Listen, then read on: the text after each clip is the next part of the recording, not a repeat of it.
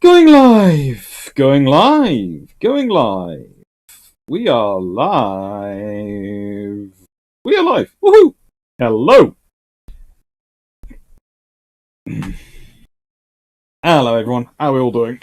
Oh! It's wet and soggy in Britain today. Well, it is in my part of Britain. Absolutely twiddling down out there. Right then, let's see. Who we got to say hello to? Hello, Carmen Gasway. Praise be glad of biplane. Observer for all naval live streams. Ay, caramba. Thank to the person who very kindly sent me this. Now,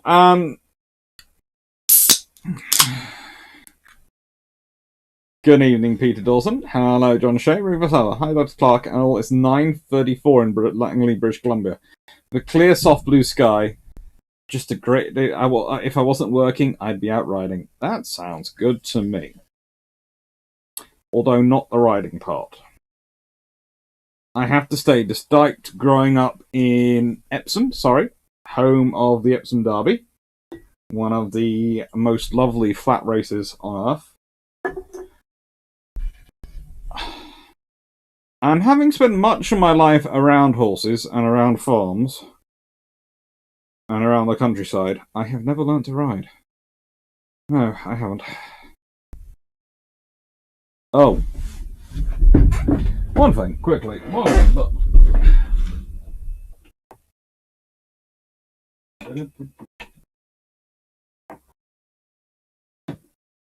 No.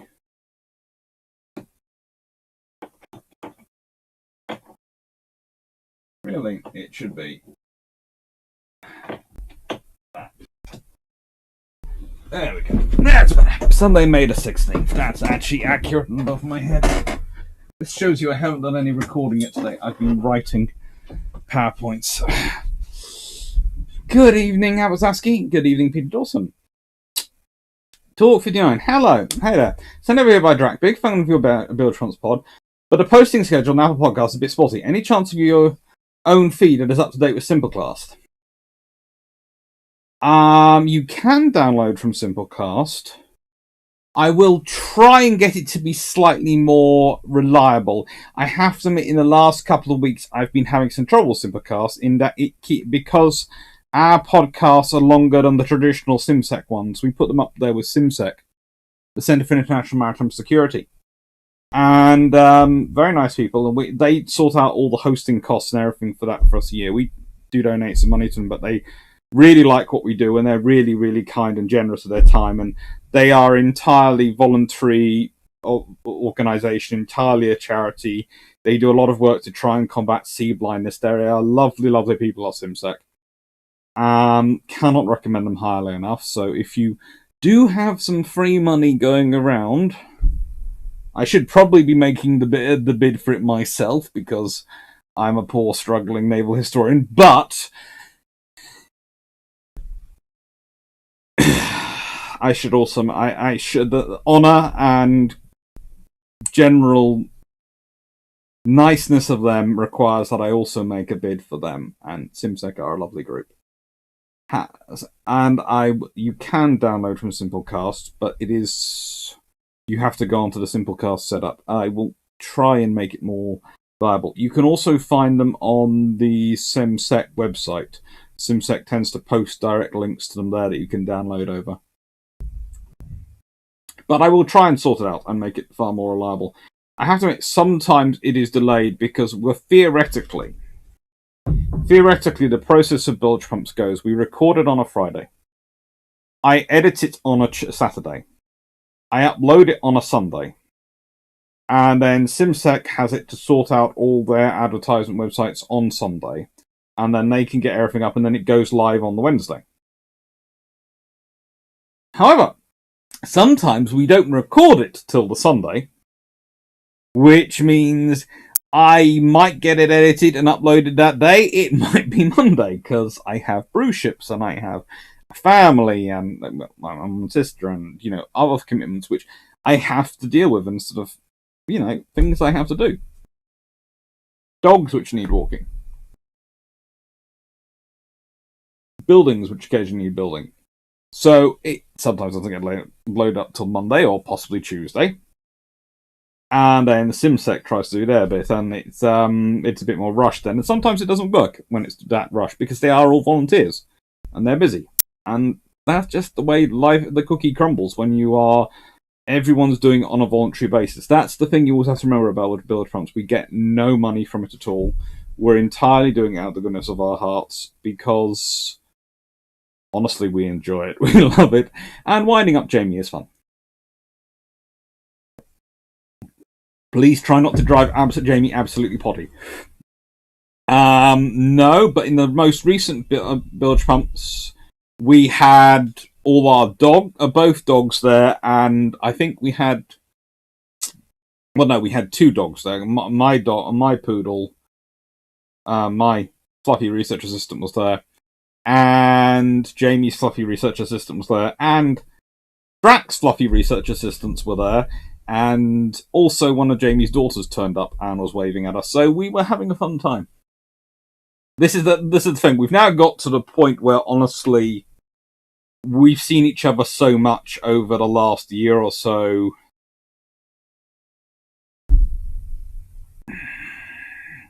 If I'm honest, and I have to admit this, I have probably seen Drac and Jamie more than I have seen anyone else outside of the people I actually live with, cohabit with, over the last year. Because I see them on a regular basis, and it's for usually 3 to 4 hours we're talking for a week. So we've gone from being sort of friends, acquaintances who really knew a topic and loved chatting to each other, to what I would say are very, very good friends, who know each other backwards and forwards, who have a whole load of inside jokes. And it's for things like on Thursday, we were on Paul Woodall's World War II TV.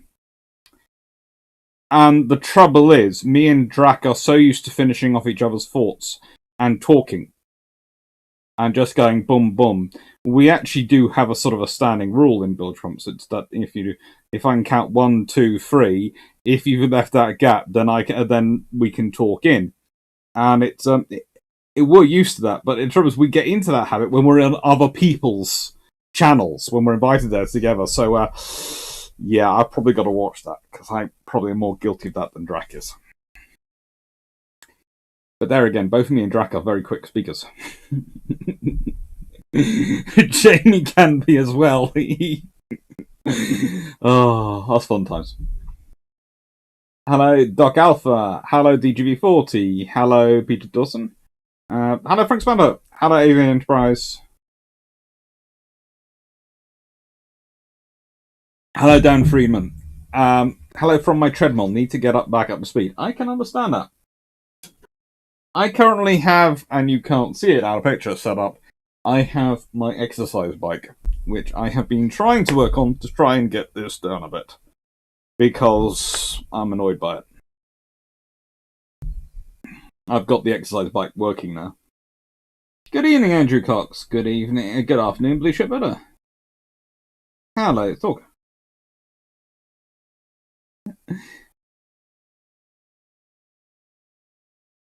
Where was that? Horse racing. Yes.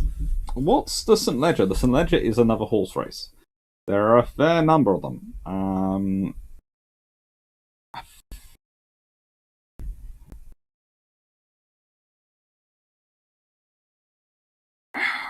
Hello, Petminter. Hello, Joe Mac.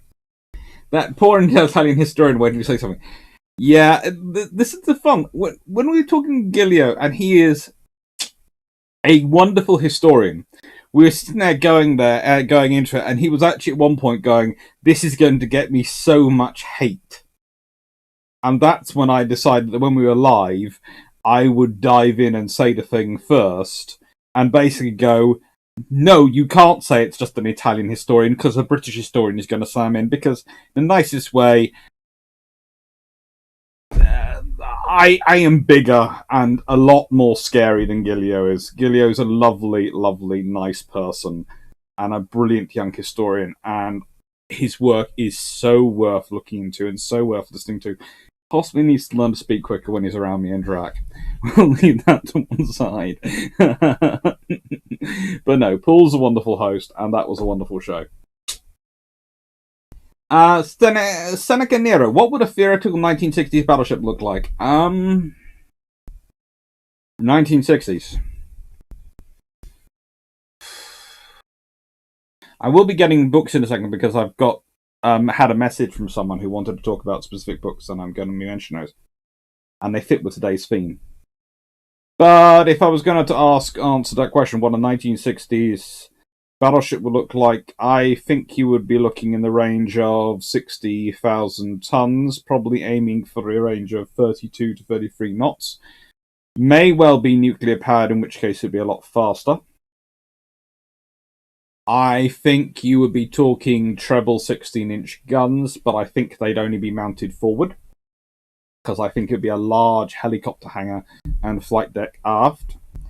I think they would have multiple missile launchers, long-range missiles, and radars on them. And you'd be basically dealing with something which was orientated around being a very large escort / Sverdlov killer / amphibious warfare supporting ship, and that would be its orientation. And honestly, those would have been pretty sweet to see.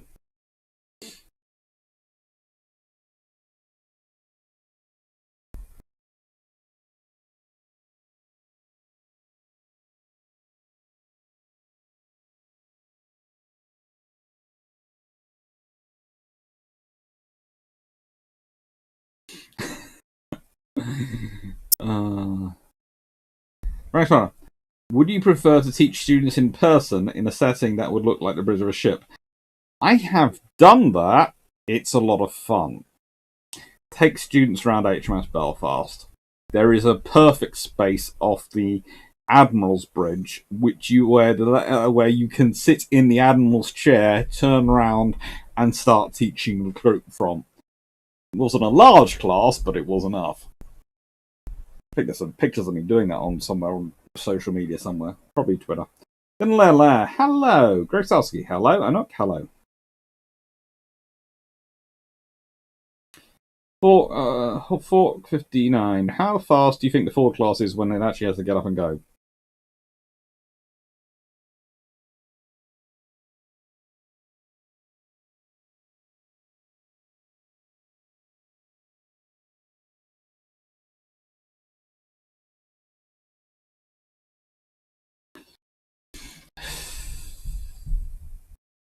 The Enterprise had slightly more power and a slightly thinner looking hull. It was designed more for speed, the others were designed, the Nimitz class, more for stability. Still pretty fast. You're probably looking in the high 40s and knots, honestly. Probably. Maybe it can go higher, but that's going to place a lot of drains on the hotel load. So it's a case of it could possibly go higher, but then it's going to be having to cut off a lot of our power-hungry systems. Because at a certain point, especially with electric drives, you reach the limit of how much energy can I put into them and how much energy can I take from the engines without affecting the other stuff I'm doing.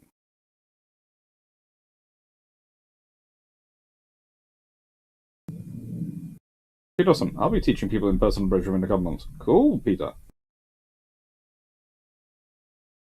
Right, so I had a question come to me. Believe it or not, I get them on occasion. And I enjoy getting them on occasion.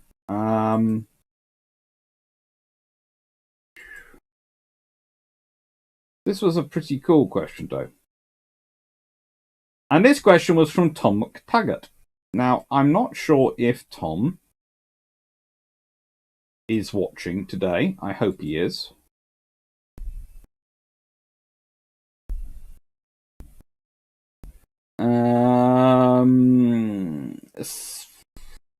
If he is, we'll be talking about it. So I'm just going to answer Seneca Nero's question. What was the fastest warship ever? And is it one of those rigid-bottom motors? Well, if you call them a warship, then it's going to be one of them because they can get up really, really fast. But as I understand it, the fastest surface warship that there's ever been was, I think, the USS Enterprise. From what I understand, you have to remember that a lot of the faster, more recent ships, we don't talk. Their top speed is never publicly declared. But she was narrow, high-powered, a lot of power, and in an age when she could really put it down. And she was built with a lot of things, and yeah, I think it was probably Enterprise.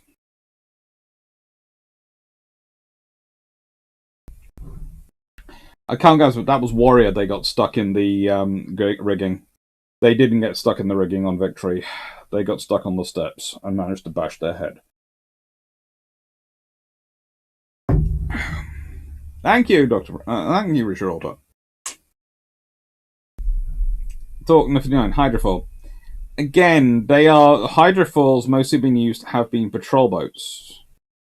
They're missile boats, so yes, you can probably talk about them. But I would still say for warship, you're talking Enterprise.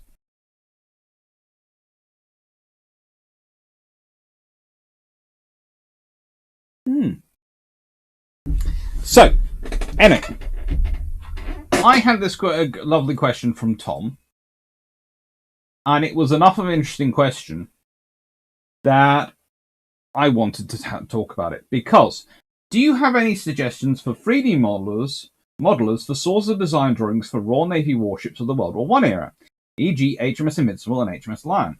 I'm trying to make them to help myself, but have so far only come with expensive paper prints. Now, interestingly enough, there is actually a whole series of magazines, which I was going to get out and go through my collection of and, basically show off a bit. But it's absolutely pouring with rain, so I'm sorry, I haven't brought them back down from the house because I don't want to get them wet. However,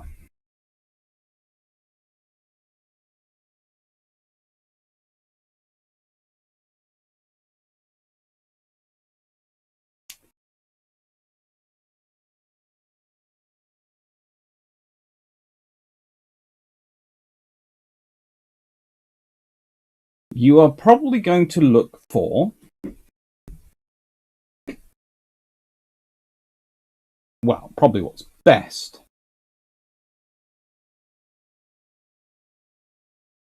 is something called Warship. Now, there have been various editions, various volumes, edited over the years. There is one very lovely one, which is Volume 7, which was edited by John Roberts. Now, for those who don't know John Roberts, he is one of the very, very good historians that have been around. There's also another one which is being edited by Volume 10 was edited by Andrew Lambert. I can find them on World of Books, and I can find them on a few other sources. And I'm going to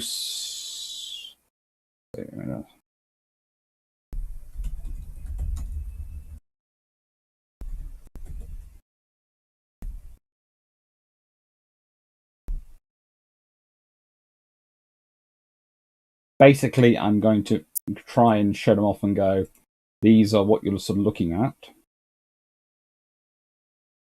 They are very nice books. They have everything in. And they are the predecessor, to what is also an otherwise an ongoing series of quite good books.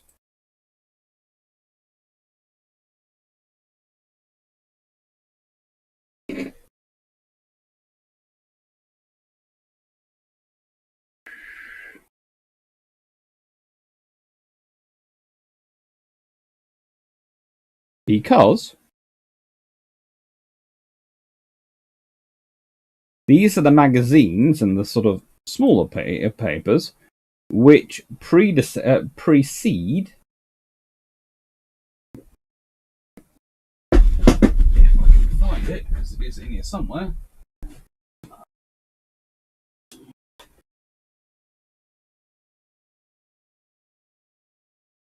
Am I going to have to test out the quality of my construction today? That's always a question. Worthy of an answer sometimes. Not that one. That's not. Ah, there it is. Yes.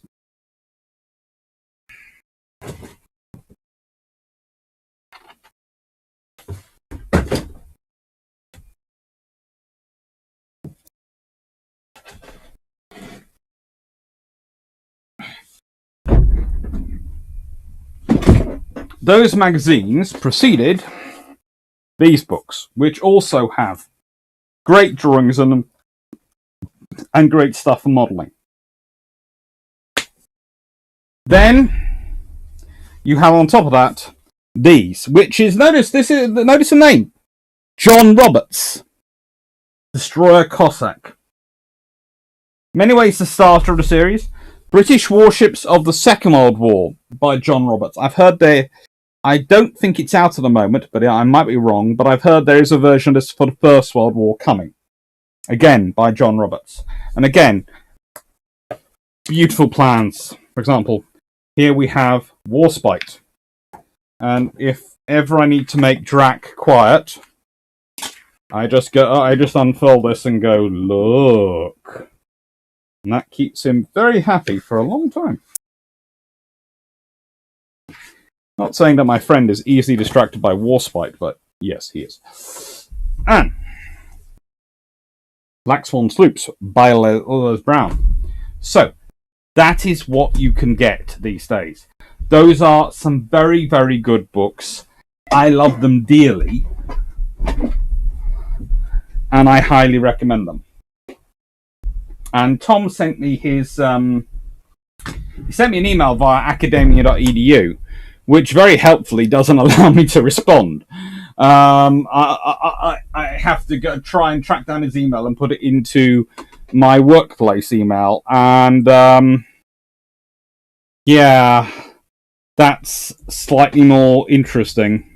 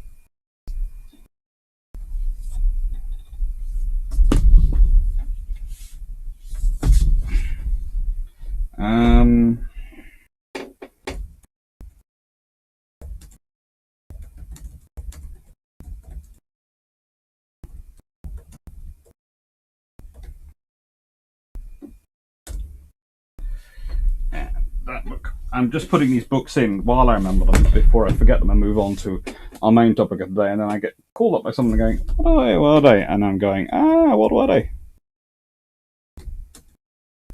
Bye.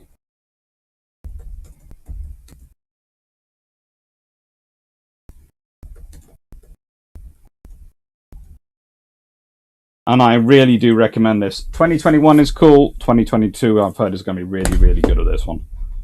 I haven't seen them yet, though. So I will tell you what they are like when I get them. When I get to review them. Reed Awesome. Faster ship is a hydrofoil. Okay, I will accept the hydrofoil is the faster ship, but I don't really consider those are the ones proper warships. Caspian Sea Monster, maybe.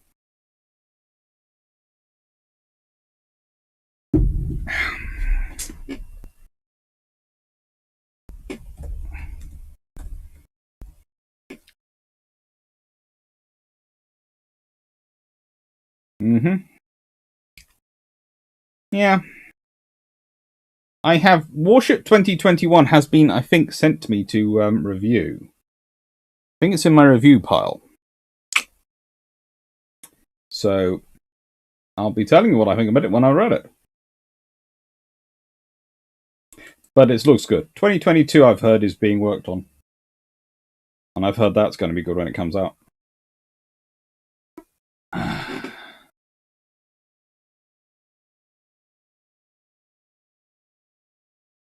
Jenny, would the ideals have been like Gigantus and fastest verified warships? Certainly in World War II. As you said, they were well over 40 knots. Doc Alpha, that's what all funnels on Volume 7. Yeah, that is. But there again, there were a few cruisers and destroyers like that. And you should see some of the early designs for the Lexingtons. Some of the early designs of the Lexington-class battlecruisers. Pretty darn cool. I've, of course, been looking at those because this week, Battlecruisers Take 2 comes out. And this time I'm going to look at all the unbuilt battlecruisers. And what they look like. That's what it's focusing on.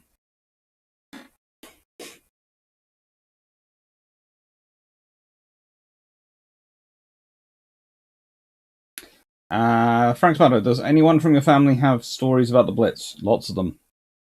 My granddad was on fire watch in St. Paul's Cathedral.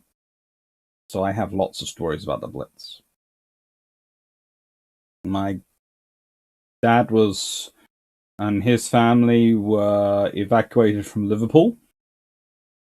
And my mum was evacuated as a newborn baby. Which I won't reveal anymore because that could reveal her age.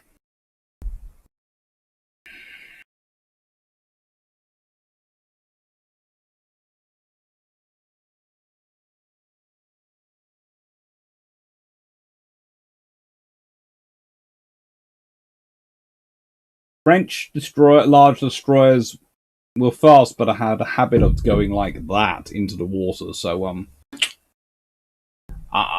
I prefer to use ships which actually can get to where they're going. Hello, Jane. Hello, Fab. Hello, Jeff Beeler. Hello, Kilo 90.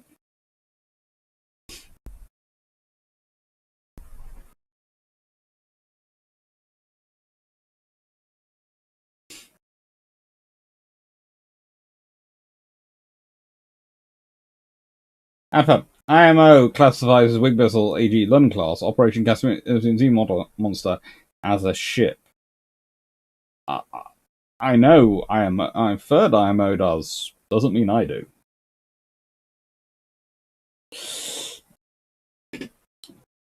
Seneca Nero, was there ever another worth a try warship designs on the same level as Dreadnought that just didn't work? HMS Captain, as which you all said besides.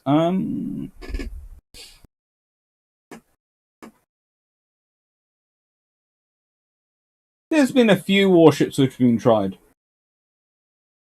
One of the things I often find funny is that we these days call the Queen Elizabeth class the Super Dreadnoughts.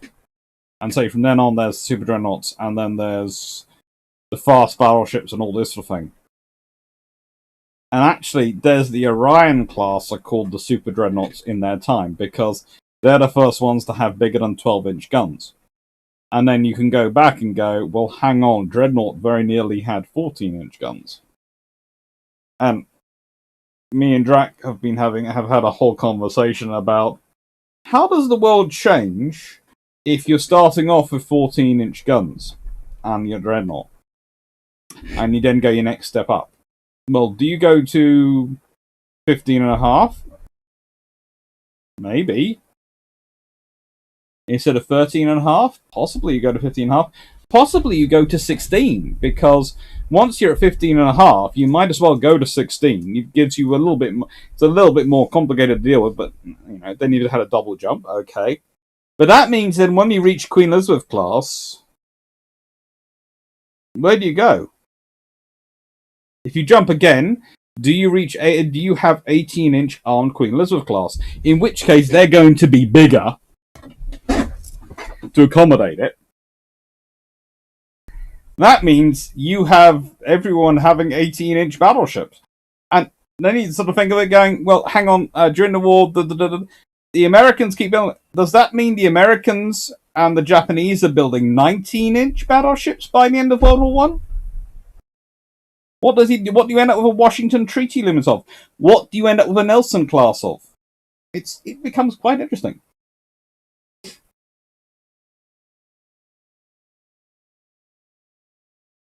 Great Sassy.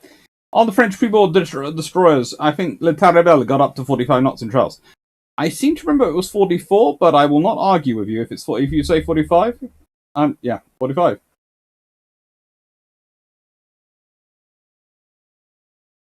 Never worth a try design as HMS Dreadnought. I would say the whole Invincible class battle cruisers, they're worth a try. And I would say as cruisers, they're definitely worth it. I think the trouble comes when you start using the battle, emphasizing the battle point rather than the cruiser point. They are cruisers. They're not supposed to be standing in line against battleships trading blows. That's not what they're designed for. Carhaman, may I ask what Drac thought of the Cyber 3 I submitted and if it made a recording? Hasn't made the recording, is going to be discussed, but that's because we've got an idea for a guest who we are going to try and invite on, who we want to design them. So you can think through Twitter who we might be trying to get to come on to design it.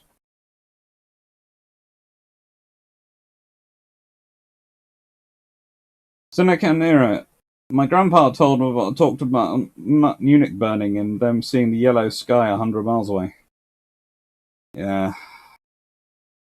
Oh, Jennifer, my grandfather was on fire watching some pools at the same time.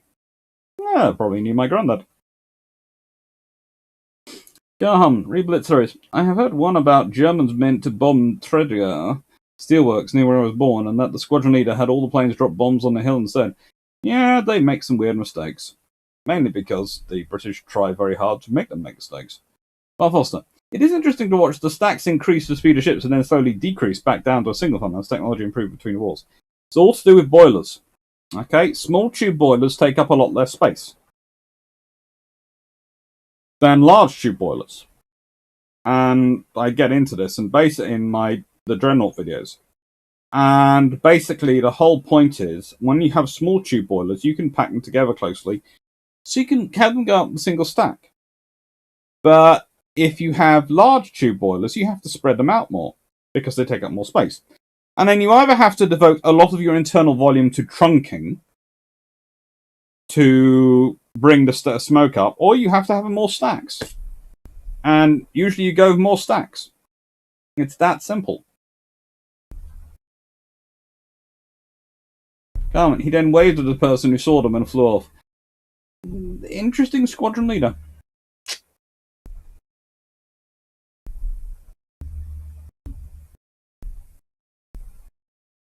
Frank Spanner, what would the Invisibles have had then? Well, in nicest way, if Dreadnought has 14-inch guns, the Invincibles get 14-inch guns.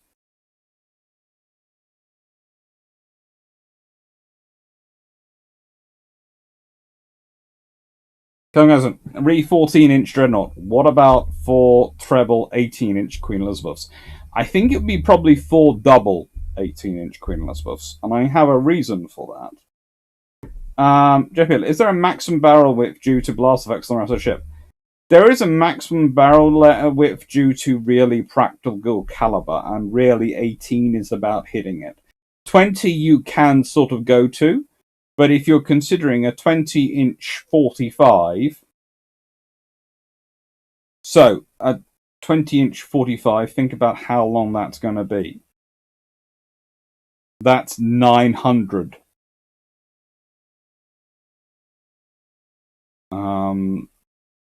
That's 900 inches, which is...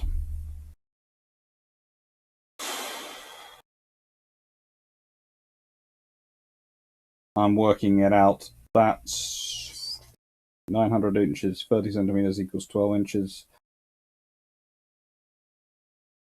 840 plus 60, so that's 5 plus 840, 12, 12, 12, 12, 12.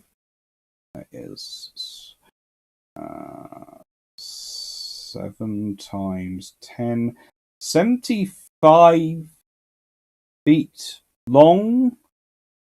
Approximately 75 times 30 divided by 100. That's 225, 2,250, 2,250. 22.5 meters long. Okay, barrel length. That's a long barrel. And yeah, that's why that's the sort of limit on it.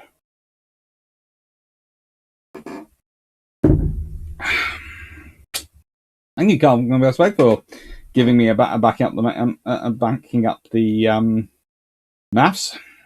I've said roughly 22.5 meters.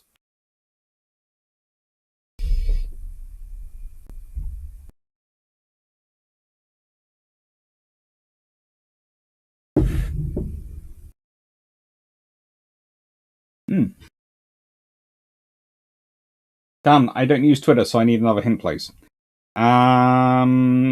Recently proposed a trimaran battle cruiser.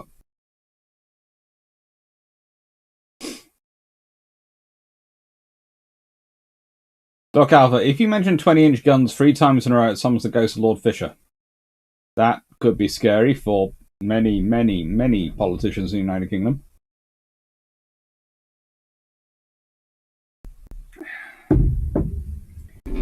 I think 20 inches is about the limit, and I would honestly think at 20 inches... The trouble is, at 20 inches, what kind of armor are you putting on your ship? You know, are you giving up with armoring for any kind of close-range combat and just armoring for distance? In which case, you're saving on armor and probably chugging it full of engine and horsepower.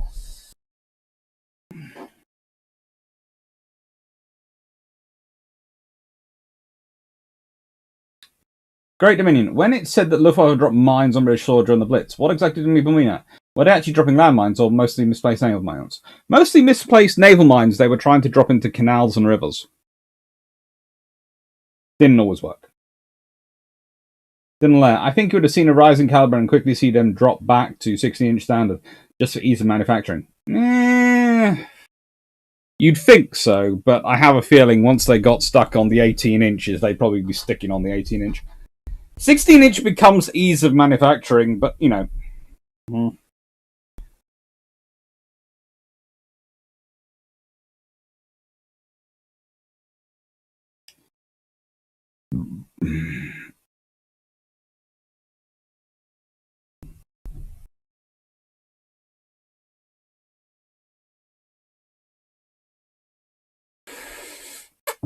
Frank's Paradise, but at 21 inches you can shoot torpedoes from your guns. You can build a 20-inch torpedo. That's a lot easier than building a 21-inch gun. Oh, God. I could see someone actually would think of that, and honestly, the shell length of a 21-inch shell. Let's see.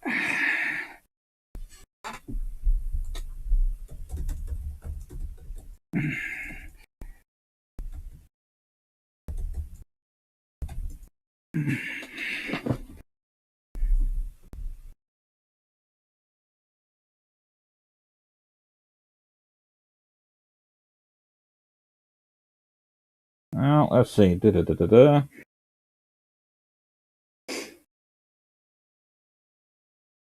Well, if we go by the fact that the 18-inch shell had a weight of 1.5 tons.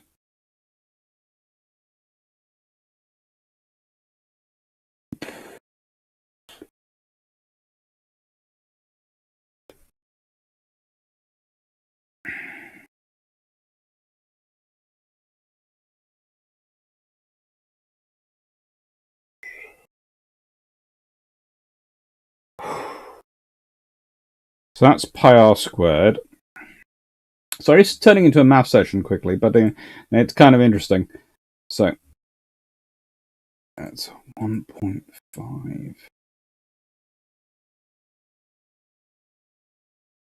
1500 divided by...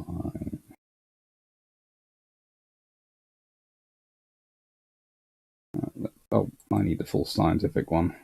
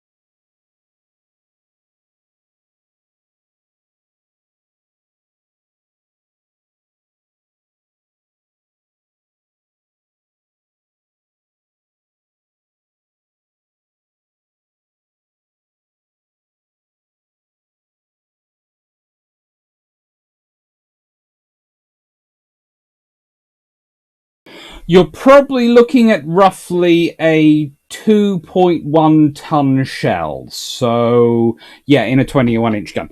That's the maths. I do apologise. I will explain the maths at some point. But, yeah, I was having to back up the calculator in my head there to check that the calculator wasn't lying to me.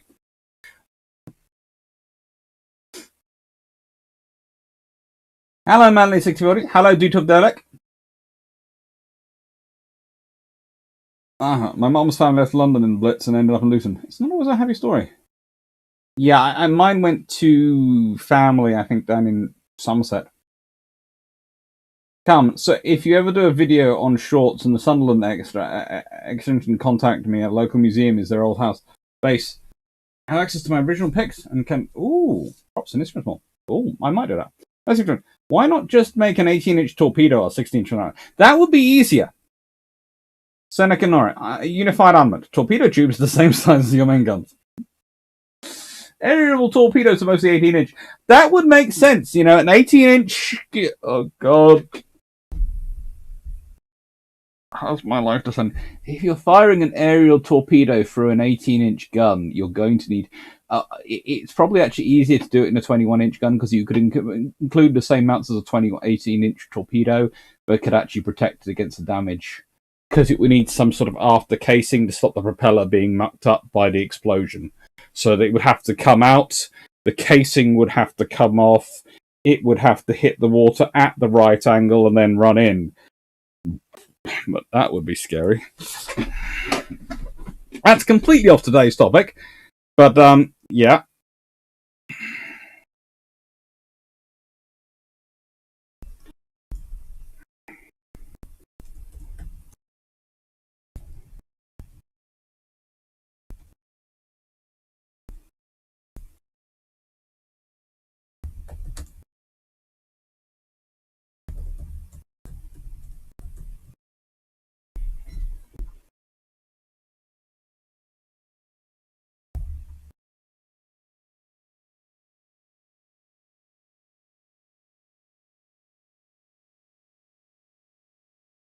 Hello, Rapid Uzak. Come on. Also, good news. Museum I work in are letting the staff get ready to open. Sadly, we can't open to the public till summer. Well, you get there.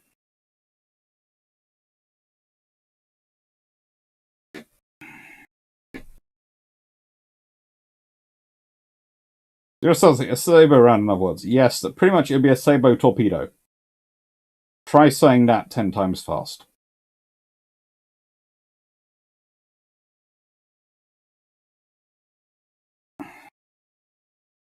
Can't wait. Could you fire a torpedo out of the plane cannon? Well, sorry. Well, that's the thing. If you have a 21-inch or 18-inch, probably let's say you take an 18-inch, because they actually built those, and that's range. It becomes very interesting at that point. Depends on how fragile you build your torpedo. You wouldn't want to use a fragile fuel source. You'd probably want to use an electric torpedo. You wouldn't want to use auto fuel or any kind of liquid oxygen, because if you were using liquid oxygen and blowing it out of your gun, oh my god, that's a good way to blow up your own ship. Yeah, no, you couldn't pay me to be on that ship. I would be watching safely from the other side of the Earth via satellite. That would be a big bang. No, it would be, yeah.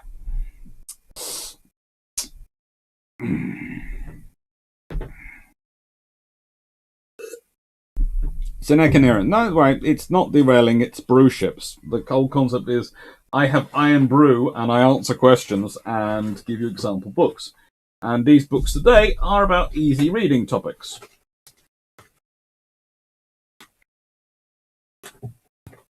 And today, well, I've got a really good book to start off with. Why not auto fuel?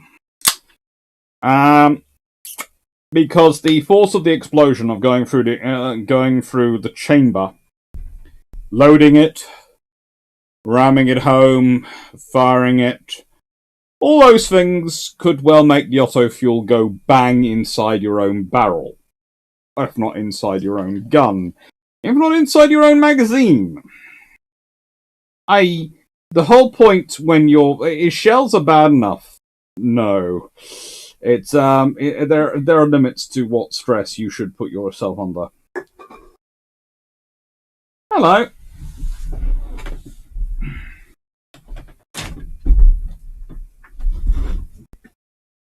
You've come to see me while your sister sorts stuff out. Hello. I think you're saying. Yes, I am. Hello. Hello. Oh, hello. Yes, I know. She's wandering off to look at her plants. Hello, everyone. Tafra has arrived to say hello. Really? You've just literally sat down here. Alright. Would any large caliber proximity fuses could break up a formation distance like a cap? You could have built one. It would be interesting, but you could do it. So all these things are, if you have enough guns and they are viable at it, you can develop it. Most of it's just time and money. Hello. I am the trainee assistant, fluffy research assistant. I'm here to make sure you keep the schedule. Hello. Hello. Hello. Hello. Hello. Hello. Hello, yes, that's me. Does it need cleaning? I've had a bath. I'm fine. Ooh, hello. Hello.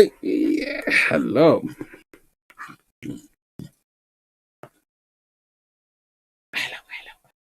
Yes, hello. Yes, hello, everyone. Dan, going bang in the barrel is the point of shell. No, the point of the shell is to go bang at the other end when it hits the target, not in your own barrel.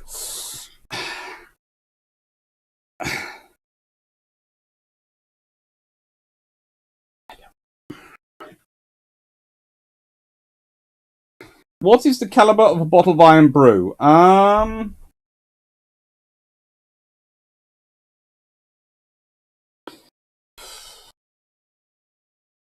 It's about...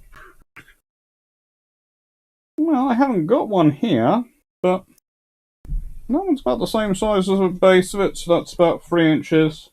And it's about... So, it's about...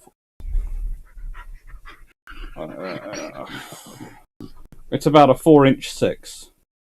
No, 4-inch 3.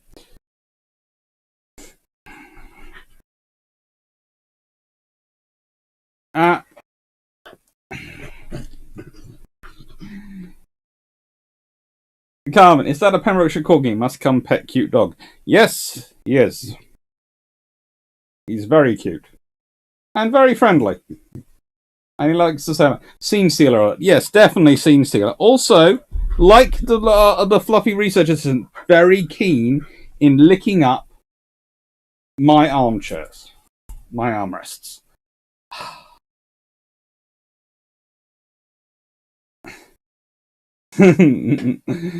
Rapper, I thought only the fluffy research assistant was attracted by talking big guns. No, both fluffy research assistants have a desire for big guns. Although in this one's case, hasn't seen any yet. Really, has only seen them on the screen. It's terrible, isn't it? Only seen them on the screen. Oh, that big bang. That was your sissy next door, wasn't it? Yes, it was. Hello, Sab Thompson. Yes, he's earned his biscuit allowance. He always has. He's behaved himself very well. Good boy. In time. Sorry, get out corgis. I know, this is the joy of corgi. This is the trouble. When you have a poodle, you get used to the fact that you don't get fluff everywhere. And then you get a corgi, and you realise that It's not fluff, it's glitter. It's corgi glitter, as to quote my sister. I don't know. All good corgi owners know this. All good corgi owners know this. Yes, they do, but also all good corgi owners need a brush. They care. I know. I will go and investigate your beds. Glitter. Oh. What is the biggest gun you've seen?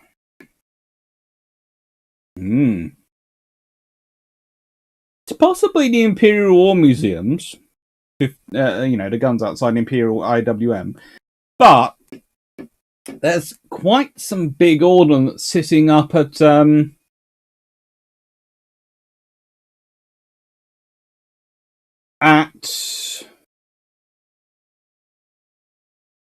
Duxford. A lot of fairly big ordnance sitting up in Duxford.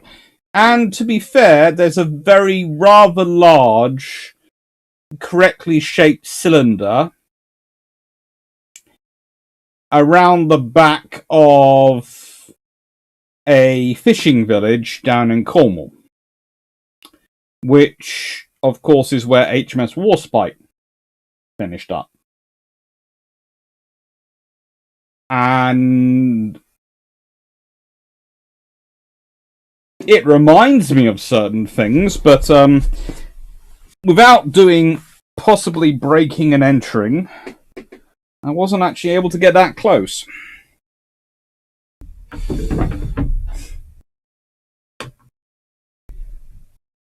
Alan Stephen McCarthy. Okay, Taffer interjecting his own opinion on Regiment Marino says hysterical. Well, he has an opinion. It's a case of he was dropped off, and it was a case of yeah, sorry, dogs arrived. Paul was going, yeah.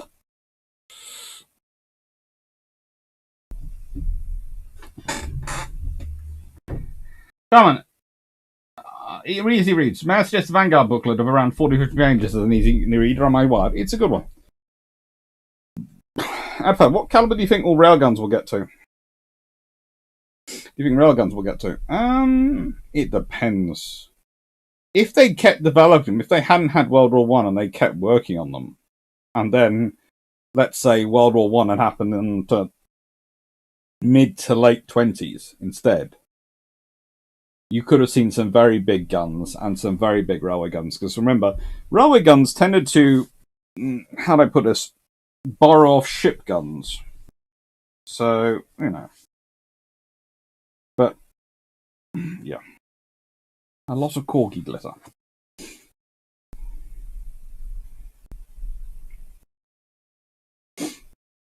Then Walt Nelson has some big guns, including 8-inch, and there's a Mallet mortar at Woolwich. There are, but I'm not really quite sure those 18-inch guns are... Well, some of them. I've seen some very big mortars, which are colossal things. But they're not really big as in... big. They're big as in fat. But, So, I would consider them fairly large guns, but not... Yeah. Do technical ships from books really count as reading? They do. You should put your mum and sister on the camera sometime. The stories are better with faces. I will do. I think my sister has appeared on camera occasionally, especially when dropping off doggies.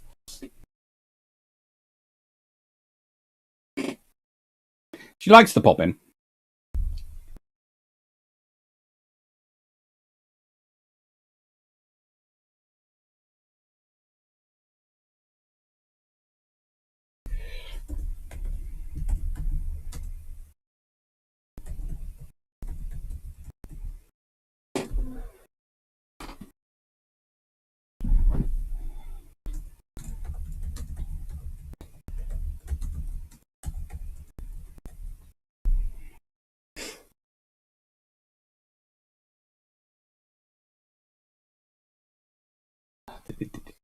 But no, she isn't too keen on being in television. That's the trouble, or being on camera at all.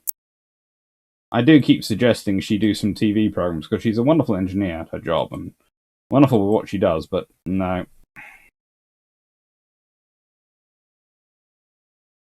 Now, I have to admit, I've been doing a lot of investigation today involving the Ellsworth Ordnance Company. It's going to be interesting. The Dreadnought series, when it comes out, is going to be freaking long.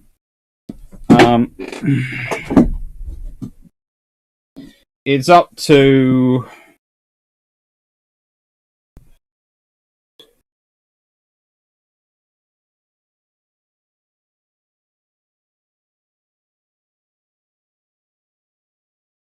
Two, 4, 6, 8.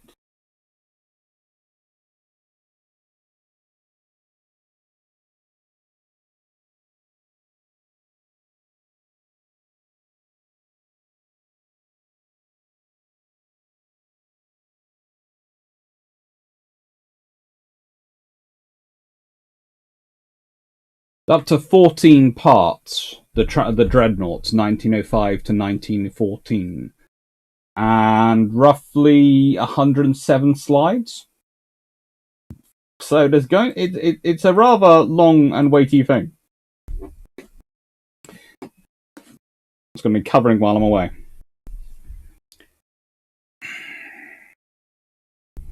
Anyway, so this is the book.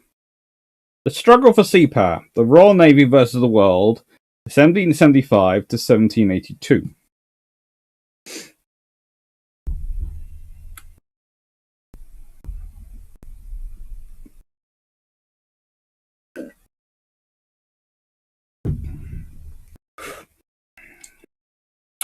Using original logs, reports, and diaries, the Struggle for Sea Power reveals how the American Revolution was a naval war of immense scope and variety, including no fewer than 22 navies fighting on 5 oceans, to say nothing of rivers and lakes.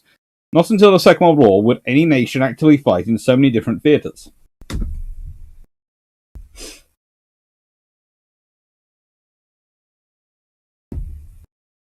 Again.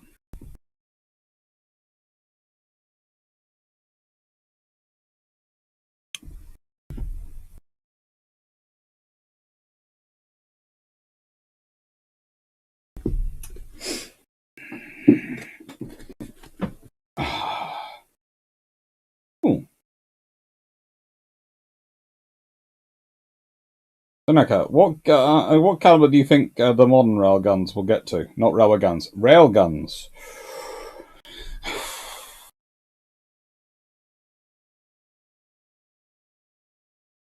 Well, I think they're already starting off looking at about 8-inch. And let's put it this way. A longer run allows you to put more power, but if you're not delivering more power at the end, does it really help? And then, of course, that's before you get to railguns, which might be spaceborne for space combat. So, honestly, it depends where the technology goes. If it stays just for ships and all those things, then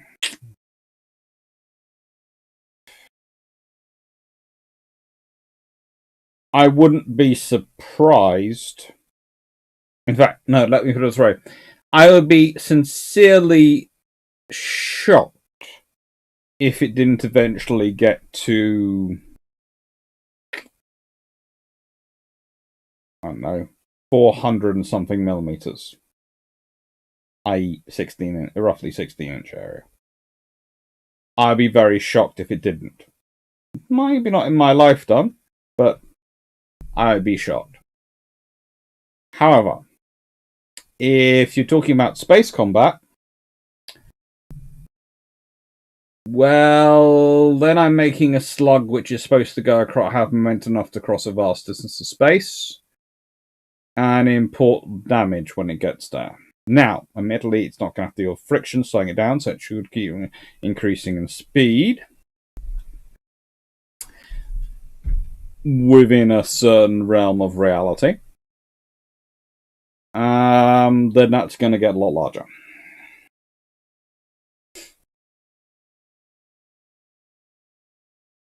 Rapid Racer, I can't help but notice your notable commander series is heavy on officers who spent time on tribals.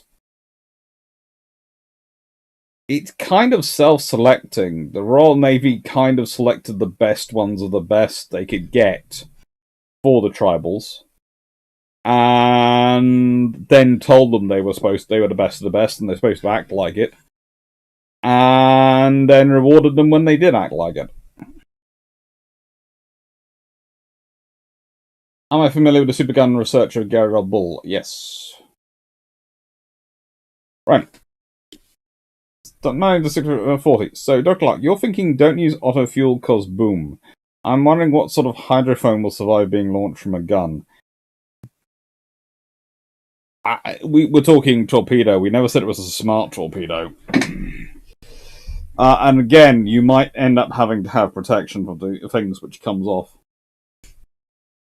Alright, so Barron's fleet soon arrived from Newport to boost Barrington's numbers, but by then both fleets were utterly worn out, so short of men and stores, they were useless. Barron's ships had no sails other than what were on the yards, and not a single spare coil or rope. And his men were suffering particularly badly from scurvy and typhus. Nearly 1,500 of his men died of disease.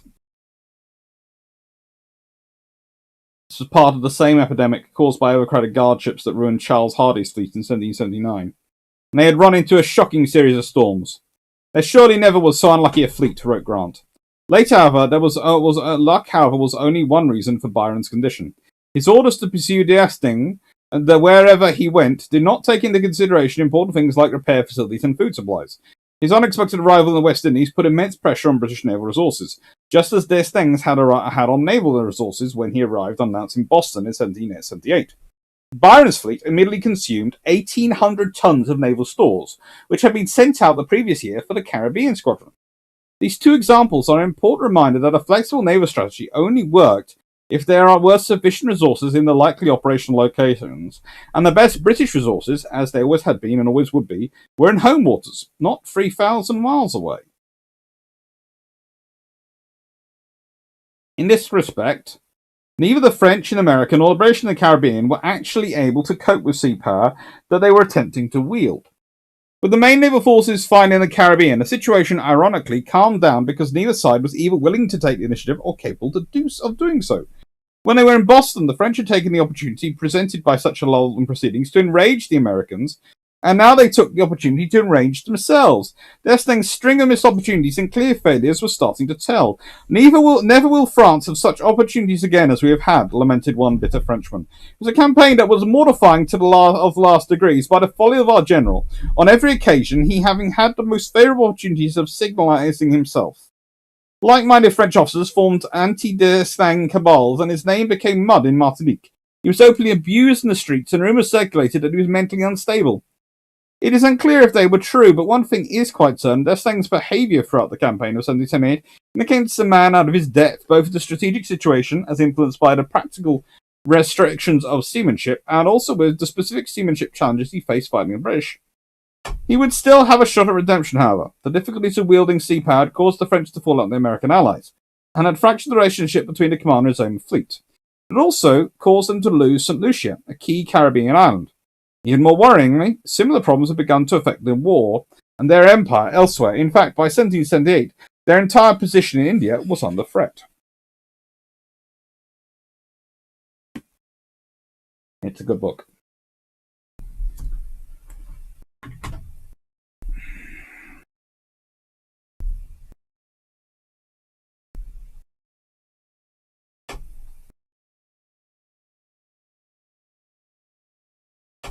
Peter Dawson. Well, the point is, you could actually make the radar set in terms of the proximity sensor in shells a lot stronger than you can make a hydrophone or a sound sensor. Mainly because you can keep it protected until it's out of the shell.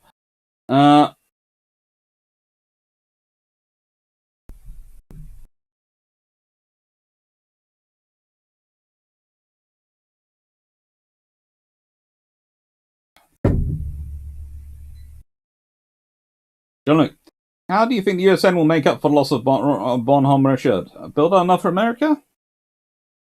Potentially. I think short term, that's probably what they are probably banking on the British keeping an aircraft, keeping one of our carriers as often as possible in either the Indian Ocean or the Southeast Asia, and hoping that will cover for the F-35 drop. And take care, Doc Alpha. Enjoy your doggy. I think longer term they will probably have to build another ship.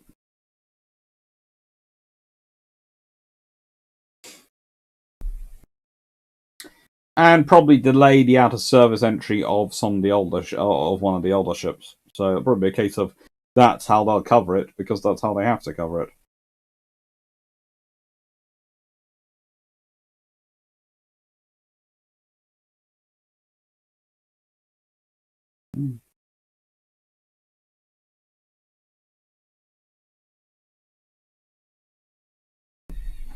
I see, there's an interesting conversation here going on. Great, I mean, I'm not.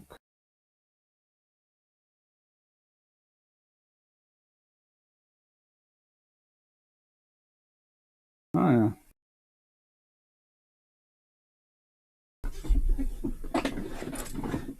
Bart Frost, I have 3 shedding shepherd mixes that are currently dropping all their winter coats. I feel the fur.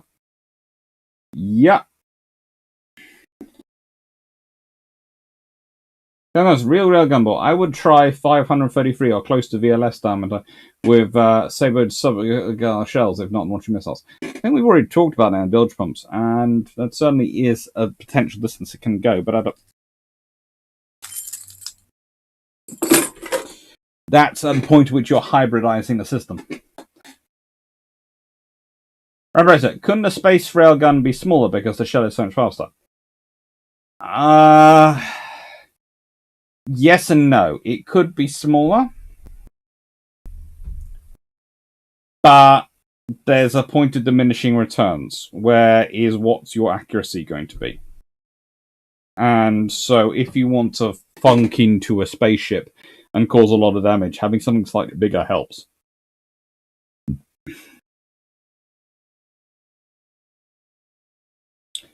Seneca Nero, 2 bloody wars or 6 seasons. Since we are in a pandemic, has COVID made any impact on Royal Navy promotions? Nope. They have, in the nicest way, not enough people have, in the best possible way, not enough people have been seriously made ill for that to happen.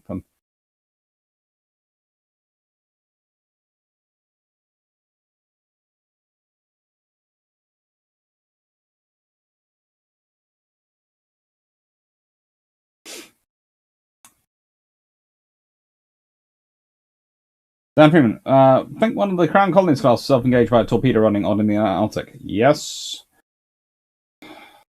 Torpedoes. They're fun. Adfab, how did the French hold on to any Caribbean islands? One would have thought clearing them out entirely once UK controlled the sea would have been an end to many problems. It would have been, but it would also require a lot of troops and a lot of time, and often we took them and then gave them back in various treaties for other parts. It's like at one point we actually debated whether to give them back an island in the Caribbean or Quebec. For some reason we kept Quebec. Probably because it was contiguous to our other territories, and frankly we just wanted them out of Quebec. But then that gave us Quebec. So Canada, we apologise. That's on us.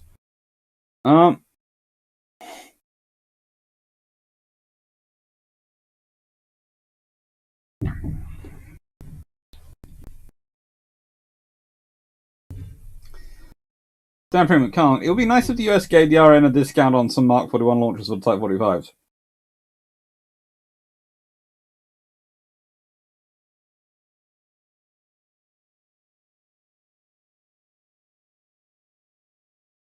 Come on, have you seen the missile at helicopter museums in Museum Western? I think so. I think I wandered over there.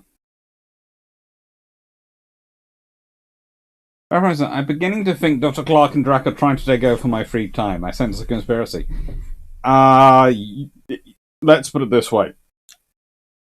If you haven't watched the beginning of the Dreadnought series, I advise you to start watching it now, because by the time it starts coming out next Saturday, and is coming out regularly after that, it's going to be coming for a lot. There are literally is at least one episode every day. And please note, I'm saying at least one episode. Some days are there is going to be an episode for each year, at least. But some years have so many ships classes coming out that I've actually had to divide them into 2 episodes. Dan Freeman, Quebec or Caribbean Island? Easier to retake Caribbean Island. Probably. But, you know. It was also Quebec. Great, have you made a pilgrimage visit to HMCS Haida? Not yet.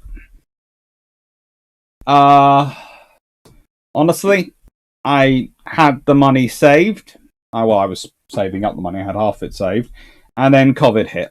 And so I wasn't able to do work. And I wasn't able to travel. And I needed to spend the money to do the things I needed to do until I could sort of find out other sources of income to keep me going while COVID was going on. And, yeah. That's what happened to my trip to HMCS Haida. But if there's any TV companies wanting to do a thing about World War II destroyers, and they want to pay for someone to go and have a talk around HMCS Haida, and I promise within a couple of months I will have lost some of the bulge down here. I will be looking TV fit. Well, as TV fit as I ever look.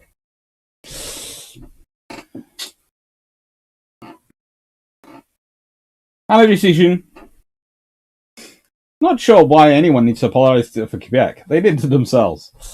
We're the ones who gave Canada them. Gabriella, we in Canada use the president to show how we are different from the United States.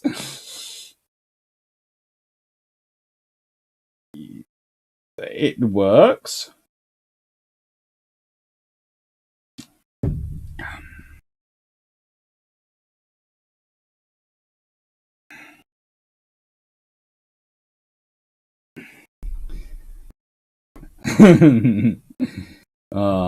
Kahan, see above.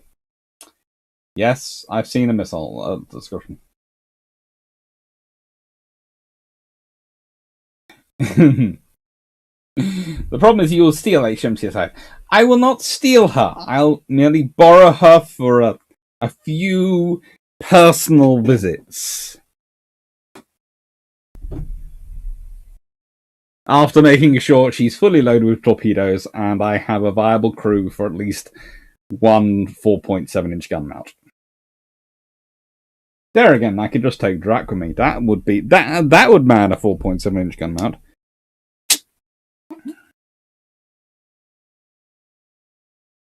Frank Masonra, how well do you think you know the internals of travel without having been on one? I've spent so much time in the plans and the pictures of it.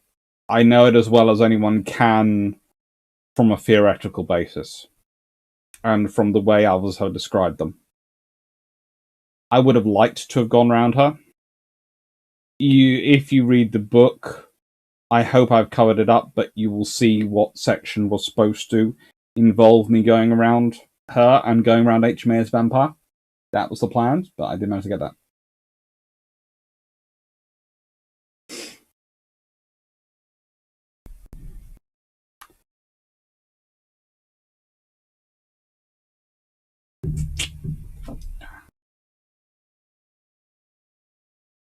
If we have any lawyers around, what is the penalty for ground for warship? More the question is, would anyone actually be able to stop me once I was moving?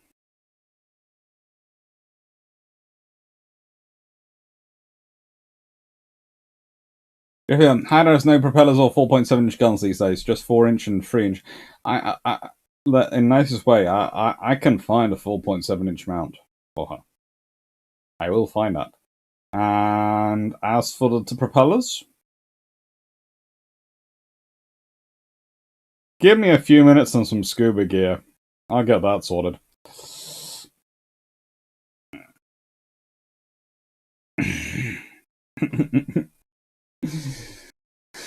Or maybe a tug. Actually, I have a friend who drives tugboats out in Canada, so I might borrow his tug.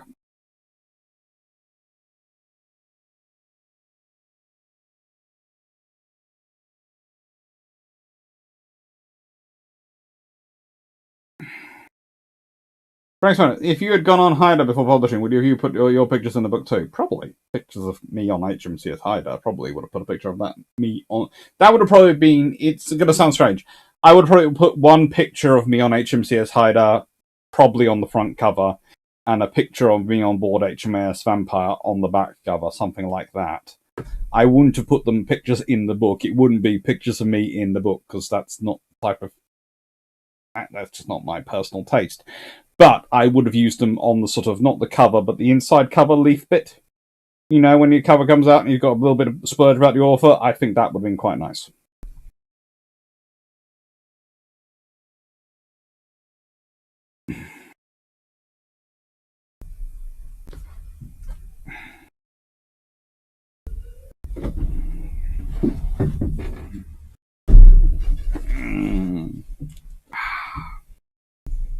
Pirate shirt is appropriate for this civilization. But no, Sam Willis's book is good.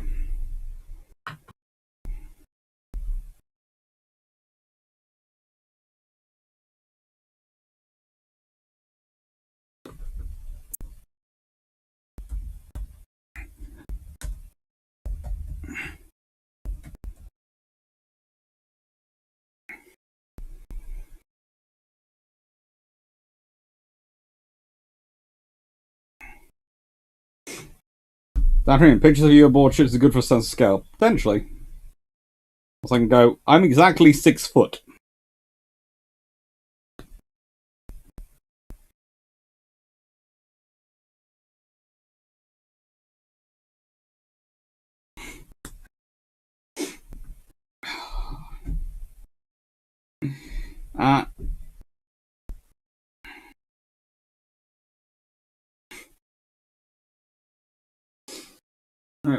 What was the next book?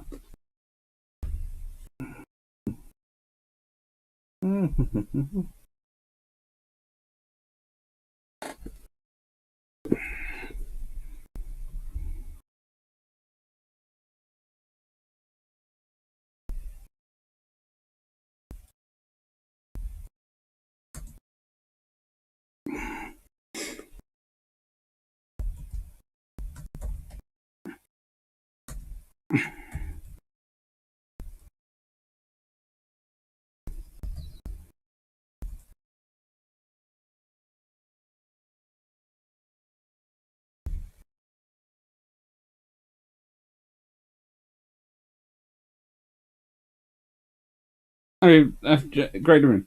Have you seen the impressive, to say the least, coastal defense ship that the Canadian Navy just launched, named after Haida's Captain Harry DeWolf? It's an excellent OPV. And we were talking about the offshore patrol vessels and their roles in the Bilgepumps to come out this week.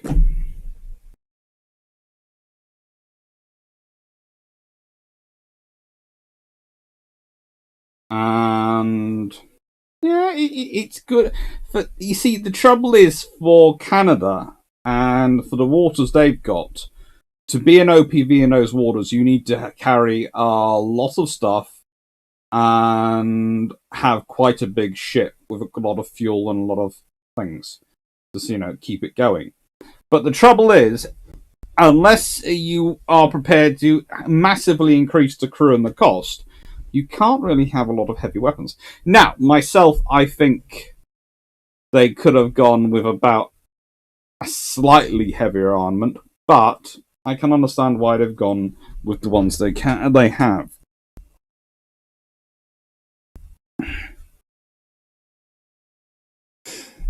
You know,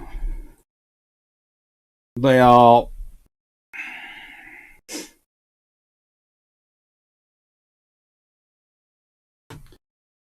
They're armed with a 25mm gun. I would have at least gone with a 57mm, and I'd probably gone with a couple of 40mm. But I can understand why they haven't.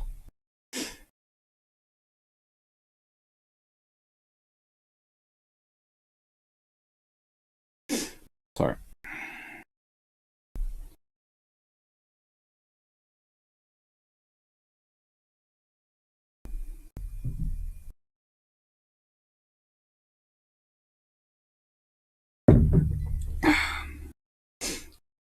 Do the university consider views on that you bring to your other channels? Sometimes. Sometimes they don't. It doesn't. Couldn't you just let people fathom it out? Oh, that'd be fun. Are there any affordable books on coastal convoys, please? This one, Nick Hewit's one. Brand new, it's £13 or $25 US. Apparently. If I look it up in a moment.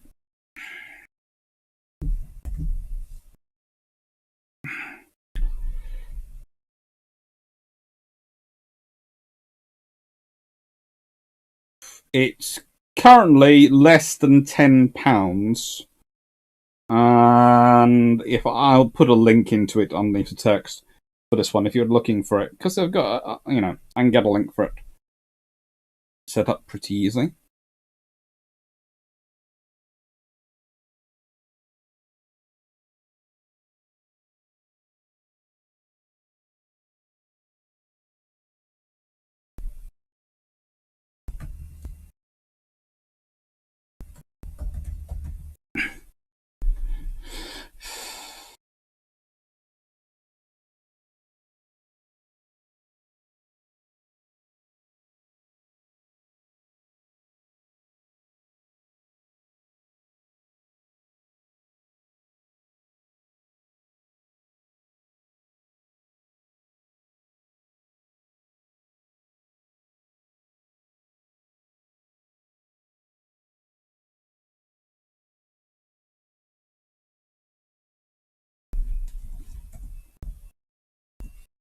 And there should be a link in the text to this one.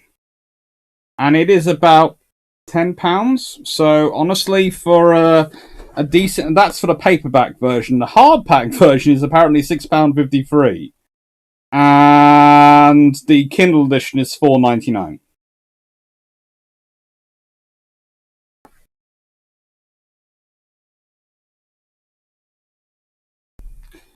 Remember, I haven't got the coastal convoys yet. Do they need as much protection or as different protection? As much, but different.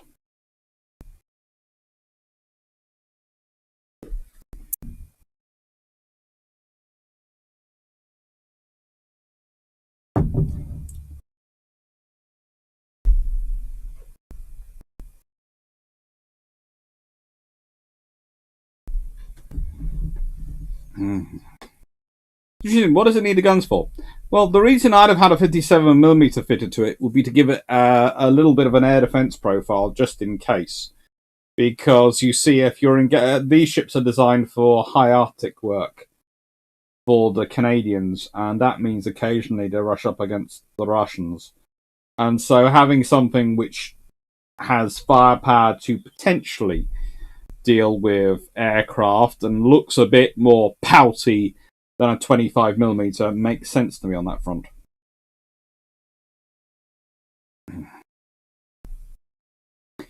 Um, 57mm, 40mm are actually not that much more tap weight, and if you're looking at, here's the thing, the Dwarf class are 6,600 tons.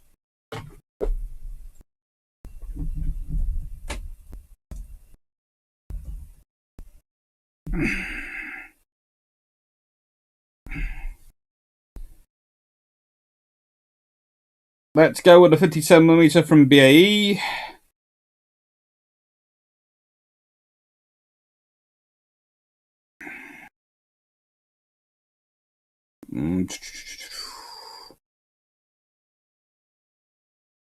Weight complete without ammunition is 6 tons.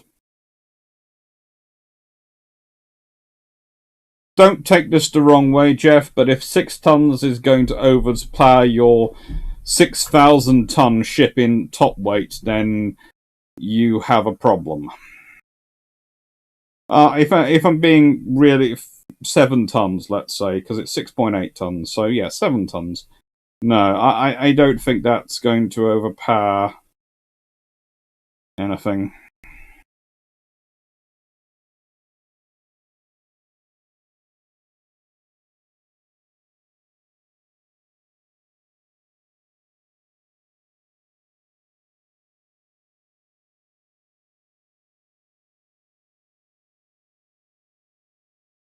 And that's the Mark 110. The Mark III, slightly bigger.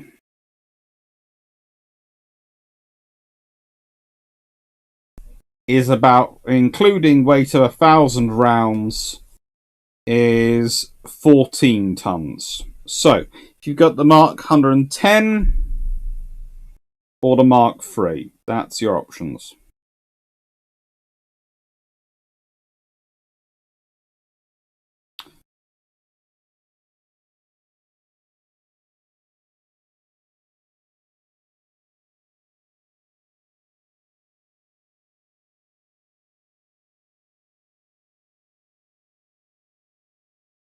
They're good ships, and they're good weapons.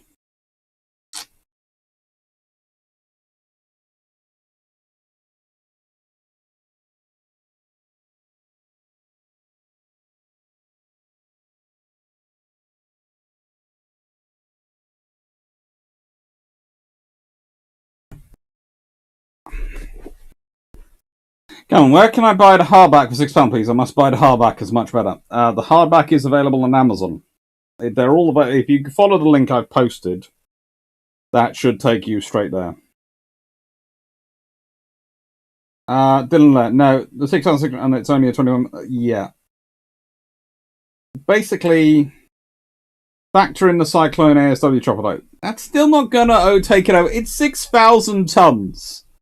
A 14-ton.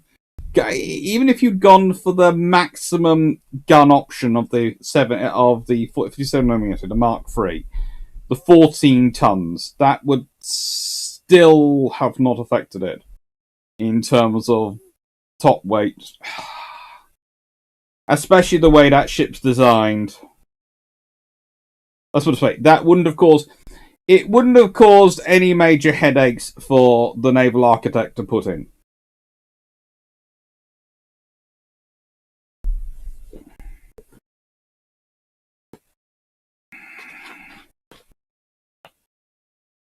Unfortunately, most people hear OPV and think, what's the smallest gun I can get away with, rather than what is the viable gun I can get away with. Okay, there we go. Ron Walsh was a range setter on one of her 4-inch guns. Brought up in Ipswich, Ron had joined the Royal Navy in 1936 as a boy seaman, aged just 16.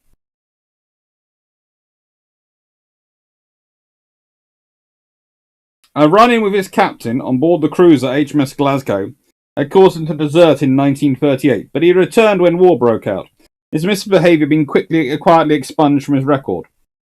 Foylebank had already been bombed several times since arriving in Portland, but at 0815 it became clear she was to be singled out for special attention as part of the well-coordinated assault on OA-178. 26 Stukas appeared over the horizon, and bombs struck the ship repeatedly before many of her crew even had time to reach their action stations. Ron Walsh was one of them. All of a sudden they sounded action stations. I looked at my mate and I said, well, I suppose we better bloody get up there, hadn't we? He said, well, what else? Let's go. He went out first, and I got halfway out, and there was a mighty bang. I found myself flying across the canteen, flat on my face. I got up, went back to the mess, and looked in, and there was all the hammock netting burning. The double ladders that go up and down were all twisted, with blokes in them all twisted round. It was a terrible sight. Ron and his messmates started to make their way along port side of the ship, heading aft to the action station at X-Gun. We got halfway down, and they dropped one down the funnel and blew the side of the ship out. We could see the docks just out there, so we had to turn around and come back. We went right round the other side, down the port side alley, and we're below decks, and there's this bright sunshine shining down from a hatch. And opposite the hatch at the bottom is the Master at Arms office. And all of a sudden, they all rushed out of the office and up the stairs to go up the deck. The Germans machine gunned down it, and they all went. Reaching the aft end of the ship, Ron passed through the crowded sick bay. From here, a ladder led to the upper deck. As Ron started to climb, a bomb drove through the deck and exploded in the sick bay below him, killing everyone inside and his messmate, who had been frantically climbing the ladder behind him. Ron eventually struggled out into the blinding sunshine, only to find his gun wrecked and the crew dead or wounded. Others aboard Foilbank were still able to fight. I heard someone shouting about, and I went to the back and looked over, and there's old Badger Otley, a leading seaman. He was on the Glasgow with me, actually, and he was going to town. He had his gun going, and it was a sight. He had two crew there, and the coconut matting around the gun was on fire, and he was saying, "Give us some ammo! Give us some ammo!" And they were saying, "We can't. We've only got that practice shell." And he said, "Well, give us that then!" And rounded up. There was a plane coming down, and he wanted to get a crack at it, and he poked this practice shell in and hammered that up. The deck 15 feet below Ron was a nightmare vision of twisted metal bodies. Foilbank's first lieutenant spotted him and told him to get down and head forward as the ship was going to be abandoned. The ladder broken. Ron was forced to jump the last 10 feet, permanently damaging his spine as he did so, although adrenaline shielded him from pain until much later. So he picked his way forward. I got to the passage leading forward, and it was about 8 or 10 feet wide. I got nearly along to the starboard pom-poms, and there was a body of men all piled up there, you know. I looked at them, and the petty officer was stood beside the pom-poms. "Go on, push your way through, walk over them. They're all dead," he said. "Get up there. Mantle's still firing, and when he's finished, we'll have to get him down." Jack Mantle was a 23-year-old leading seaman. A bomb had shattered his left leg, but he was still desperately trying to hit back at Foilbank's tormentors. He pulled himself up on the gun, and he was having difficulty getting the changeover lever on the top from the electric to hand. It was slightly bent, and he was getting it bit by bit, at the same time cursing and swearing at the plane that had gone out over the bay, turned around and was coming back in on the other mole. And he got the lever back at the same time as the plane opened up. They opened up together, him with 4 barrels of pom-pom, the plane with a machine gun. What happened to the plane, I don't know. It just seemed as if it all blew apart. And Mantle flaked out over his gun. He'd been hit across the chest with a machine gun fire. As I was helped to help Jack Mantle down from his gun, Ron helped to scour the ship for survivors the last few minutes before she sunk. By now, Foilbank was a vision from hell. Our sergeant lieutenant was sat on the bollard with his guts in his hands, and I went down below the first lieutenant. We had a look round where we could. A lot of places were flooded. There was a couple of sort of sat against the bulkhead, and the first lieutenant went over and said, "Come on," shook their shoulders, and they fell apart. Foilbank survivors climbed down ropes from the forecastle into a mass of civilian craft that had come to their rescue, despite the continued bombing. Taking ashore, they mustered in Boscan, and the roll was called. 60 men had died. More would later perish as a result of wounds sustained in this terrible action. Among them, Jack Mantle, who died in Portland Hospital. For his actions on the 4th of July 1940, he was awarded Victoria Cross, Britain's highest award for gallantry. The Commander-in-Chief at Portsmouth, Admiral Sir William Jones, wrote later that he had behaved too magnificently for words. Without question, Foilbank had done her best, but Portland was defenceless by the time the ships of 08178 hove into view, seeking sanctuary from the relentless air attacks. 3 freighters sheltering the harbour had already been damaged, and a difficult decision had to be made. Trapped in such confined waters without protection from air attack or room to manoeuvre was no place for more than 40 priceless merchant ships. To bewilderment of many skippers, the convoy was turned around once more, within sight of apparent safety. As the day drew to a close, the dive bomb was left, but the torment of 08178 was not yet over. In Boulogne, E-boats of the newly arrived 1 and 2 Schnellbootflotillen were put to sea into the gathering twilight. Without any effective escort, the scattering ships of the convoy provided what must have seemed like unlimited supply of targets. Just before midnight, William Clibborn's Elmcrest was unlucky enough to meet them. I was on bridge, and saw the track of a torpedo on my port quarter. I put the helm over and managed to clear this torpedo. We were zigzagging at the time at a speed of 5.5 knots, our maximum. 5 minutes later at midnight, we were hit on the port side. Elmcrest was hit in one of her coal bunkers, which may have helped to soften the blow. Certainly there was no fire explosion, the ship developed no list, but she was now sitting target, and Captain Clibborn ordered his crew to abandon ship. All 38 men successfully boarded the boats and rafts. The German commander, Lieutenant Z. Gottswehrer von Merbach in S-20, clearly in no great hurry, circled and tried again. In less than a quarter of an hour from being hit, I was just going down on to one of the rafts at the port side when a second torpedo hit the ship on the starboard side in the engine room. Its torpedo passed under the starboard lifeboat, which was just pulling away from the ship. This caused the boat to capsize. 16 of these men drowned.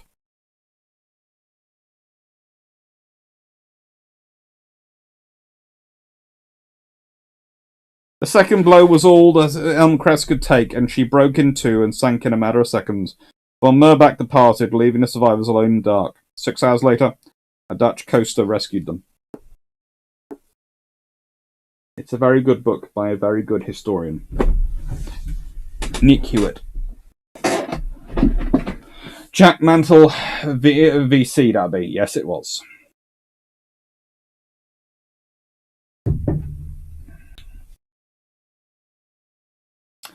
It was the foil bank.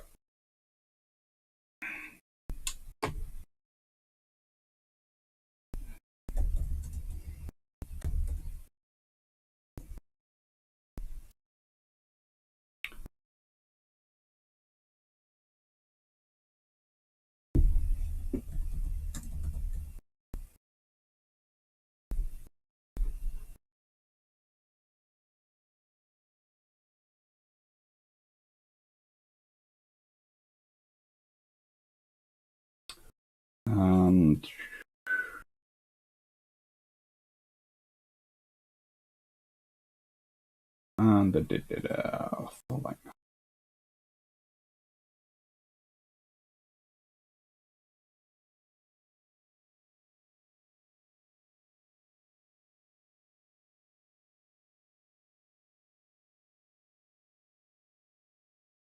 Foil bank was a merchant ship converted into an anti-aircraft ship. It was one of the ideas, and it's one of the things I hope to get into at some point. To look at these conversions. Let's see, can I find it? There we are. Yep, there's foil bank. That's what she looked like. Basically, the idea was you took a merchant ship,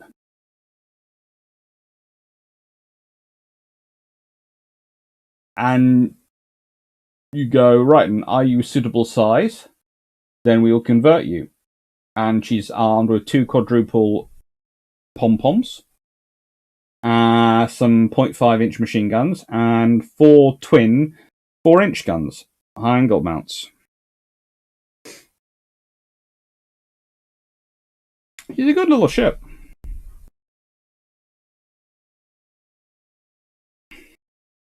But she is a converted merchant ship. And if I'm going to talk about him, I should talk about Jack Mantle. I'm going to talk about his ship.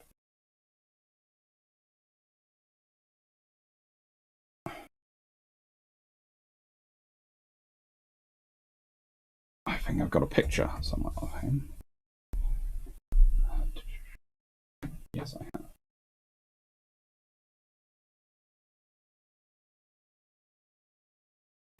And I have a picture of Jack Mantle.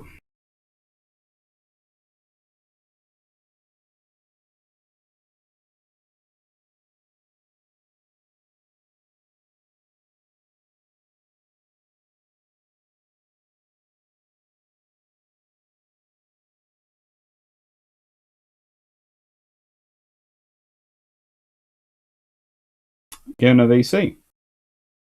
Now, the idea basically behind all these conversions was that they needed a lot more anti-aircraft ships than they had. They didn't have enough anti-aircraft cruisers. They didn't have enough anti-aircraft destroyers. They didn't have enough this, that, anything for anti-aircraft roles. And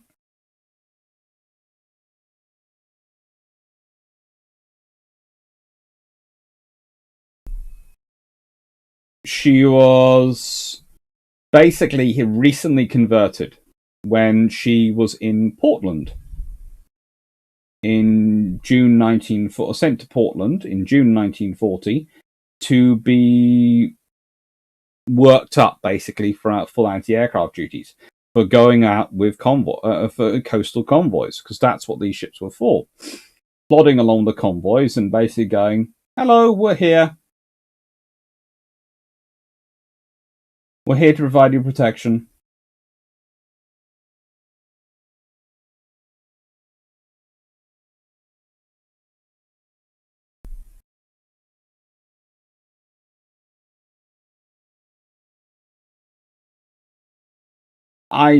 There is a debate about whether or not the aircraft was specifically seeking forebank, or whether they came across Portland and they found a very, very attractive target. Because, let's be honest, one of these ships, when they're not moving, they aren't a warship. They don't have the subdivision of a warship. They don't have the protections of a warship, even a destroyer. They have the weaponry, but they have none of the armor, none of the deck plating, none of those things. And if they're moving, they are a difficult enough target to hit. They're difficult. And let's be honest, okay, again, she isn't that much of a threat for E-boats, probably, although her pom-poms probably could rake them, but I'm not sure. The 4-inch high-angle guns, tribals used them against Schnell boots quite often, but there again, they tended to modify them quite heavily to do so. So, maybe not. But she would have been an escort for that convoy. But she gets taken out before she could escort them, before she got trained up.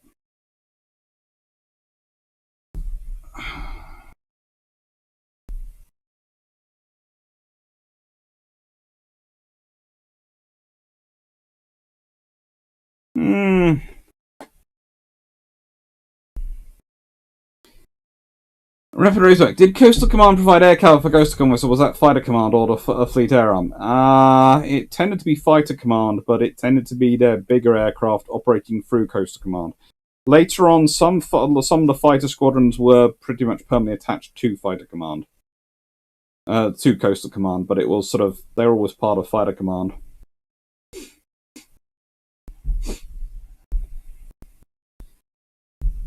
Number 64. As for guns, are you familiar with the Otto Malera 76, 62? Yeah. You could always go for a 3-inch gun for the Wolf class. Quite interesting.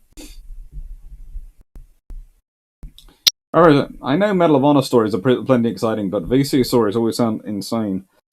That one is a fairly interesting example of them.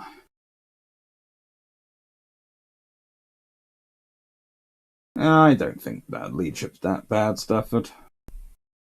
I think it has good moments and bad moments, and I think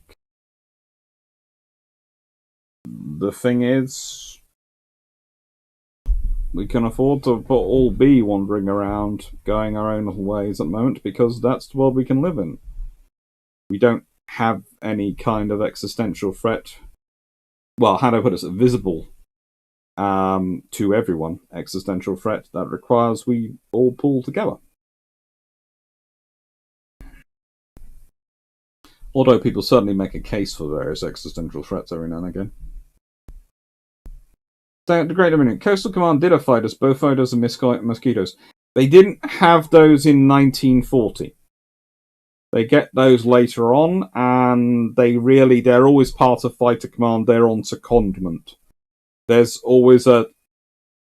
How do I put this? Fighter Command guards its aircraft jealously because it needs them if it thinks if it comes under heavy attack.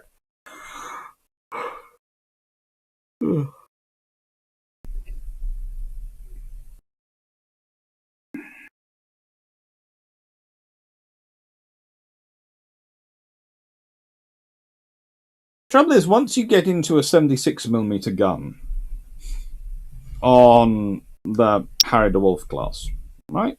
If someone got a big gun on them as far as any politician's concerned, are they an OPV or are they a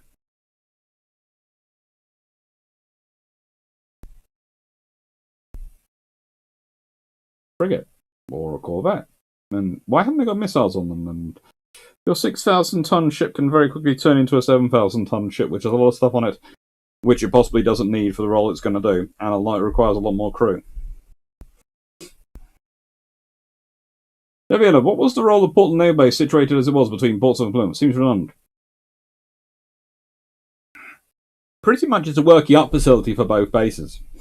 And it's an extra one. From when you have a very large fleet that sometimes comes home and is sometimes nowhere nearby, but is sometimes, all at home, you need more harbour space. So you have Portland.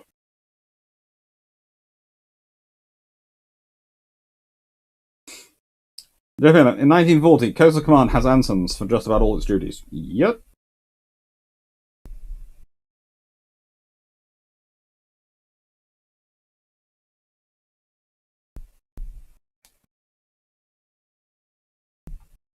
My name is 1640. There's something about watching a 76mm fire at 2 rounds per second that makes me smile. It makes everyone smile.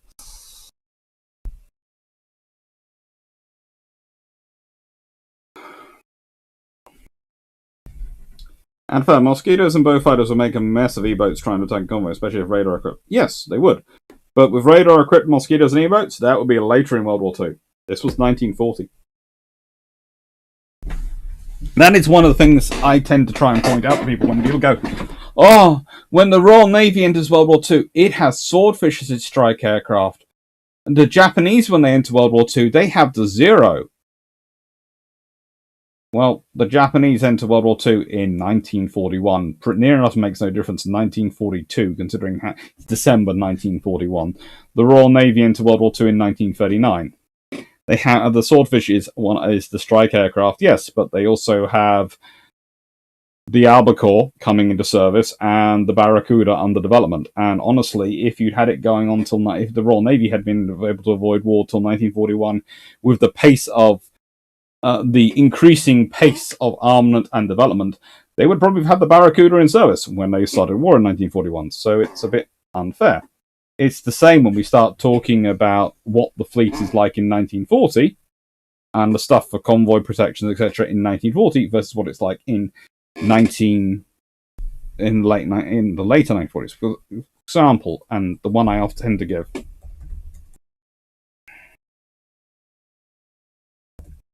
The RN starts ordering the Hunt-class destroyers in 1939. 1939. They build 86 of them. 86 of the Hunt class are built. They're ordered in 1939. The first enters service in March 1940. But by, let's say, October 1940, when this happens,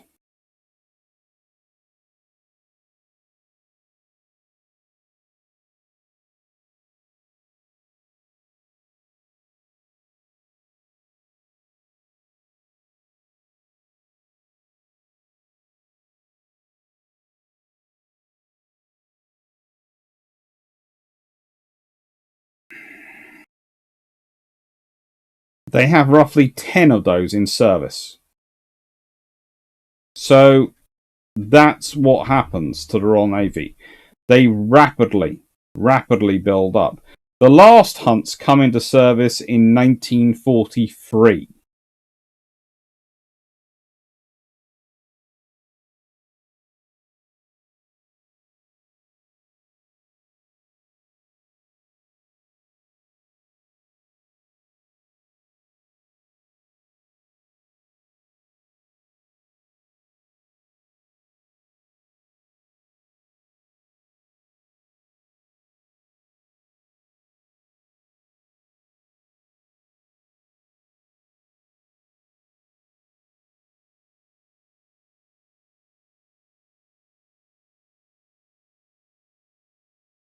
That's the right one.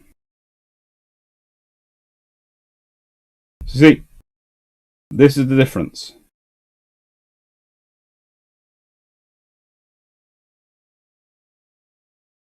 Above is what they want to build for it. They would like to have for the role, and they try and get them for a role, but because of war, sorry about that,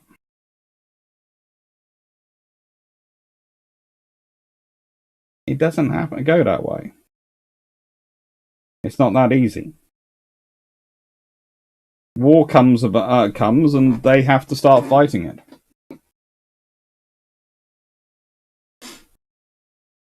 What about the Coastal Command strike wings made of Bufo Mosquitoes? Weren't they 100% Coastal Command? Not 100%. Okay, so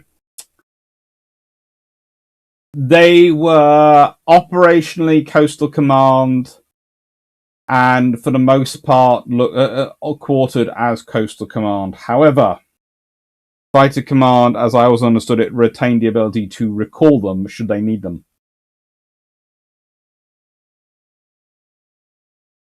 Carmen, a Zero isn't my strike aircraft, first reply.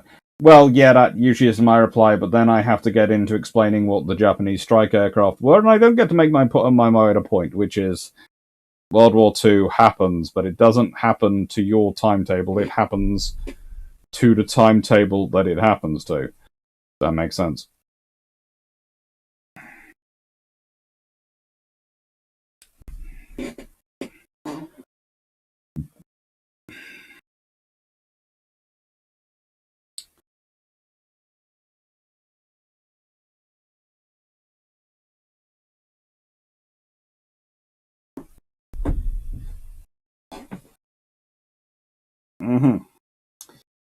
Referosa,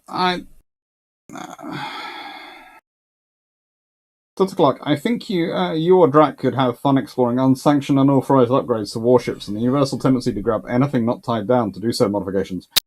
Oh, we would. We do, already. We have fun with that one. That also means there's more places to attack when bombing, and it's not exactly small. I've been to that bay, planning another visit way more important soon. They also helped on D-Day. Yeah, Portland is a useful place. I'm not going to read it out, Dan Freeman. That's a bit rude. Great Dominion. What about Coast? I've talked about that one. Ron Roseback. HMS Warspite converted into a mobile AA platform could have put the Luftwaffe out of business. Certainly would have been interesting. Certainly would have been interesting.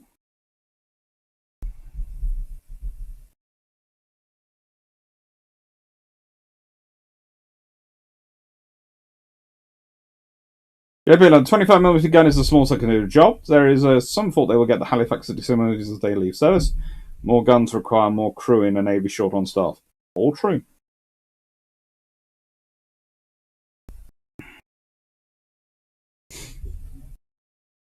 Listen, but how many and where are they based, Carl?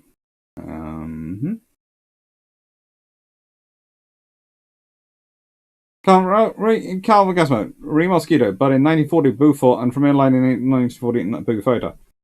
Yeah, there aren't many. They aren't attached to what would be doing down there. This is, again, they come into existence, but they're not available then.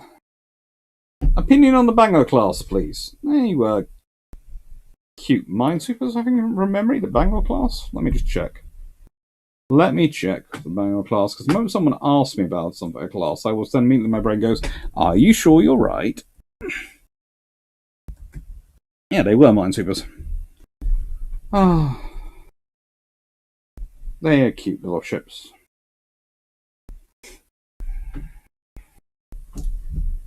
They're basically, they're variations of the Halcyon class.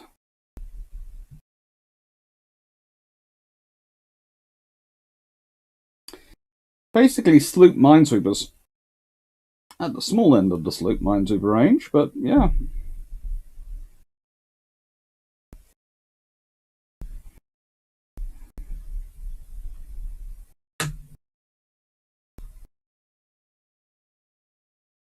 Cute little things. had their own hard times during World War II.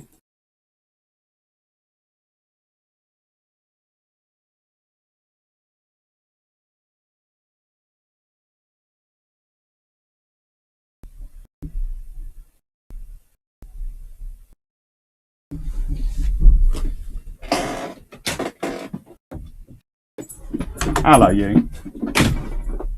Why have you come? Hello. Hello. Oh, you come to say hello, have you? All right. Oh, hello. Hello.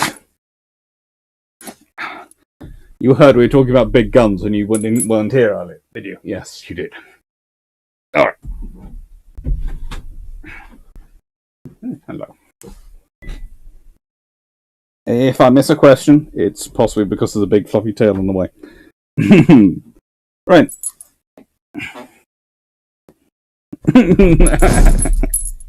All right. Okay.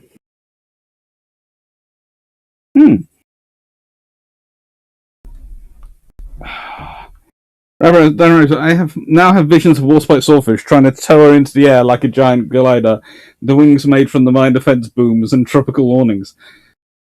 Oh, God. They could probably try that if they thought it would work. Frank's matter, is there a good source specifically on seaplane tenders?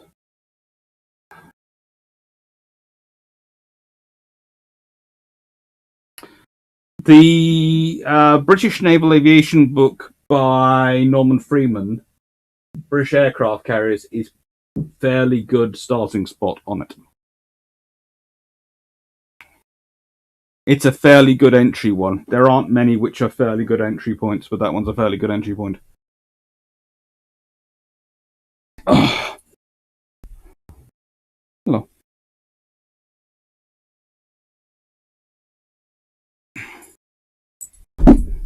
Hello. What are you up to? What are you up to? Oh, good lord. I have a puppy dog. Looking well. FRA does have a summer haircut. Yes, he does. Oh, I like the book selling out quick. The more the book sells, the more likely I am to get a book tour, which possibly will get me close to HMCS Haida. You never know your luck.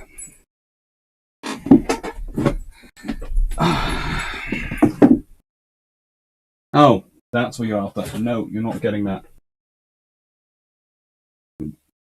No.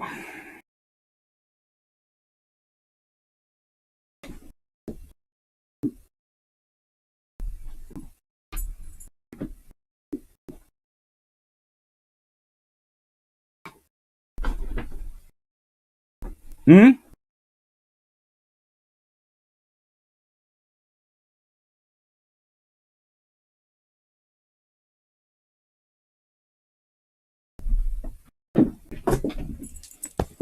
Hello. Great minute. More likely they would be called on by Bomber Command for bomber support duties, night intruding it. I think that was originally what the Beauforts were especially for, and the Mosquitoes, certainly.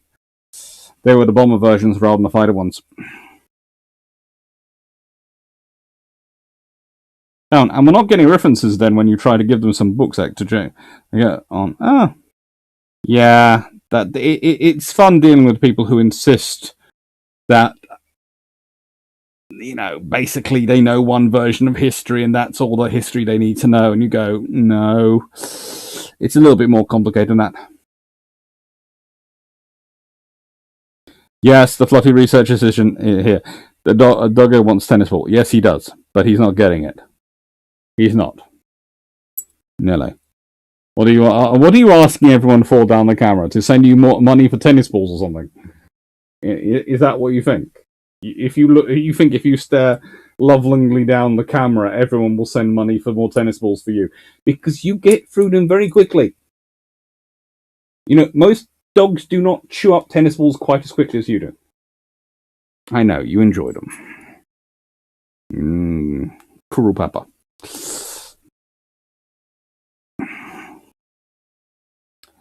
Frank's if you came over to America to see Haida, what else would you want to visit? Texas, because I've had a very nice message from the people in Texas, and this is before they've even seen the video I'm planning on doing about the part in the Dreadnoughts. There's going to be a part on Texas in that, and Yeah, they're lovely people down on USS Texas. And there's a fair number of aircraft carriers out, Lucy. Hello. Oh, come on up properly now. I can't remember. You're just going to keep making eyes until I let you up properly, aren't you? Oh, okay.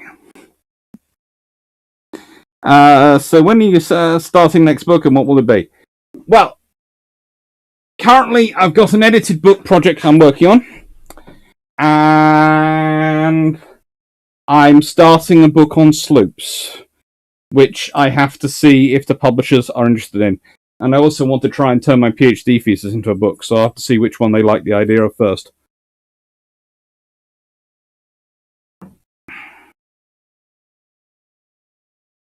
Before anyone gets worried about him having doggo treats, there are plenty of treats in here. I just haven't gone and got them yet for him. Oh, they're just there. He knows where they are, too.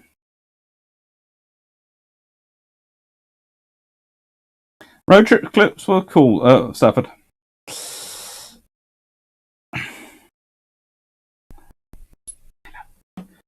Right, so.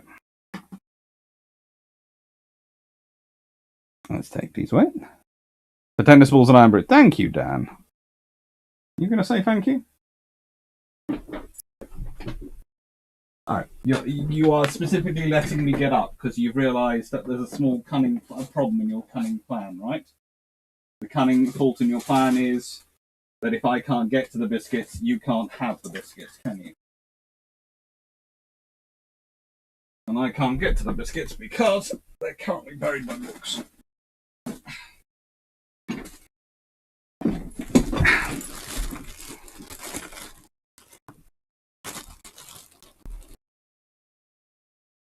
Good boy.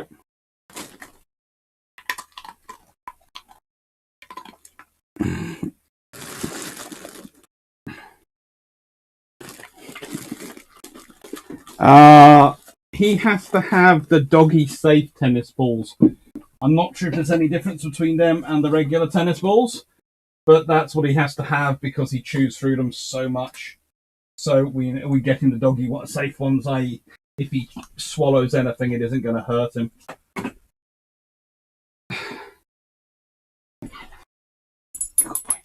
Right.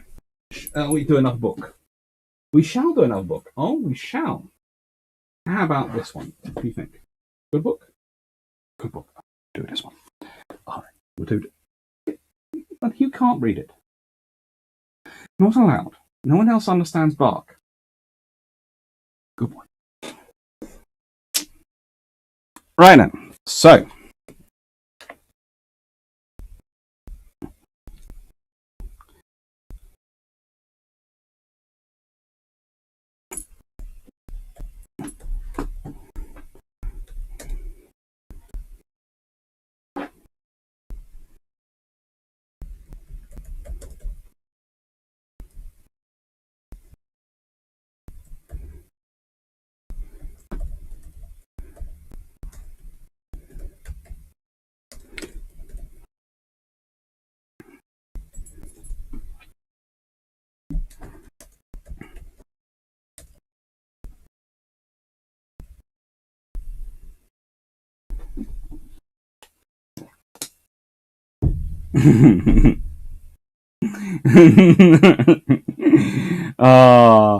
Thanks for that. Dr. C, Drac and Jamie and the Time Ghost take a boat trip to America.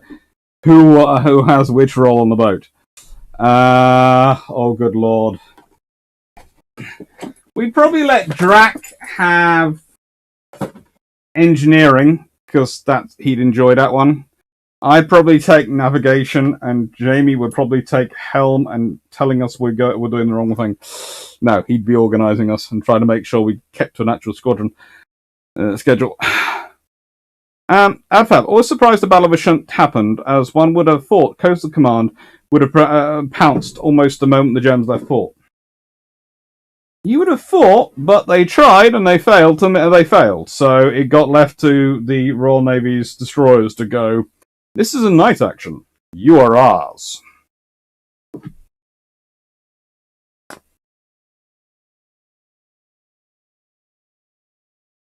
So, that's what. And I'm still sitting this way because, well, you know, as you know, someone else picked it. This is the fluffy research assistant chosen book for this evening. And it's Britain's Shield Radar and the Defeat of the Luftwaffe by David Zimmerman. Forward by Sir Bernard Lovell, and it's a good book. So let's do the background to radar.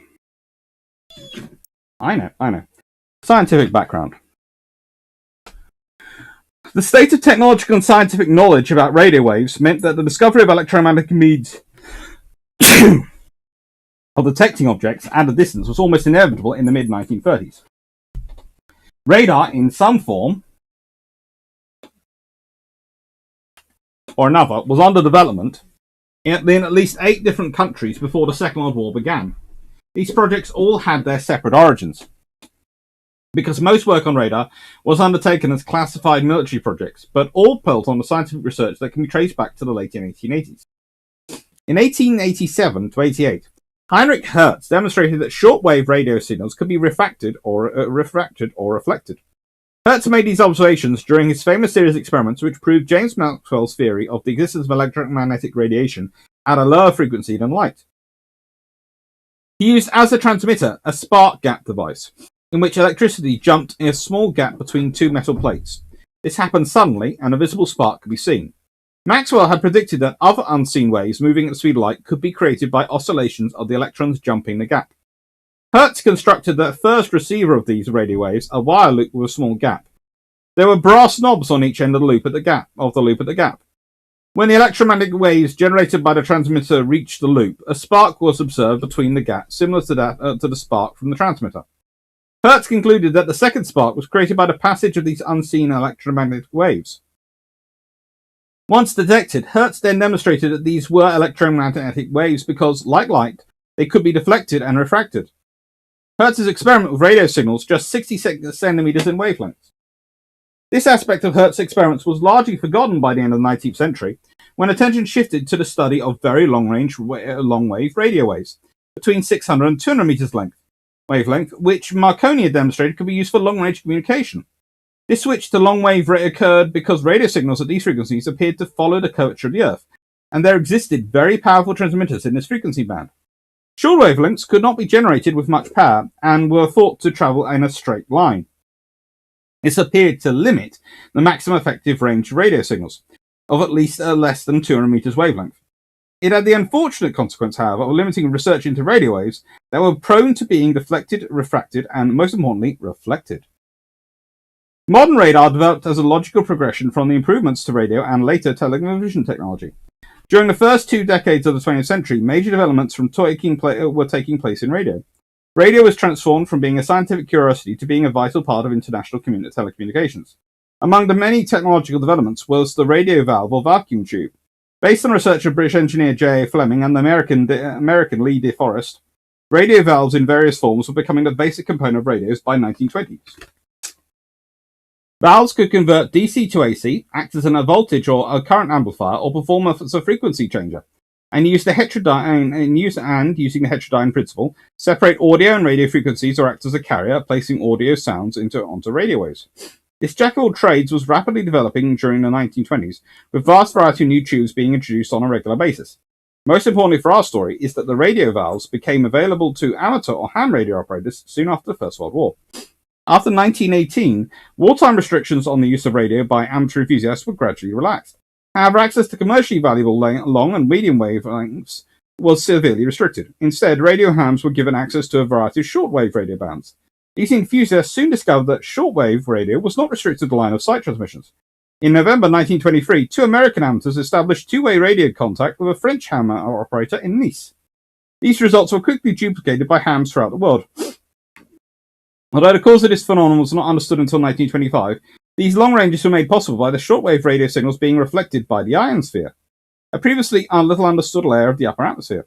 These reflected waves could carry around the globe, with the expenditure of much less power than was required for long-wave signals. This discovery sparked immediate interest in short and ultra-short, also known as ultra-high frequency, wave signals. In the late 1920s and early 1930s, a variety of new high-power shortwave receiver and transmitter radio valves, antenna systems, and related systems were introduced. Particularly important was the perfection by 1930 of a low-voltage cathode ray tube, CRT, which could graphically display radio signal or receive signals. The UHF radio proved particularly applicable for short-range voice radio telephony, a technique which, we shall see, would become an integral part of the air defense system. As radio researchers returned their attention to shorter wavelengths, they began again to observe the reflective properties of these signals. In autumn of 1922, Albert Hoyt Taylor and Leo Clifford Young of the U.S. Naval Aircraft Radio Laboratory began researching on the properties and propagation characteristics of radio waves of 5-meter wavelength. One property on which they reported was the ability of a solid object, like a ship, to reflect these waves. Their report to the Bureau of Engineering stated possibly an arrangement could be worked out whereby destroyers located on a line of a number of miles apart could be immediately aware of the passage of an enemy vessel between any two destroyers of the line, irrespective of fog, darkness, or smokescreen. They proposed to continue work on this idea, but Navy did not make funds available, and the project ceased, not to be revived for another 8 years. Young would publish an outline of his work in a radio magazine in early 1924. It's worth going to read. Initial applications of radio reflection were in the measurement of distances. In late 1924 and early 1925, scientists in both the United States and Great Britain used this phenomenon to demonstrate the existence of a reflecting ionosphere region in the upper atmosphere. A large number of scientific research papers using radio waves to probe the extent and composition of this upper atmosphere continued until the Second World War. Radio reflection was also utilized to develop devices for geodesic surveying and in aircraft altimeters. By the beginning of the 1930s, therefore, it would only be a matter of time before it was realized that the reflection of radio waves could be used to detect aircraft at long range. Several radio researchers published papers wherein they commented on the interface interference caused by aircraft. In December 1931, British Post Office radio engineers reported that during tests of shortwave radio telephone equipment in Scotland, they observed a fluttering of signals whenever a plane passed nearby. In 1933, 2 American researchers at Bell Telephone Laboratories, working with ultra-shortwave radio waves, reported interference from aircraft even when the aircraft was out of sight. It's a good book. And it's fluffy research assistant approved, isn't it? Possibly because it was the book in front of where the biscuits were. But we'll leave that to one side.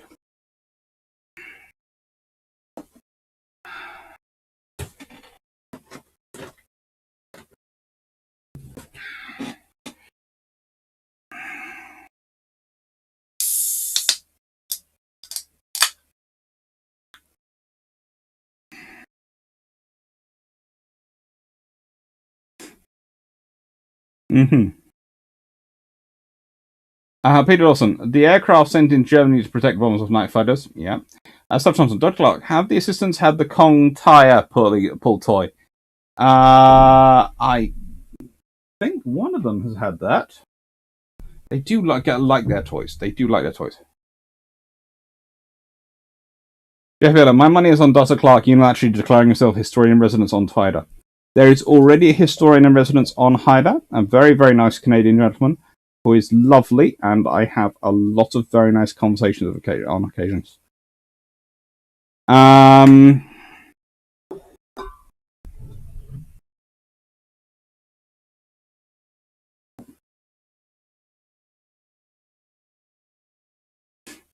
True student, gotta give Battleship New Jersey credit for showing the kind of stuff no one ever get to look at, like the Void Space video. Oh, that was cool.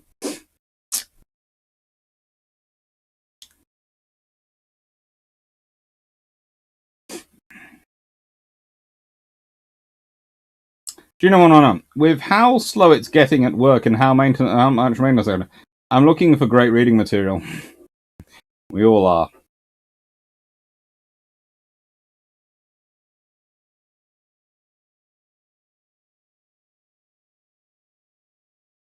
Dan, I was also wondering about British final countdown, but a Falklands War Task Force being time jumped.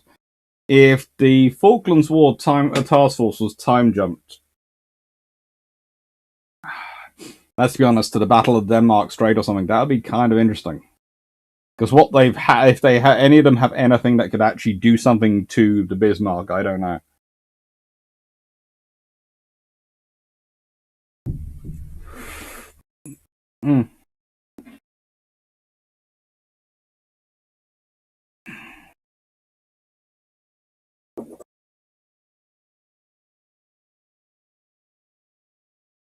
Or they appear just in time for a load of Royal Marines and Parasagurkas to engage Japanese in Malaya and for Sea Harriers to save 4C. That would be certainly interesting. And strangely enough, they actually have ships which probably some of them could be maintained with World War II levels of technology.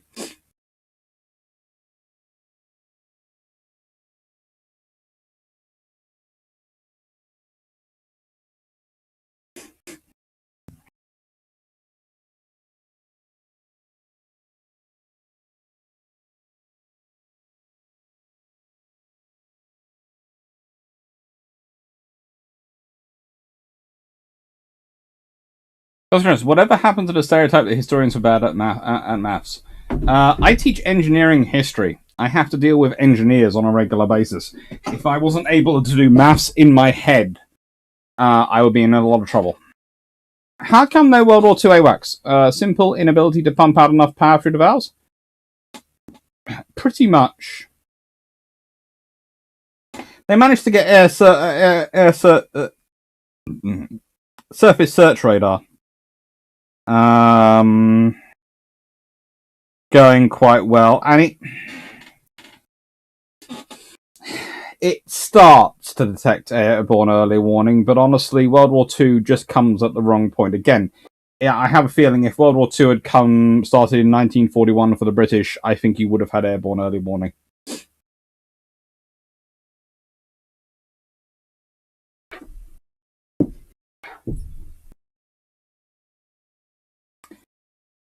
Do you know what I mean? If you want some good chew toys for the dogs, I've given our Bernie's puppy a old bowling pin.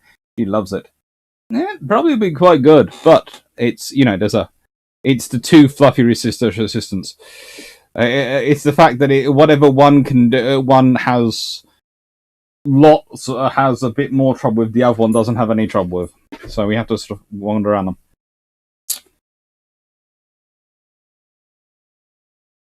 HMS Conqueror probably could do something to the Bismarck.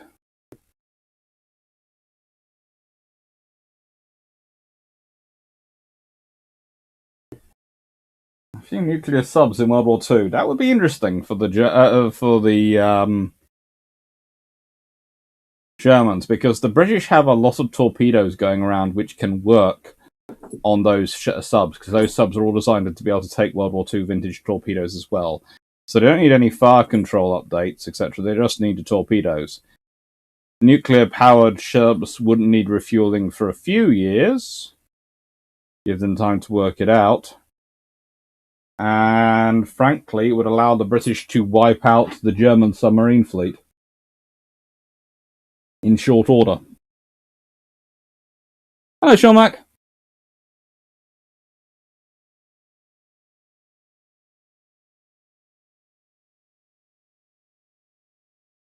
Wait a minute.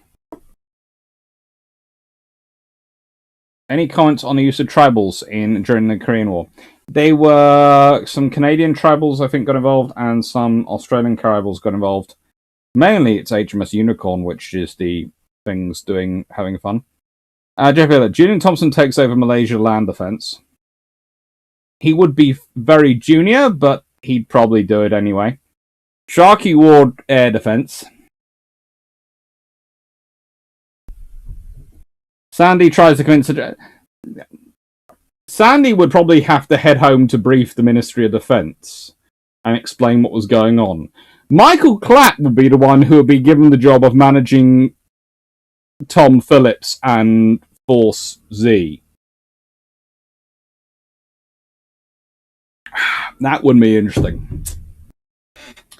I think also, this might sound strange, but I think the Sea Harriers might have a lot of fun against the Japanese fighters, because I think a Sidewinder might lock on to the engines. They certainly have cannon.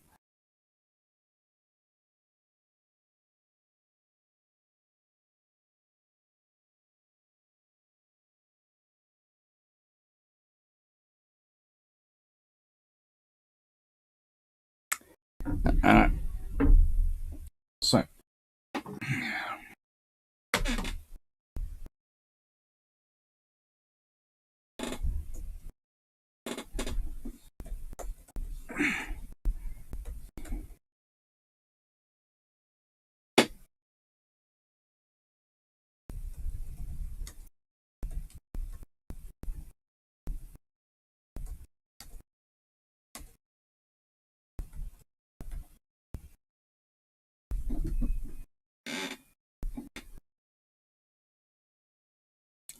Funny how I think in World War One, future forces try to make peace, but in World War Two, they attack with abandon.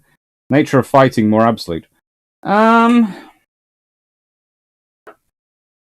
don't know. I honestly, I'm not sure if anyone would actually try to make peace, even if they went back to World War One. I have a feeling if the British went back to World War One, they still wouldn't make peace. There is this idea that World War One is a more gentlemanly war, but it really isn't. A sort of, and World War Two is a bitter war. They are. Jeff Vila, the Sea Harriers would destroy land-based Japanese torpedo bomber strike force. Yes, they would, quite happily.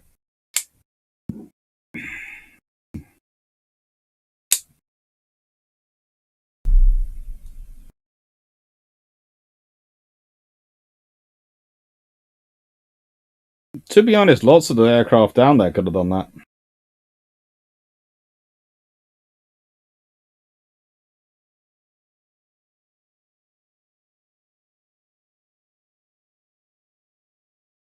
I suggest the UK buy some Canberras and keep them in the Pacific as a Prince Force in one of them. I.e., one of them a destroyer, frigate, sub, and two OPV's opinion. Maybe. We might do.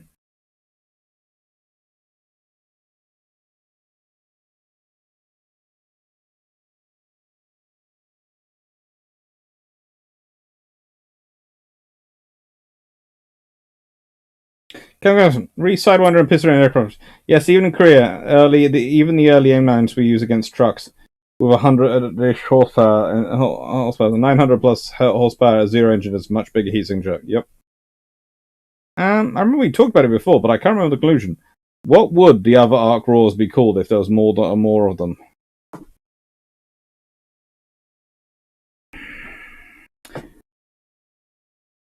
Probably Victorious. Because if you think about it, if you go through the Illustrious class, you have Victorious and Formidable come in.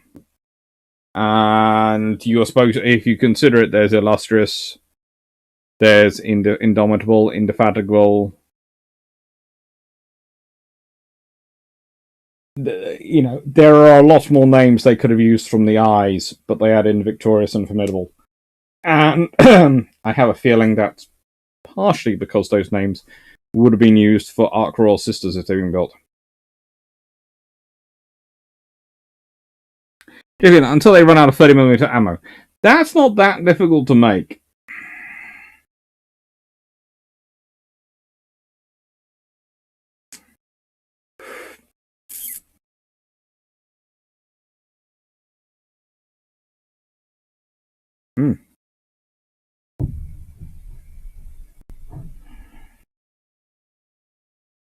So the issue of Future Force in World War 1 is they have a limited window before they stop running due to lack of fuel maintenance. In World War 2, there is more chance of keeping, say, a Harrier flying.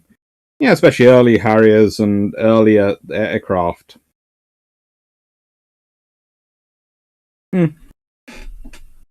Right, next easy history book. Hello?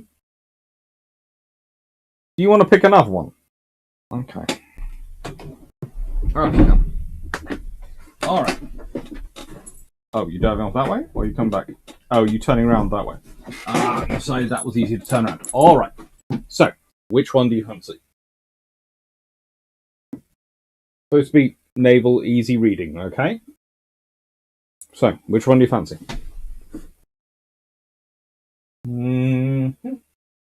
This one? That one? Take out the ant. What are we on? Fancy. Oh, we're going up higher. So, there's one. There's one. This one. That one. Okay. Alright. Yeah. And for your assistance, because you're a very good floppy research assistant. Yeah. Ay, caramba. Here's another biscuit. Yes.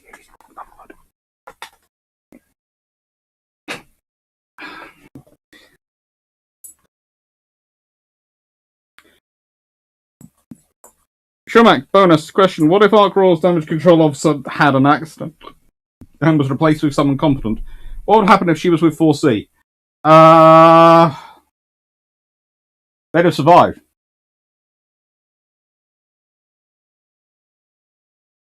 In the nicest way, A, there would have been a third ship there. B, there would have probably been a floater of destroyers. C, there would have been fighters organically controlled from the ship, the carrier, but also there would have been the carrier there to act as fighter coordinator with land-based fighters.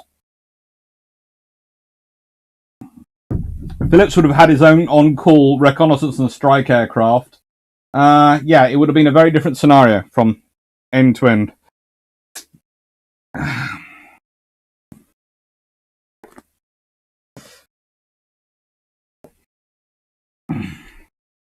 Right then.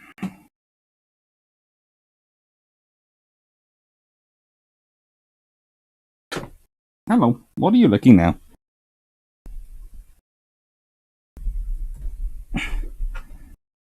Yeah, oof. What are you doing? You are a funny fluffy thing, aren't you?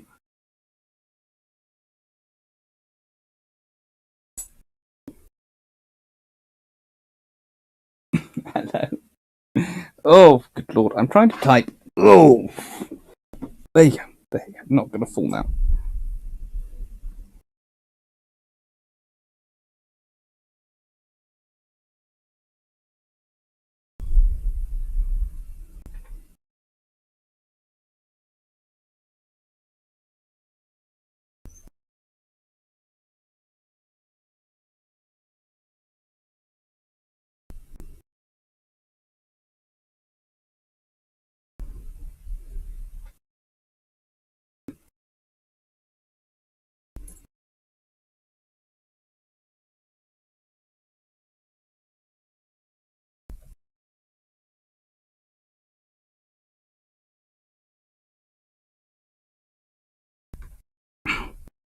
Sorry, not talking as much while trying to type. With puppy. Hello.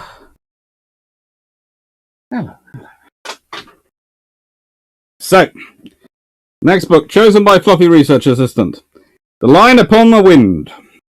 I think I've called it The Line Upon the Wind by Noel Mostert. What about incompetent damage control officer? Yes, basically, if Ark Royal had done proper counter flooding instead of having a control officer who I refuse to let water into my ship because that's the enemy's job, not mine. Forgetting that he was counter flooding on a carrier is perfectly normal because of the top weight issues. They would, they'd probably saved Ark Royal. He is 3 years old, so he is fully grown.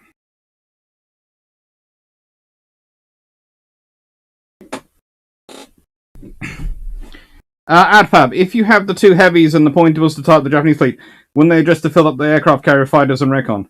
RN recon aircraft are strike aircraft. You might have to remember the Royal Navy dual hats all its aircraft, so yeah.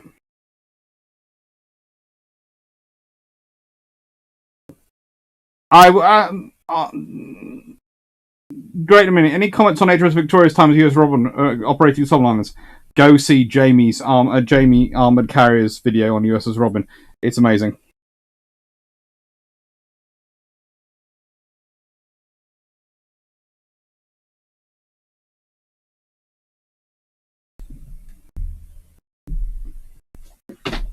Good boy. Gone. Right then. Here's the second book he selected. Oof. Do you realise how wet you make my armrest? Both you and... What is it with you two and doing that? Okay. So. Stop it.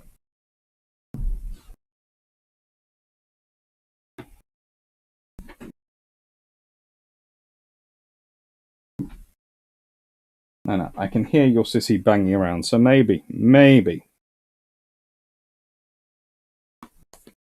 The winter layup of the Royal Navy's battle fleet between the end of 1793 and the spring of 1794 was an astonishing 6 months. Layup was common to all Atlantic fleets. Although the late 18th century wooden ship was capable of toughing out hurricanes in the West and East Indies and riding the Atlantic at its worst, formal winter battle was never sought. Until late in the 18th century, it was considered unwise for line ships to dare the Bay of Biscay after October. The price of winter operations was considered too high even in the narrow seas. The wear upon ships was far too costly. Storms prevented or thwarted tactical manoeuvre. So too with gunnery. Firing from decks that were alternatively swinging skywards or down to near beam ends with unpredictable velocity was hardly practicable. And then there was the problem of the gun ports. The risk of them open in rough weather was huge. The ship could instantly be flooded. This was especially dangerous for the British, whose gun ports were usually closer to the water than those of France and Spain. As the heaviest guns were on the lower deck, rough weather limited their use. The late summer and the autumnal gales of 1793 had demonstrated how difficult maintaining large wooden ships in the Channel for protracted periods could be, even in what should be fair season. Howe had come in with badly strained ships and crews in low morale. So much repair was required that it extended far into the spring. The Navy's lack of action in 1793 weighed heavy on the public mind. The public knew that the French fleet had been constantly on the move through the air, but Earl Howe's squadron, guardian of the home waters, had been ineffectual even in catching up with it. With Howe's squadron already laid up for winter, 2 ships of the line, both 74-gun, accompanied by 2 frigates and a brig, sailed from Brest on 26th of December under Rear Admiral Van Stabel, escorting a merchant fleet of 130 ships.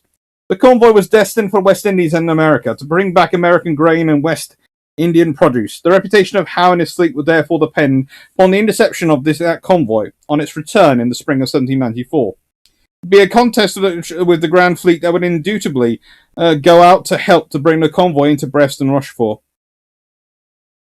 France's dire need to protect her inbound trade meant that the mandatory reach and focus of the French Navy was now out into the Atlantic, bringing up in the convoys. The convoying meant that the main operational area of the French fleet now included the whole of the Biscay coast south of Ushant, and the westward reach beyond out into the Atlantic. The main area of operational deployment that thus arose might roughly be said to have formed a block of ocean covering about 500 square miles if you took a line drawn from the westernmost point of Ireland down to latitude of Cape Finisterre, with a sweep of its pivot upon Ushant. Although no great sea battle had yet been fought deep into the ocean, probability had now arrived. The dependence of both countries upon trade had determined this, with Britain no less than France. While wishing to intercept the French convoys to deprive the French of what they needed, the British Navy had to protect its own merchant shipping, whose inbound and outbound passage necessarily crossed the main arena of French naval deployment. And that meant any early encounter between the 2 grand fleets now was destined to be out on the open Atlantic within or just without Biscay, an expanse of ocean that could be as violent in its temper as practically any other on the face of the earth. For an experience so radically new, fortunately the British Navy was equipped with new. It had a code of signals that Earl Howe devised during the Long Peace. Together with this clearer signalling system, the Navy had unprecedented freedom of manoeuvre, thanks to Rodney and the Clerk of Eden. The latter's role provoked sharp controversy. The notion of a man without naval experience writing the Navy's first textbook of tactics, based on drawings, was anathema to much of the naval mind, further incensed by introduction to a new edition of Clerk's Inquiry. It was Clerk, then, who gave our naval commanders the first idea of the proper mode for attacking and bringing on decisive action. The Navy must admit that they did learn this from Clerk. The Naval Chronicle, the publication that was to become an intimate record of war, was prepared to concur.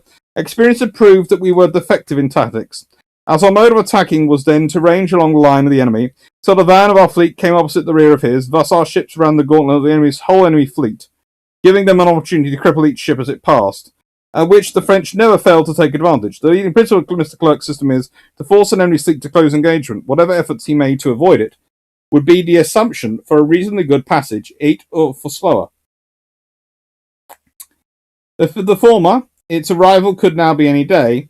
And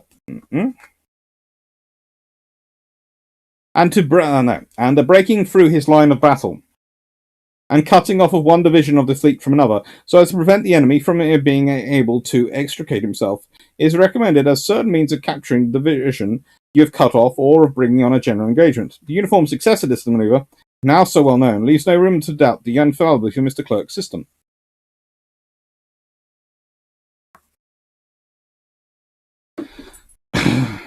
Mm-hmm.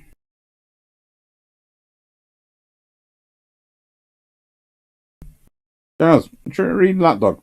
Let's just say, I can't imagine they was getting worried when Dr. Clark began to build a doghouse that big, i.e. the office. Mm-hmm.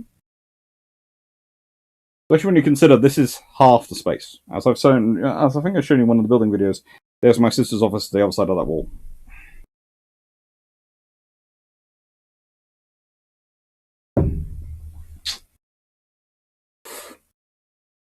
Jeff Beelan, Ark Royal would need Sheffield to coordinate fire defence. Actually, probably by that point, she was supposed to go in for a refit anyway. She'd have been refitted to be able to do it herself.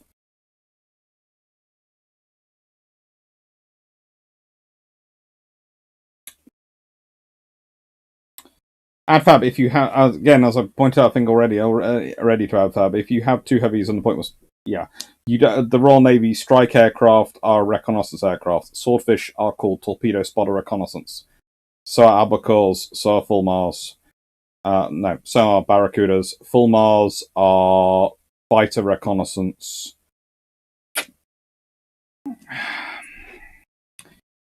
She would probably have been loaded with Sea Hurricanes and albacores. I doubt she'd have had Hellcats by that point. So she would have been Sea Hurricanes and albacores. And, yeah. Probably about 36 of each.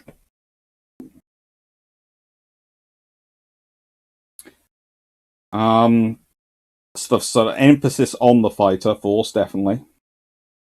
But capability for a lot more. So 36 Sea Hurricanes. Fairly decent.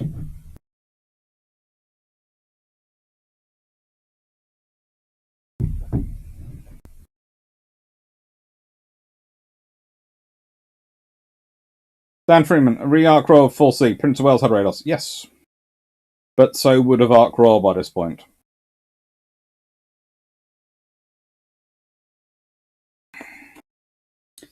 There were those, however, who were still not prepared to give Clerk any credit. One was Edward Brenton, a historian of the war, who served in the Navy throughout. Of Clerk's work he wrote in 1823, "Our landsman has now the credit of having instructed our admirals, and of being the founder of a system by which we have acquired the empire of the seas. To this proposition I can never subscribe."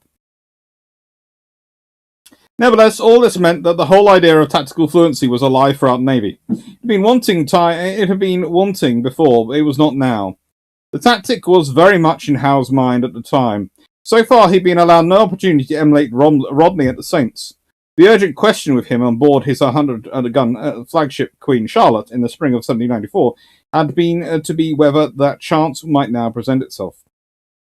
Howe had behind him a career as distinguished as the Royal Navy in its combative history of the century could offer. The American War, as the commander-in-chief of the fleet of the American Station, the conquest of New York, Rhode Island, and Philadelphia, were all attributed to his deployment of the fleet. Howe's immediate objective would be to encounter on its return the big French convoy that had sailed out of the Brest in December, and to engage the Grand Fleet that sailed out from Brest to escort it safely into port. It was known that the convoy had loaded heavily in the West Indies and then passed the Chesapeake Bay to load American grain. The pattern for such convoys was familiar. For fullest protection of its valuable freight, it would avoid the worst of the winter, but seek to get away as early as possible the change of season. It would be expected to sail from the other side of the Atlantic in April, with an early summer arrival at its eastern destination. The convoy and its escort had in fact sailed from Norfolk, Virginia, on 11th April 1794, bound for Brest, though this intelligence was not available to Howe before he sailed. Howe's squadron, meanwhile, was handed its own convoying obligations. Its sailing instructions were to deliver out of the Biscay danger zone a convoy of 99 merchantmen bound for 3 different destinations, the East Indies, West Indies, and Newfoundland. The merchantmen were to be escorted by 34 ships of the line and 15 other warships. This mighty assembly sailed from Spithead on the 2nd of May. 2 days later, after the blizzard, the merchantmen broke into their separate convoys. A squadron of 6 line ships and 2 frigates under Rear Admiral James Montague detached from the main force to see the East India ships as far to the latitude of Cape Finisterre. Montague's squadron was then to cover the southern area of the Bay of Biscay in case the French convoy out of Norfolk made its approach there. The main fleet under Howe put out about and sailed for Ushant, off which they arrived on the 5th of May.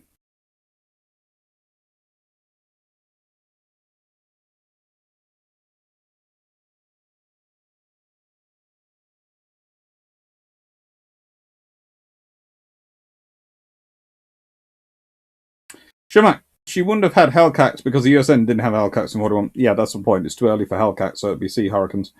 HMS Indomitable would have had which should have been a 4C. She was delayed. Indomitable was actually delayed because she was taking Sea Hurricanes aboard.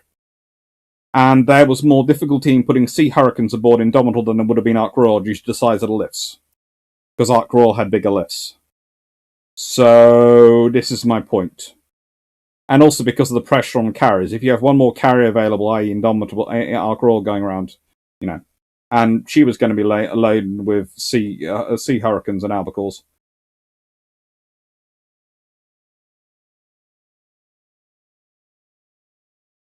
Guys, Ark Royal, saved by counter flooding radar. If your bucket was to be saved by counter flood, a major repair and refit is unavoidable. Pretty much. So they'd have upgraded her radar and have fitted all the control, etc. stuff there. Carrier aircraft during World War II were multi-role. Monopurpose aircraft were very much the exception during World War II on carriers. Yes. So it's very rare you find a reconnaissance aircraft and just go, oh, that's just reconnaissance. This is one of the reasons why the Royal Navy prefers two-seaters. It's another reason why, in the nicest way, if they were sending out... Well, if they were sending out Ark Royal loaded with Hurricanes, there is a reason why they definitely would have had strike aircraft forming a large part of the group. So at least 36 of them, I said. Maybe 36, maybe an even Stevens carrier group, but that's about it. And that would have been pretty interesting because, again, the Royal Navy had calculated in the Mediterranean that you needed at least 18 aircraft, 18 fighters to be able to mount a proper air defense of a battle group. So if you've got 36, you've got twice as many as you theoretically need.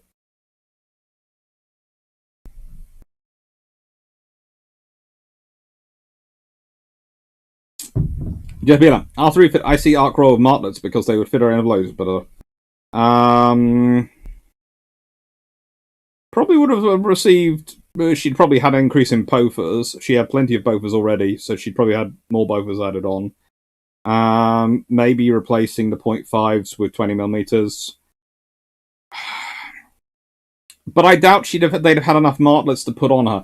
This is the thing: if you're not going to put penny packets of aircraft aboard her. I can put 36 Sea Hurricanes aboard her. I can't put 36 martlets aboard her. I don't have 36 martlets available in time to have worked up crews and squadrons to put them on Ark Royal, to have Ark Royal round with 4C. If she's come out of refit, which you would have to go into after her damage. So...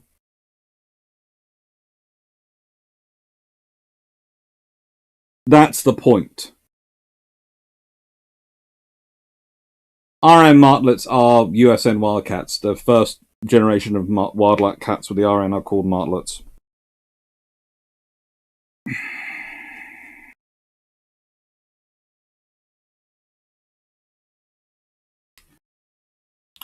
Howe's own task now was to cover the northern stretch of the bay to intercept the inbound French convoy and its escorts. 3 frigates ran into a reconnaissance Brest roads. They returned to report that the main force of the French fleet was still lying in anchorage. Howe then took his force of 26 line ships and 7 frigates out deep into Biscay and began sailing to and fro across the likely approach of the Norfolk convoy. He remained on this station from the 5th to 18th of May. On the 6th of May, an initial escort of 5 ships of the line, accompanied by frigates and corvettes under Rear Admiral Neely, sailed from Rochefort with orders to meet and help bring in Van Stabel's convoy out of Norfolk. That was followed on the 6th of May by the Grand Fleet of France, 25 line ships and large accompanying force of frigates and corvettes under Rear Admiral Villiers. Bringing the grain safely to harbour was the French admiral's first task and responsibility. Battle was not. Robespierre himself had told Villiers that failure to bring in the grain meant the guillotine. From the start, battle of the British Navy was something to be avoided. Villiers, nevertheless, bravely decided that in the event of encounter with the British fleet, his tactic had to be draw the British fleet away from the approach of the American convoy. Villiers had all the polish and bearing of an officer of the old school. Like Howe, he was a veteran American war and was regarded as one of the best officers under Suffren, the greatest French admiral of the century, renowned for his near mastery of the British Navy in the Indian Ocean. For Villiers and Howe, their moment in history might have arrived the day after the former sailed from Brest. Thick fog lay on the water of the 7th of May. The French fleet passed so close to the British that the latter's fog signals of beating drums and ringing bells were distinctly heard. But when the fog cleared on the 18th of May, they had no sight of one another.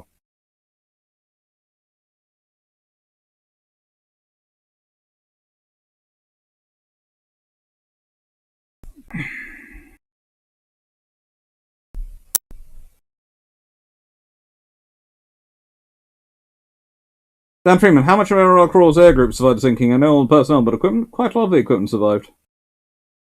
They managed to fly off quite a fair chunk of it.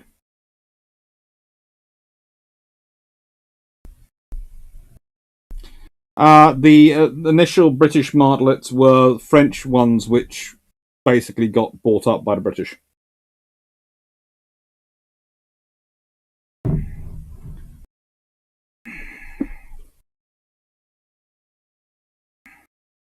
When did Sea Hurricanes get folding wings? Ark Royal's elevators were not that big.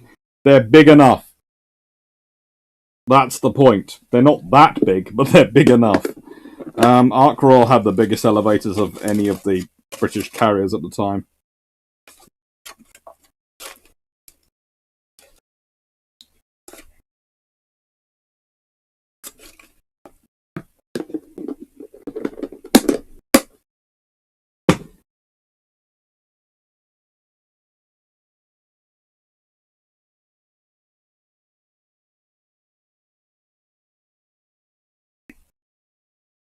Trouble is, there aren't that many full miles going around.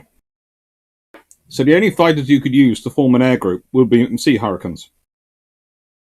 So they're your only options.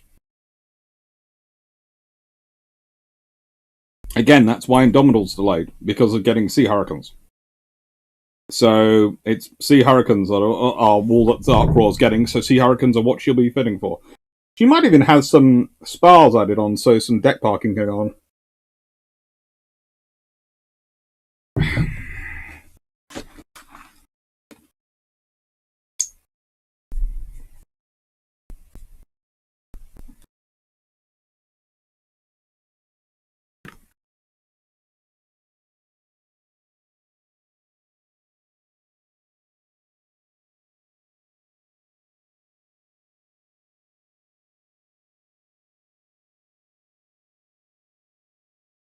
Five fleets, 2 British and 3 French, and 4 convoys, 3 British and 1 large French, were now moving within and about that defined space of 500 square miles of ocean. Each unit unconscious that any moment of those lengthening spring days could bring masthead cry declaring one or the other in sight. By all calculation, the French convoy out of Norfolk should now have been at the approaches to the area Atlantic, if not already inside it. 6 weeks would be the assumption for a reasonably good passage. 8 for a slur. If the former, its arrival could now be any day. Howe, unaware of how close he had been to the Grand Fleet, remained ignorant that it had actually sailed from Brest. On the 19th of May, he sent in 2 frigates to look into the harbour. They reported empty. For the British, the urgent search was now on for the missing fleet. An unusual drama of catch now played itself out. Early success went to the French. The squadron that had sailed out of Rochefort under Admiral Neely had encountered a British convoy inbound from Newfoundland and captured most of its ships as well as an escort, the 32-gun frigate Castor. On the same day, WWII's Grand Fleet encountered another inbound convoy of 53 ships, mostly Dutch, and took half of them before the rest escaped with their escort. Some of the French successes were immediately reversed. Neely had assigned a 20-gun corvette to escort 10 of the captured Newfoundland ships to Rochefort. On the 15th of May, the ships were recaptured together with escort by Admiral Montague's squadron. Montague had delivered the East Indian Company convoy in his charge to South Finisterre, then begun his own assigned patrol area between Cape Bordegal and latitude of Belle-Île, and almost immediately made his capture. What he obtained to go his prizes was first-rate intelligence.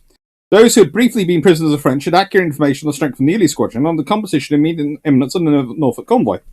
Howe received the news at 4 in the morning on the 20th. He then directed his fleet towards the position. The next day, at 2 in the morning, the lookout cried a large fleet in sight. It proved to be the merchant fleet, captured by Villiers and under their escort to Brest. 10 ships were recaptured. The others, with their escort, escaped. Howe, afraid of weakening his own crews by sending the 10 ships into port as prizes, burnt them all after taking off their crews. The logbooks of the captured merchant ships now gave him first positive position of Villiers' fleet, 2 days since. From a seaman brought aboard, he also had the course steered by Villiers' fleet when it parted from them.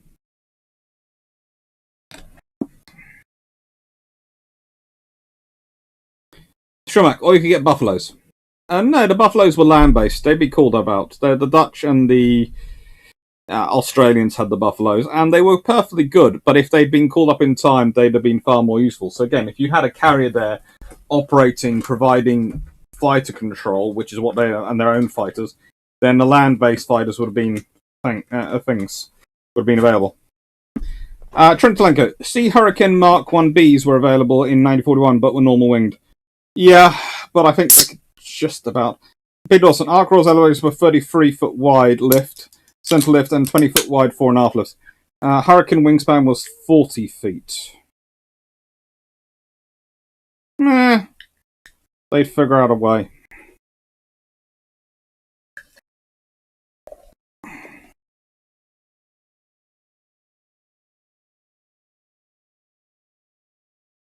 Honestly, they would figure out a way. There is, in the nicest way, at the same time, about then, they end up putting sea hurricanes aboard Indomitable when she goes out there. So they figure that would have been the one available.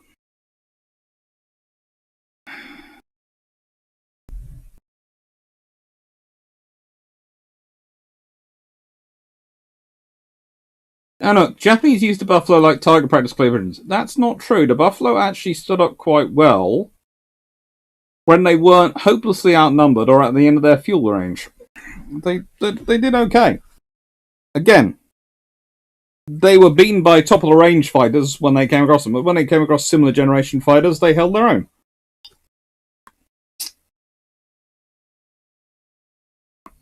All this was electrifying to a fleet desperate for action. The excitement was greater when French prisoners told them that Willis and his officers were determined, in the event of battle, to engage the British at close quarters. On the 23rd of May, 3 ships captured by the French fleet were encountered and retaken. From these logbooks, Howe knew that he was closing. On 25th of May, other merchant prizes taken by Willis were also retaken. Howe knew that he was now running into Willis' cruising area. What was crucial here for Howe was a notable example of what Julian Corbett regarded as an old and basic British naval creed. As Corbett saw it, that creed was, whatever the nature of war in which we're engaged, whether it be limited or unlimited, permanent and general command of the sea is conditional of ultimate success. The only way of securing such command of naval means is to obtain decision by battle against enemy's fleet. Sooner or later it must be done, and the sooner the better. Never was it to be so eagerly sought, however, as then. Howe and his sailors needed decisive battle as vindication as much as necessity. But as Corbett also pointed out, in naval warfare we have a far-reaching fact which is entirely unknown land. Simply this, that it is possible for your enemy to remove his fleet from the board altogether. In land warfare, we can determine with some precision the limits and direction of our enemy's possible movements. We know that they must be determined mainly by roads and obstacles, but afloat neither roads nor obstacles exist. There is nothing of the kind on the face of the sea to assist us in locating him and determining his movements. Consequently, in seeking to strike our enemy, the liability to miss him is much greater at sea than on land, and the chances of being eluded by the enemy, whom we are seeking to bring to battle, becomes so serious a check upon our offensive action as to compel us to handle the maximum of seeking out the enemy's fleet with caution. P. Dawson, the Ark Royal had 3 tiny lifts. They were big for the time.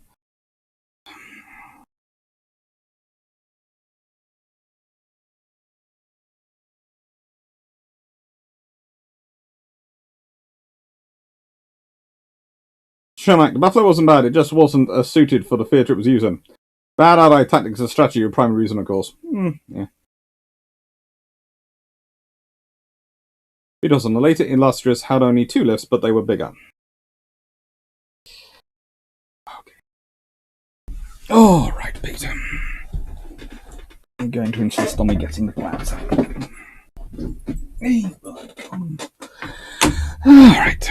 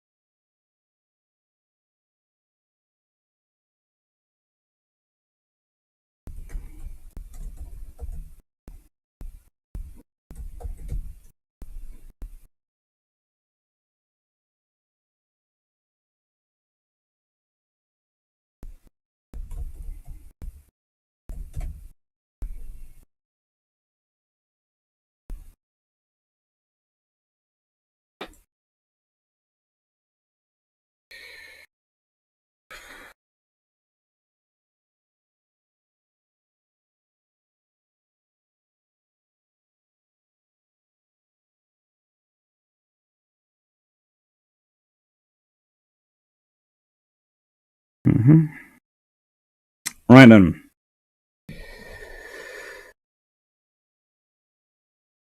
Lifts measured 45 by 22 feet on the illustrious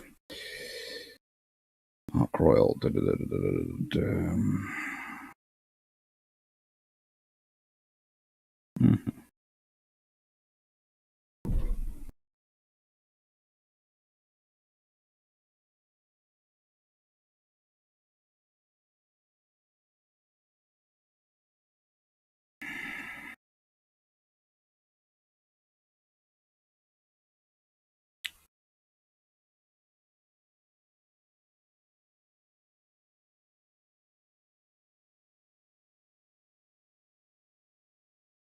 Where is the lift stats on my notes? Come on, find many notes. Where are they? You'd think I'd have them installed in the same place.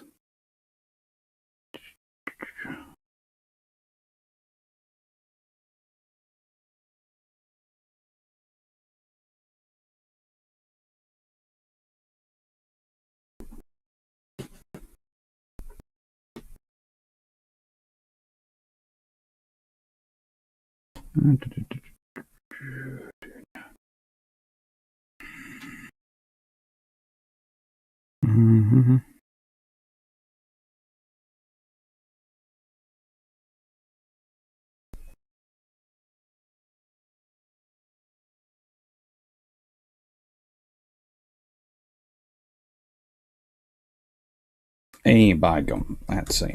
Hang on. I wonder if they're in that book. Out they are.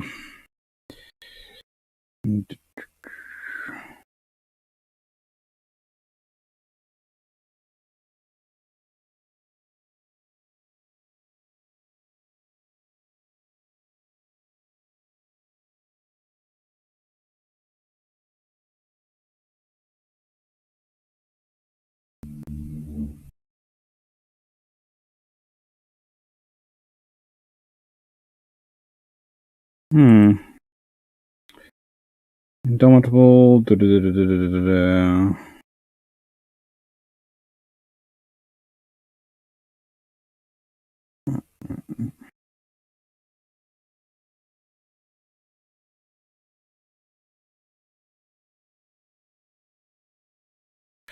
No, I can't find them in my notes. I do have it somewhere.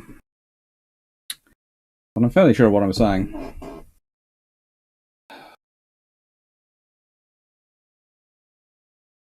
Trending via James, Ark was offered 3 Sea Hurricanes in July 1941. Old Arks single-seaters were barely capable of 300 kilometers an hour. Although they had the same armament as full miles, they had only in half the ammunition and capabilities less than half patrol miles. Comparative charts showed the full mile 2's performance below 10,000 feet was better than the Hurricanes, and so although the latter would be useful for patrols above the full mile ceiling, the carrier declined the offer. Suggest they were already able to operate them, but I think that's what they would have been fitted with after they went out to the Far East. Thanks, Trent, for that. Let's see. 9 design.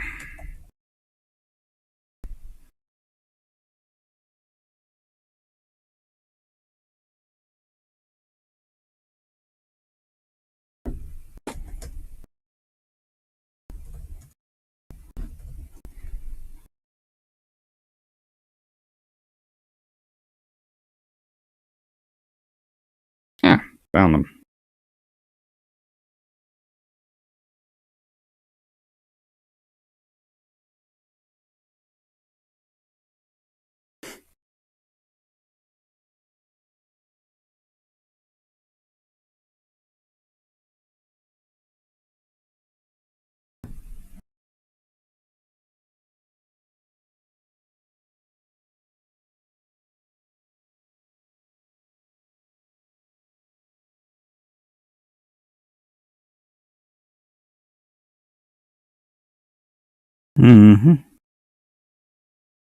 Nope, can't find it anywhere. That's annoying. Oh.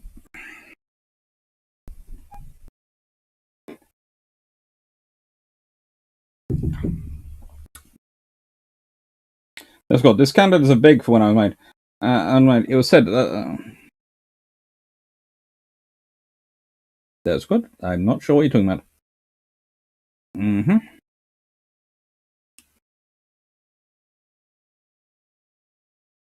Great Dominion. Were CAM or MAC ships ever used beyond the North Atlantic?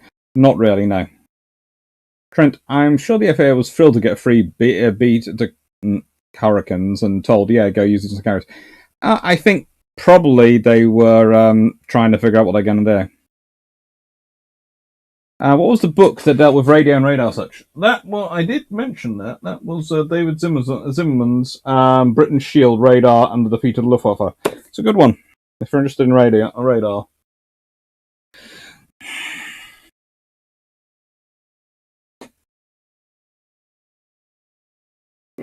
Ravrosa, I don't know how you get them, but you and Drac need video sponsors. The YouTube algorithm gives you such random advertising.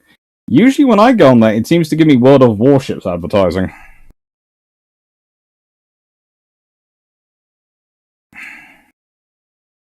Mm-hmm.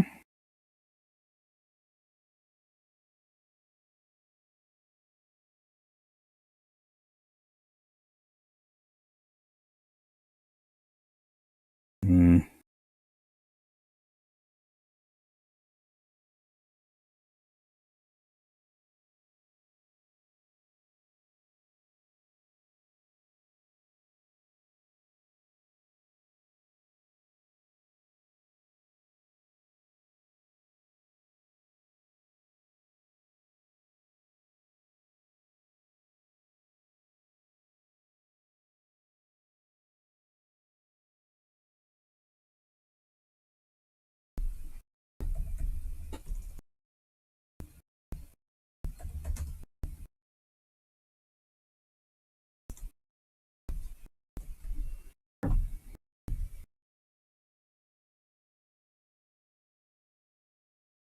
The Ark Royal had two 45-foot lifts and 45 foot by 22 feet and one of 45 foot by 25 feet.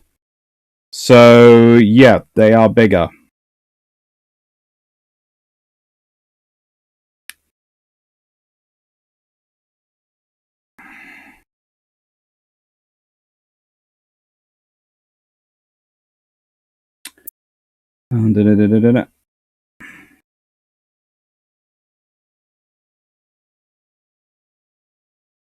Yeah, because the Illustrious class had 45 foot by 22 feet.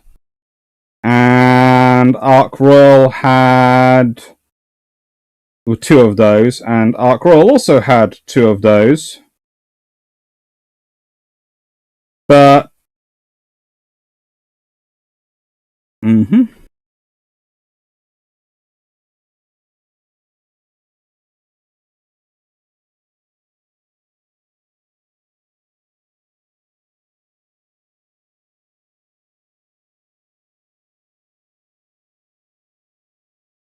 And one by 45 by 28 feet.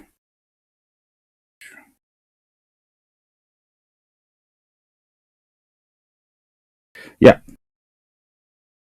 She had three lifts. Two of 45 by 20 feet, which are the same as you have on the armoured carrier, Illustrious class, and one of 45 foot by 25 feet, which is bigger. And let me find, click, see if that website is still up. Yes, it is. Okay.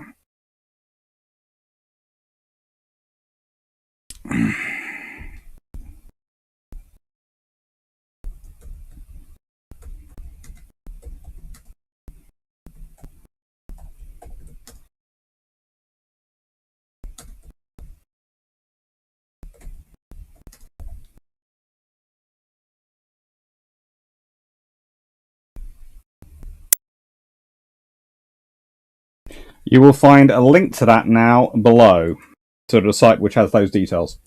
Hope that answers your questions, Peter.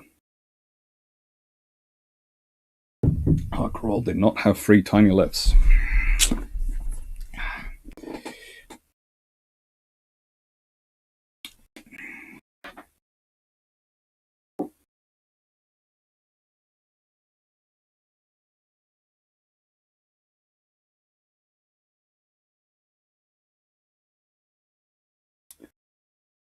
Great Dominion. Replacing the Merlin in Sea Hurricanes with a more powerful Bristol Hercules engine might have made it far more effective fighter at low to medium altitudes. Might have done, but would have required a redesign of... And I remember looking at this.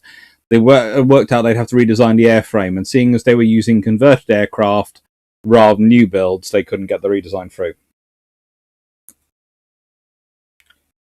I find it funny there was an arms race with dreadnoughts, but not one of the same scale with carriers.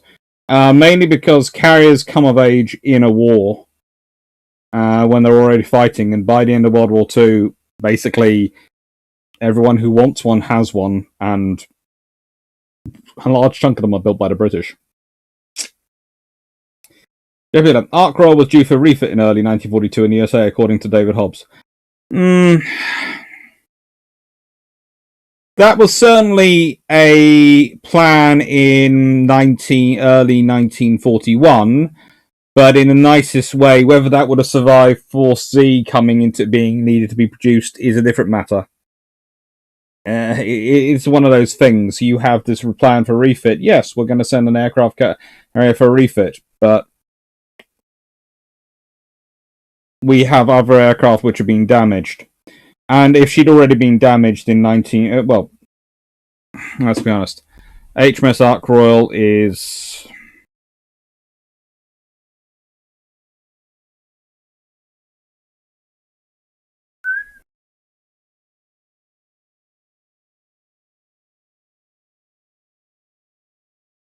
Well, Ark Royal sinks on the 14th of November...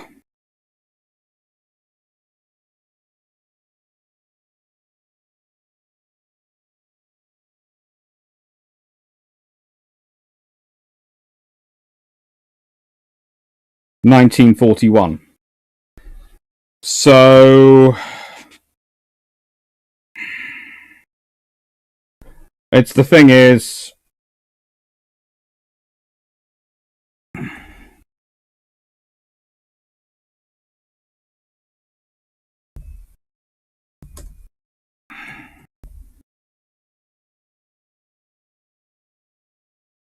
she sinks a few weeks before Pearl Harbor. Force Z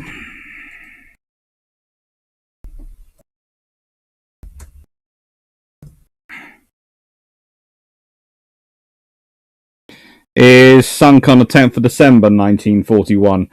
So basically, the idea would be either Ark Royal and her existing air group would have been rushed out to the Far East,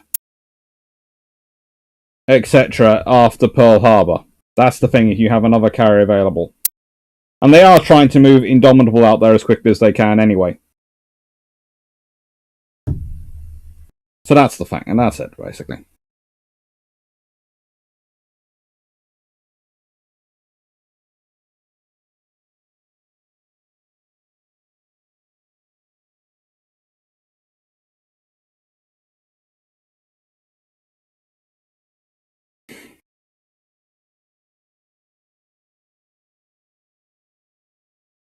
Then, would Ark Royal's refit have survived damage to aircraft carriers earlier in 41?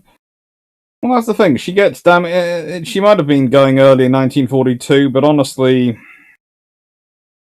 the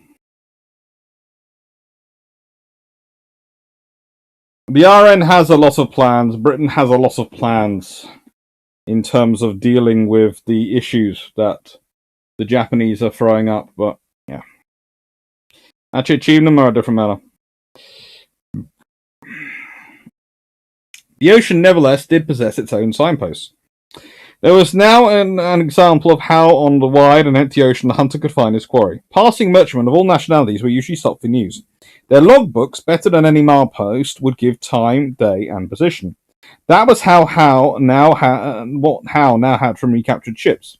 And by the end of the 18th century, intensified seagoing meant that commercial and naval passage had brought substantial familiarity that allowed reasonable basic calculations. They had allowed a fairly accurate calculation of approximate arrival of Chesapeake convoy, as well as some estimate of where Willis would be meeting it. At 6:30, on the morning of the 28th of May, a rough sea running, the lookout frigates of the British fleet sighted sail, then a fleet, directly to windward, ahead. One sighting was by Howe's young signal lieutenant, Edward Codrington, who at daylight was scouring the horizon from the masthead.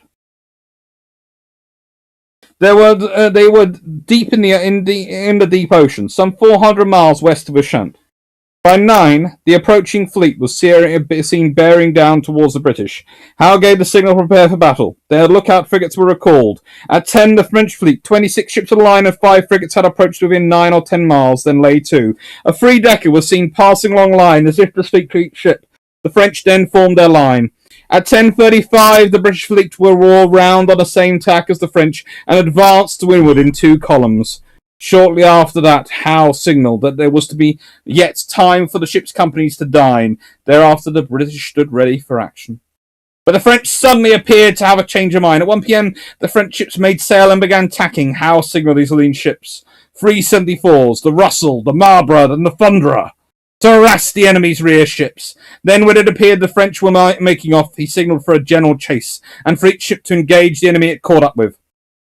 The first shots were fired at 2:30 by the Russell at the enemy's sternmost ships. The French returned the fire, but the 2 fleets, with a squally wind and heavy sea, continued to attack the position, with the French 12 to 15 miles to windward. At 5, one of the largest of French ships, the 110-gun Revolutionnaire, made a curious and, according to subsequent official reports, apparently unauthorized move. She removed herself from the van and passed the rear of the enemy line, where she was engaged by several of the van of the British line. Thank you.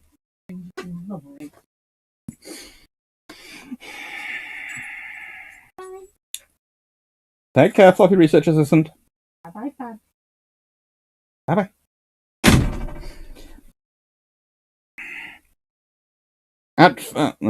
It was possible that her commander on his own initiative had taken her superior gun power from the van to the rear to offer protection to the weaker ships there. But the move was fatal. Revolutionaire bore the fire of 5 different British ships, and as night settled, remained in furious engagement with one of them, Audacious. The fight was so close, so fierce, that the 2 effectively disabled one another as their fleets passed on into the night, but both Audacious and Revolutionaire subsequently made it to their respective home ports. A heavily dark night gave the inexperienced in the fleet their first awesome sight of the flash of guns blazing at the near invisible forms in the water. A hard gale was blowing, and the mounting seas prevented ships from getting up to the enemy and maintaining action, which ceased at 9:30. The men nevertheless continued at their quarters all night. Through the night, showing lights, the 2 fleets were on parallel courses, constantly manoeuvring as Howe sought to get to windward to facilitate attack. At 7 in the morning on the 29th, when Howe sent his first signal to his fleet to form their line, the weather was still rough. The French were still to windward, the position traditionally preferred by the British. Howe's intention was to cut through the French line and to engage. He had approached the battle zone with the strategy-born whole in mind, to bear down on the French line from windward, pass through it, and then to engage at close quarters from leeward. Here, then, was the first intentional return exercise of Rodney's tactics. But this was different. Rodney's action at Saints, 1783, leapt from impulse presented by a different situation before him, notably a sudden change of wind that offered unexpected opportunity. He had sprung forward towards the French line and passed through it, leading others to do the same, thereby setting an historic example. But when Howe on the 29th of May signalled that he would cut through the enemy's line and engage to leeward, he had that tactic firmly in mind as his deliberate intention. Howe thereby claimed his own special place in history. For the 29th of May, 1794, he was the first who, with premeditated intent, instructed his ships to bear down upon the French line, pass through, and create melee beyond.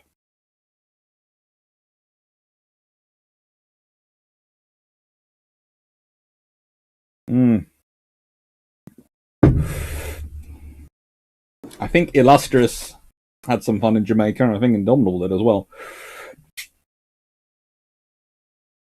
Alright, so did Martlets mix it up with the Germans and Italians, and how did they do? They did okay. They did mix it up, yes.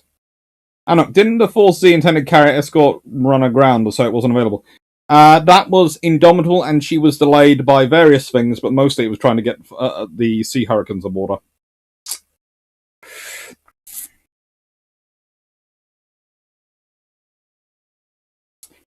I question the wisdom of sending the Queen Elizabeth's Carrier Strike Group on a show to flag crews, given the RN's ability to dispatch one at any time. Well, To be fair, you need to do a long cruise, as I've been over before, to really work out the problems with the fleet and to stretch down and stretch the ship out. So they're basically taking everything and they're going to see what works. And some of it's going to fail and some of it's not going to work. But you wouldn't get the same experience as you would if you were just floating around the North Atlantic for a few months. In fact, you probably could do a lot of damage to the ship floating around North Atlantic for a few months, because honestly, North Atlantic's a lot rougher than sailing through the Mediterranean, the Indian Ocean, into the Far East and then back.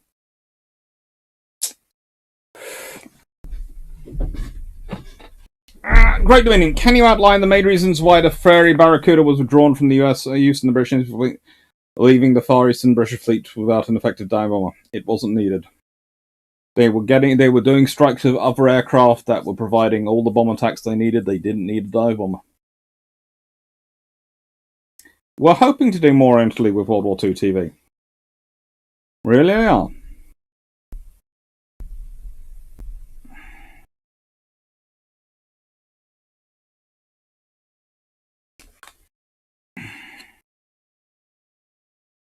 If you had to name ships after B-2 Mountbatten, what kind would they be? French.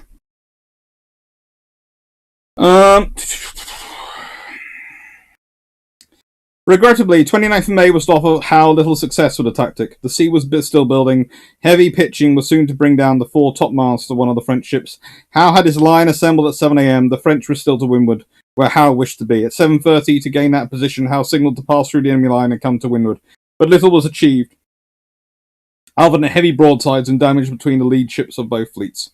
Howe's bound ship Caesar, by keeping her topsails reefed, failed to raise sufficient sail and appeared to ignore demands that she make more in order to lead the attack, in spite of being the best sailing ship in the fleet. As a result, those astern of her also had to shorten sail, including Queen Charlotte. Damaging broadsides were exchanged between ships of both fleets, without any advance on the situation being achieved. The signal to pass through the enemy line was again raised at 11:30. Caesar again should have begun the manoeuvre, but made no reply. The order was repeated. Caesar signalled an inability to attack and went about. It appeared to be laying off instead of bearing towards the enemy. Except for one ship, Queen, Rear Admiral Gardner, of all the other lead ships in position the head of Queen Larger, except for one ship, Queen, with Rear Admiral Garner aboard, all the other lead ships in position ahead of Queen Charlotte also went about. Queen, 98 guns, second in line, continued towards the French line, and unable to pass through, continued along the line, firing and taking fire. She suffered so much damage that she eventually had to signal disability. Invincible had accompanied Queen in cutting through the line. Joined by the Royal George, the two brought to action the two rearmost ships of the French line, Tyrannicide and Indomitable. Caesar's failure or unwillingness to set example meant the French fleet was now drawing so far ahead that Howe feared his manoeuvre was about to fall away entirely. Watching Queen and Invincible take heavy punishment as they passed leeward along the French line, Howe told Byrne the master, "Tack the Queen Charlotte, sir, and let us show them the example." The signal to cut through the French line to gauge was raised. At 1:30 p.m, Queen Charlotte tacked, and like an expression of Howe's own contempt for his miscreant vessel, Queen Charlotte passed around the Caesar and under a press of sail made for the French line. She was followed by two other ships, those just ahead and just astern of her. These were Bellerophon and Leviathan. All three cut through the French line. Howe's Signal Lieutenant Edward Codrington had his battle quarters on the lower deck. This was young Codrington's first action. His quarters were the foremost guns, larboard port and starboard, right up in the bows. The gun ports were all lowered to prevent the heavy seas washing in. Codrington was impatiently at his post as they came up to the French line. He had had no instruction to fire, but hauling up one of the weather side ports, he saw that they were at the moment passing through the French line. He had all 7 ports in his quarters, instantly hauled up and fired his 7 guns. He then hastened to the lee side and fired those as well. While the guns were loading again, Codrington was standing by the second gun from the bow when it suddenly went off. The recoil knocked Codrington senseless. The deck was by now filled with water from the open ports. Codrington was washed across the ship into the lee scuppers. The cold water probably brought him to his senses. He had no recollection of how he got where he was. He could just raise his head out of the water by leaning on his left arm. In his first action, instead of enemy shot, a drowning in the Atlantic, water washing about inside his ship was nearly what claimed him.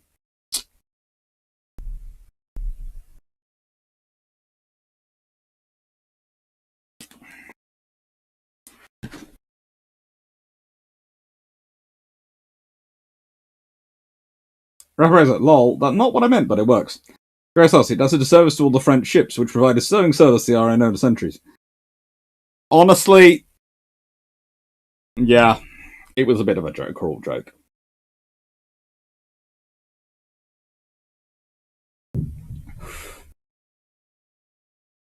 Great Dominion.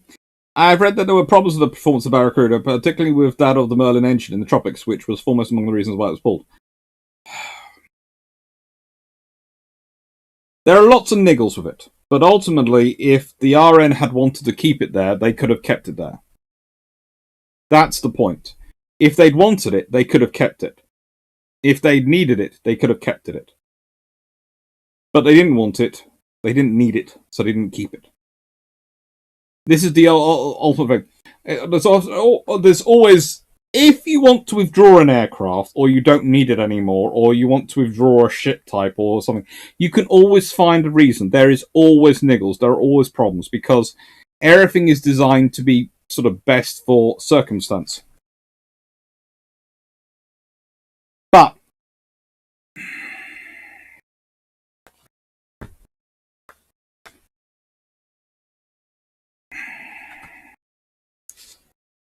there is ultimately, and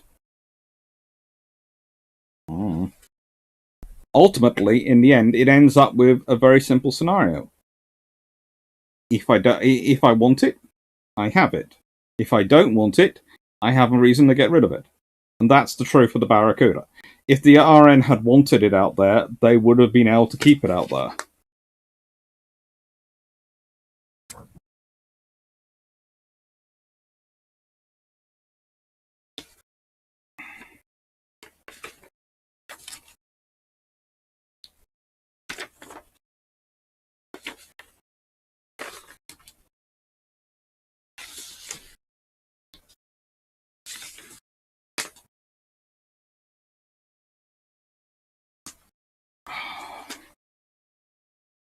Carmen, what did you think of the Star Wars thing I put on Discord? I'm keeping quiet on that until I have my Star Wars episode later this week on discussing the fleet actions in the Star Wars and how terrible the fleets are.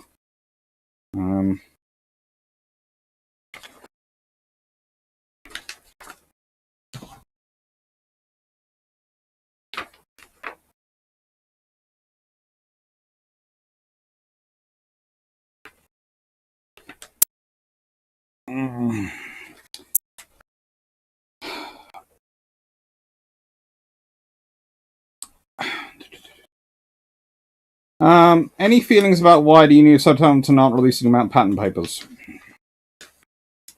Lots of feelings, most likely to do with India and the independence of India and the various things that went on then. In the nicest way, there are lots of papers which are secret, and there are lots of historians which will make a big fuss about them being secret. And the trouble is, I both agree with those historians. I would like to see them open. I would like to be able to read Mountbatten papers, although I'm positive that reading them will actually cause me to feel like I'm getting dumber. But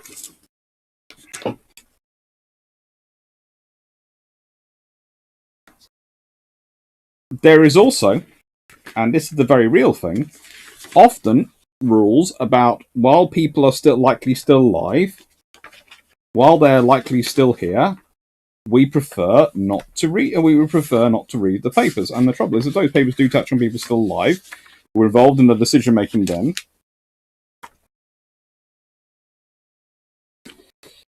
or if it's considered it might be embarrassing,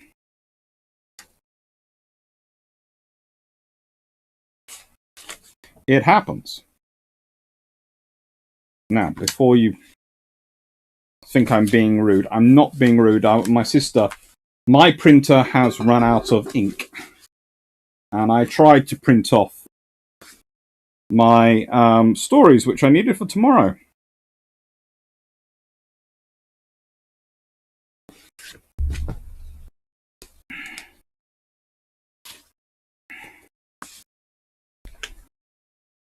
And I needed them for tomorrow because tomorrow is the first day of filming for Mysteries of the Deep. And I'm going off to take part in the filming tomorrow. And the trouble is, they sent the stories through, and I hadn't been able to print them out. So I hadn't been able to do my revision. Rather is it? They had longer wingspan a Hellcat, but I think Navy P-51s would have been fun. No, I'll stick with a Hellcat. The P-51s you'd have had to do a lot of work on to make them work for a Navy aircraft. By 1944, the Barracuda was replaced by the Avenger due to the better hot water performance. The Hellcat, Firefly, and Corsair filled the dive bombing role. They filled the bombing. They filled the light strike role. I wouldn't call them dive bombing role. I don't think the Corsair ever really was used as a dive bomber, more a skip bomber. Garmin, so you wouldn't approve a former naval town which built the Millennium Falcon of having permanent exhibition of it on it with help to help with jobs extra? That would be quite good. I wouldn't, if they built a Millennium Falcon and they want to have a permanent exhibition of it, that seems sensible to me. That's different.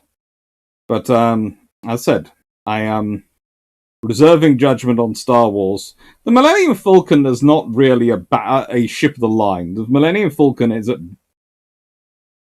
most interesting a pirate, at worst, at most likely a East Indiaman. That's what the Millennium Falcon is. Have you seen a Star Destroyer? That is a thing which is absolutely... We will got in. I will be getting in enough into Star Wars on Thursday.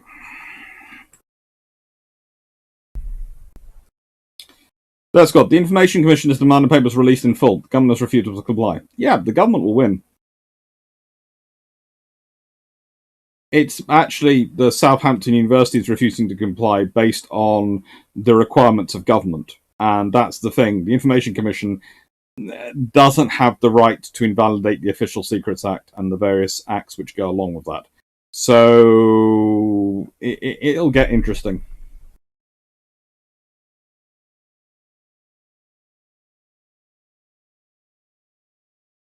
Rather isn't. Yay, Mysteries of Deep. Pick a different tie. I recall you didn't like last one news.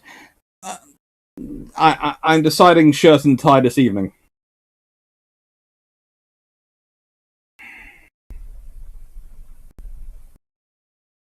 Because remember, when I wear that shirt and tie, I didn't have to have that shirt and tie with me wherever I go for filming.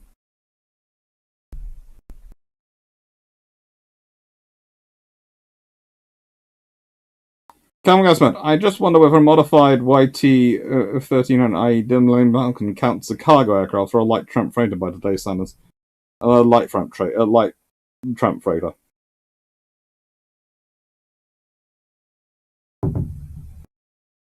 How is it? Step out. Did you ever say what books you were reading during research week? No, I didn't. I'm having a peaceful research week.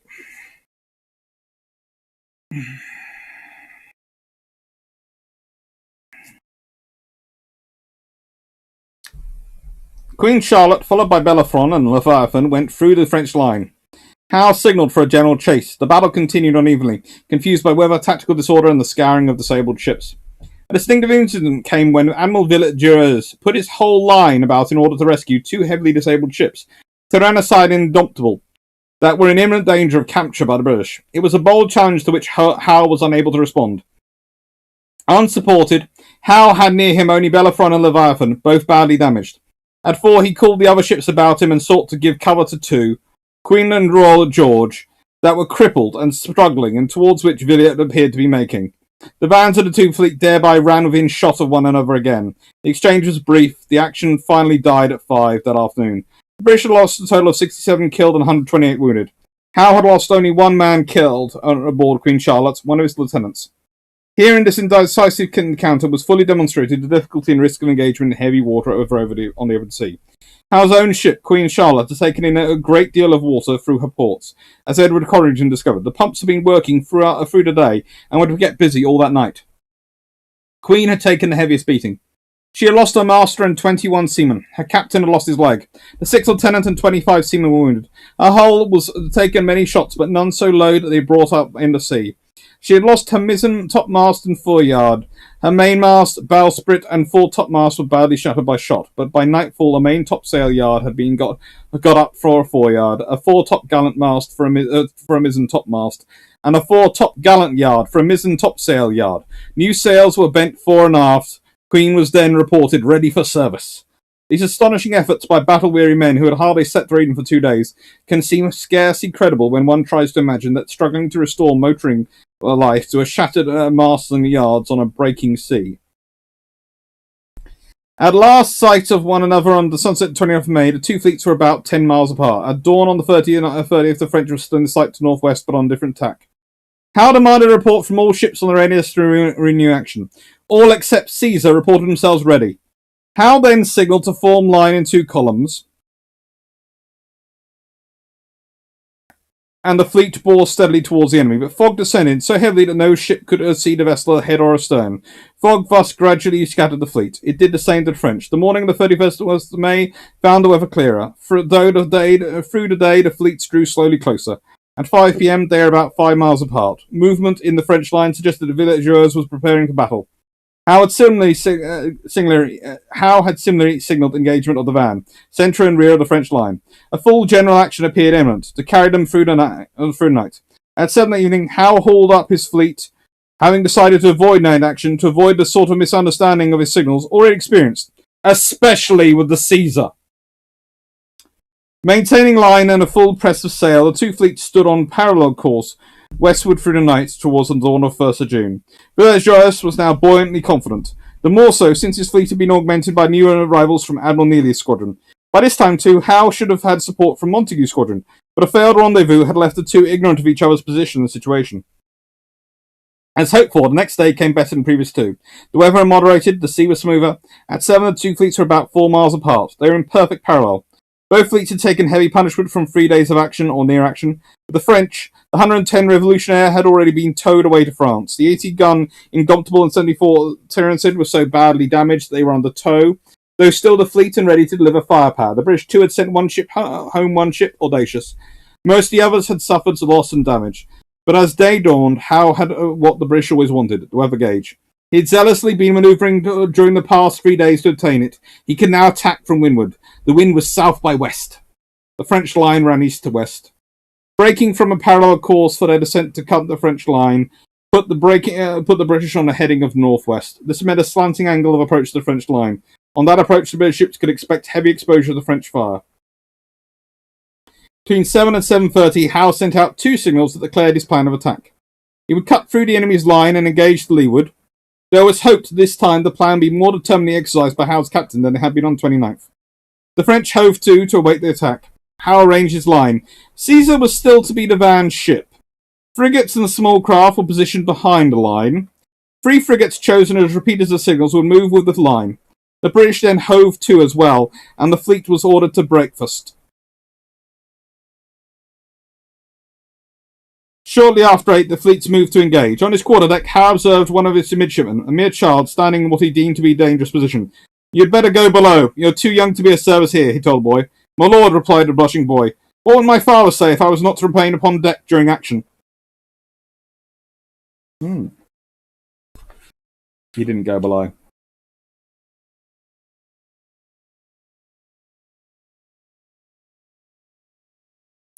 There it's got the current court case is the government appealing the High Court decision to demand Southampton Union release the papers. Yeah.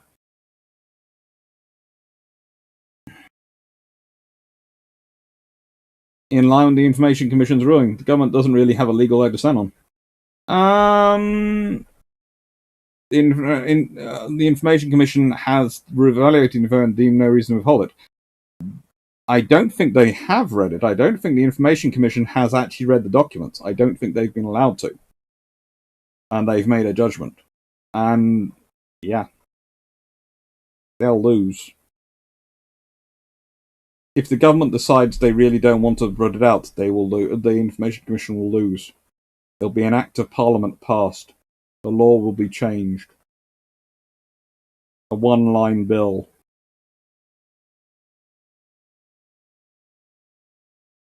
That's got the Millennium Falklands Smuggler's Penance. Most of the rebellion ships are converted merchants and a Falcon can dock on them. Razorback. What are the ethical professional standards guidelines on reviewing a book if you know of the author but don't have a personal relationship with them? If you don't have a personal relationship with them, it's fine. Honestly, I review books of people I know, and I just say, this is someone I know. and then I merrily tell them what is wrong with their book. Basically, never write anything you wouldn't say to someone's face.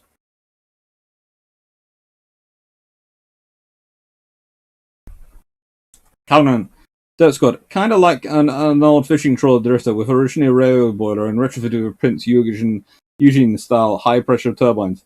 Inherited the Canopus's chief engineer as the built-in droid brains. Mental issues at the Falklands. World War I, Schnarrenhorst Naval period. With a touch of rally racing, souped up lad. That's getting complicated.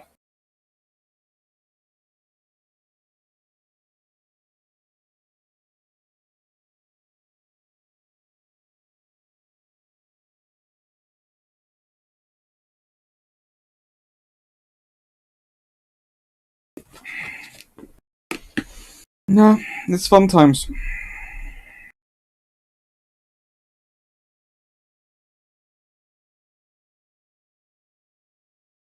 Howe's plan was for the British ships to steer for their opposite number in the French line, to attack as they approached and then to pass between the enemy ships, administering a raking fire as they did so. Then once beyond, on the lee side of the French line, to continue attacking from there.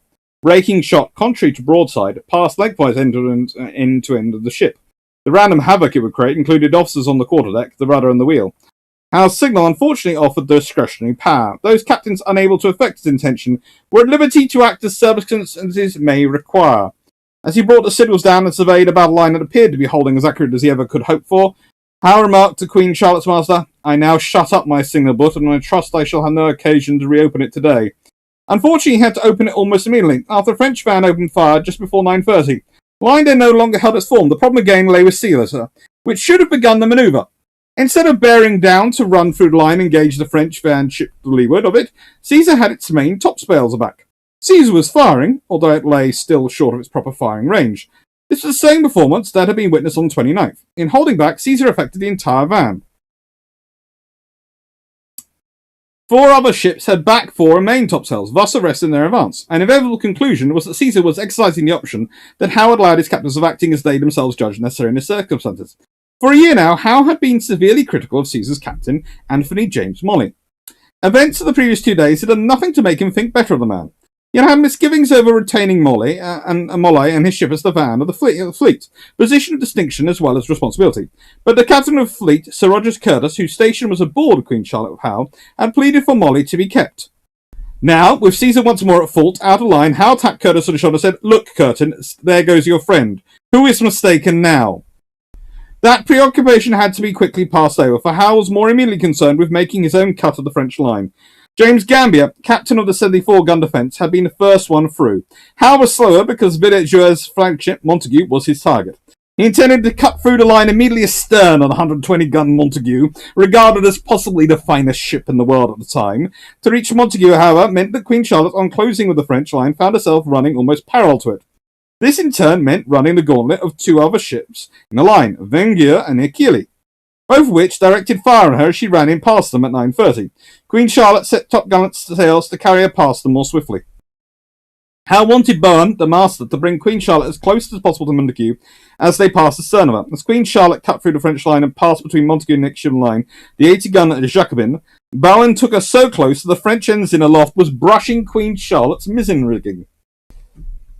This immediate need of skill and daring was in marvellous concentration across the ship as she entered those final critical moments of the approach. The 4 topmast stays had been cut in the fire as Queen Charlotte ran down the French line. The captain of 4 top saw that in rounding, too, as she came to leeward of the Montague, the 4 topmast was likely to go over. He went aloft with a light hawser to secure it. Exactly as he foresaw, the topmast went as Queen Charlotte hauled up and came to windward. The seaman fell on the starboard gangway, the whole wreck of the mast, but miraculously was not hurt. The same thing was to happen to the captain of the main top, where, with the main topmast, went a shot away. He went up to attempt to secure it. When the topmast went, he too went down into the water. He also managed to survive by clambering back on board. Another captain on top remained in the top with his legs shot off. Other men were badly hurt when the loose rigging flayed or wound round them. Queen Charlotte let loose a broadside as she came to leeward and slid past Montague's starboard quarter. As all the action so far had been to larboard, which was the weather side of the French line, the French flagship was unprepared for the shift of fire as Queen Charlotte cut through the line and came up to her leeward side. Montague's gun ports were all closed. The French never expected assault from leeward. Montague was unable to retaliate immediately and swiftly as Queen Charlotte poured fire upon her. Villars later reported that 300 of his men were killed or wounded from that fire. The Jacobin, meanwhile, coming up behind Montague, slid between Queen Charlotte and flagship, the position where Howe himself had wished to be. As the three ships sought to manoeuvre in their tight cluster, Bound cried, "Then let's rake them both!" But Montague dropped away, still without having fired a shot from her leeward guns. Queen Charlotte was left lying between Jacobin and Juste, the latter ahead of Montague in line. Jacobin brought down Queen Charlotte's foretopmaster, and then, like Montague, dropped away. The 80-gun Juste was equally engaged with the 74-gun Invincible. Just now became simultaneously engaged with the Queen Charlotte. She sent 2 broadsides into Queen Charlotte. As the action continued, Juste lost her foremast, then her mainmast and the mizzenmast. She was out of it and struck her colours. In this exchange, Queen Charlotte lost her main topmast. With one topmast already gone and rigging and yards badly damaged, Howe's flagship had become practically unmanageable. The state of Queen Charlotte impelled Captain Thomas Packman of the Invincible to send one of his lieutenants to Howe to say that, although badly damaged, his ship was sufficiently manageable should Howe wish to transfer his flag to it. Howe was not prepared to leave his ship. He sent the lieutenant to take possession of the Just instead, as a reward to the Invincible.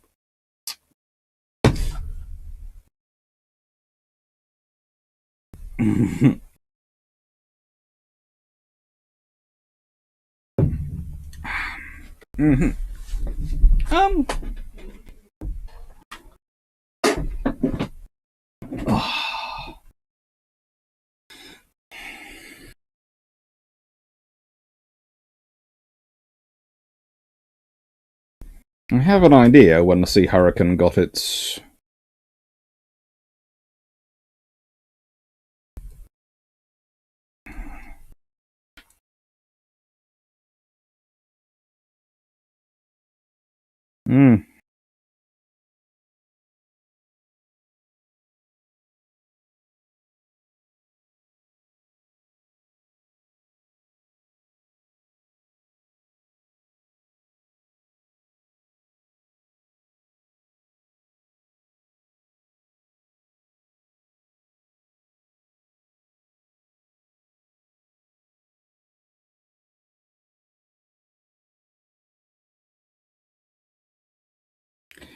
I don't think the Sea Hurricane ever gets folding wings, is my impression. I don't think any service. They do have one available. I'm currently looking through. Actually, I have to say I'm checking it by checking on Jamie's page.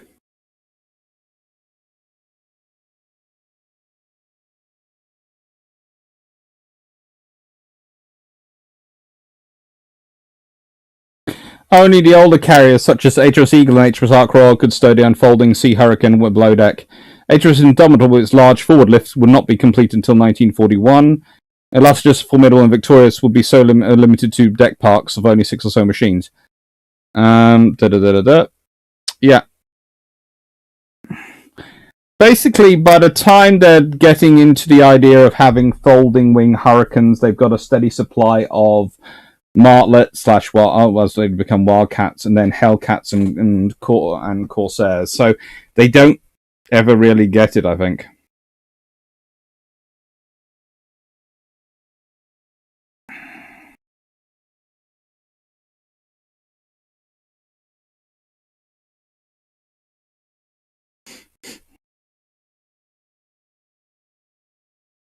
They basically serve 41 to 43.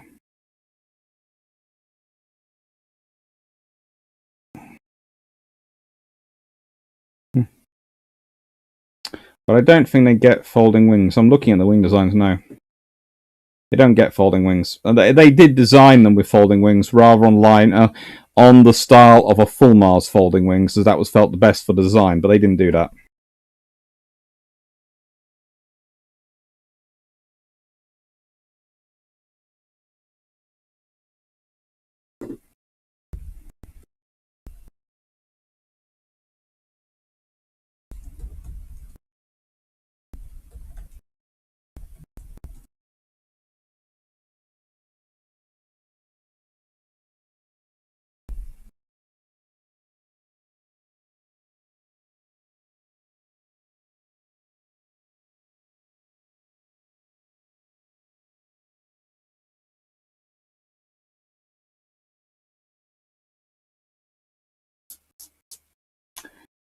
Let's see.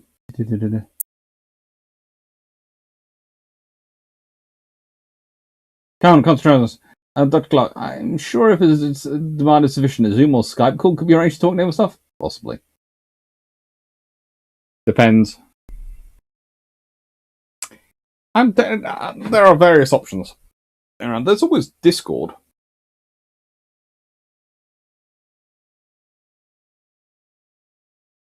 You could look on the channel analytics and tell us. I could, yes.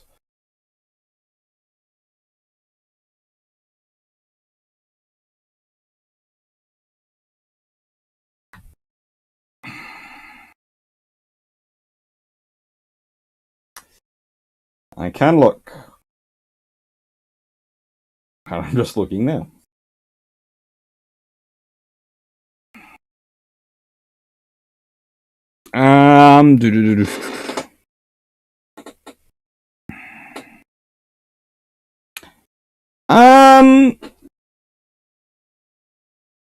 We have 25% 25 to 34 years, 24% 35 to 44 years, and 20% 55 to 64 years.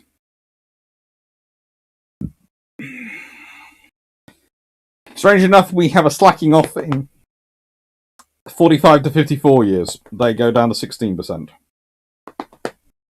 So, a good 50% of the channel is, nearly 60% of the channel is, let's see, 9.9 plus 24.3 plus 25.8. Equals, that equals 50.1 and 9.9 onto that. Yeah. 60% of the channel is 44 years or younger.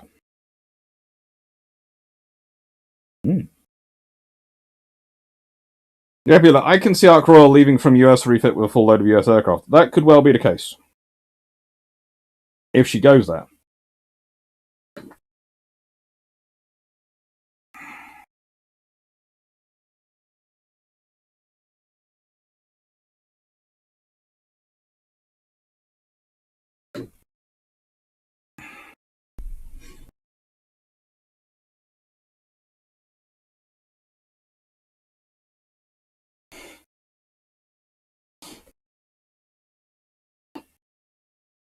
Wow, I'm the oldest. KGV is a pretty young, but King George V is pretty young, but he hangs out with the brother Munro these days, talking Ultimate Animal Dreadnought.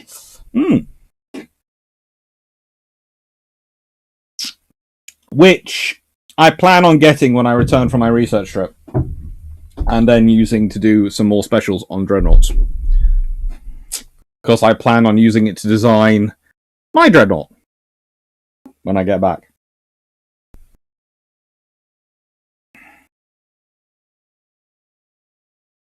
Right, I'm just going to answer questions at the end now, because I feel like it, and it's almost 10 o'clock.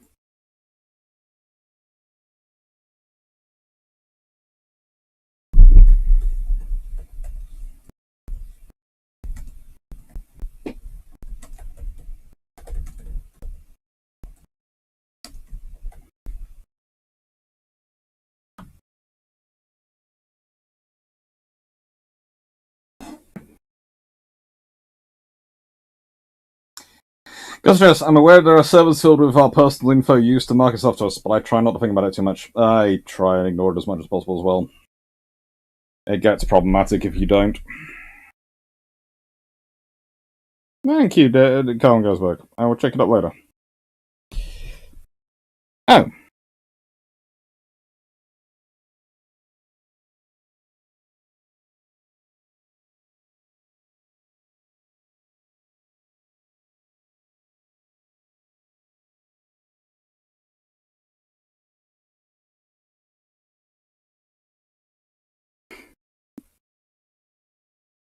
One of my friends had just sent me the thing going, how do we send in a question?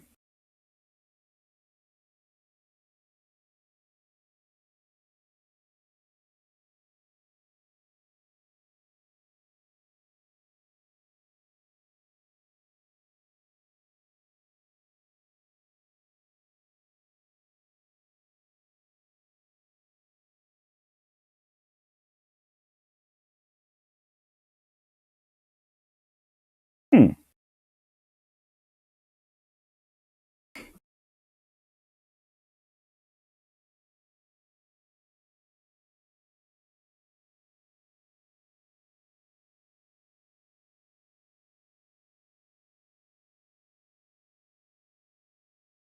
I'll have to put this on vibrate now, so I see if they can't question me back. Okay, which is better, Emperor class or Retribution class? Are we going by name?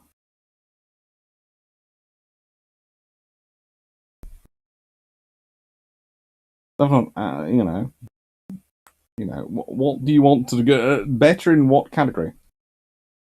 I'm also guessing demographic 90% male, 10% female. Let's see.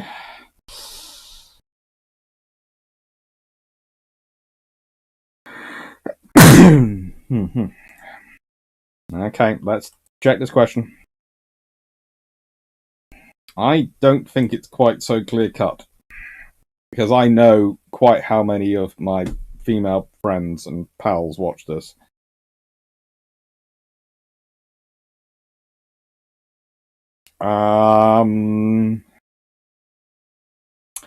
You would be roughly right, although roughly out by 5% in the favour of the more women.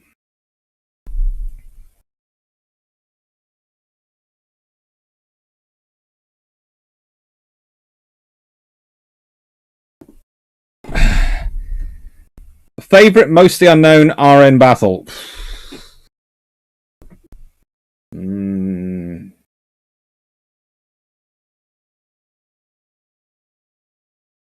Oh, there's so many. Copenhagen number 2 gets forgotten quite a lot because of Copenhagen number 1.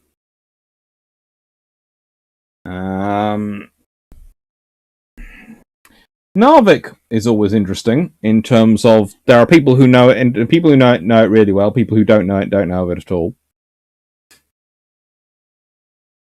The entire Mediterranean campaign is pretty much ignored. You can have a lot of them.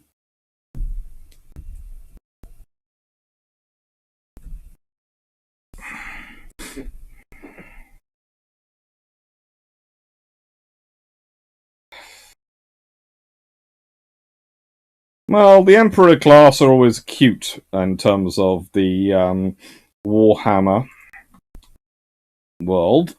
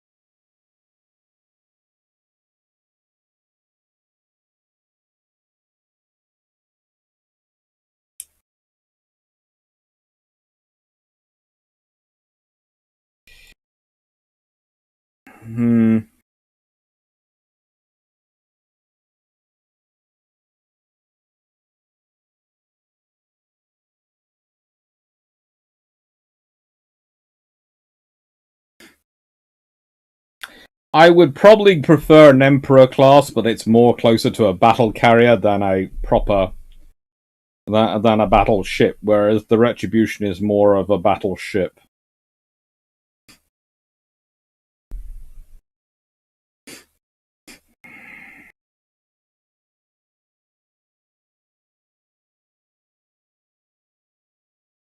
Although you can have fun on them.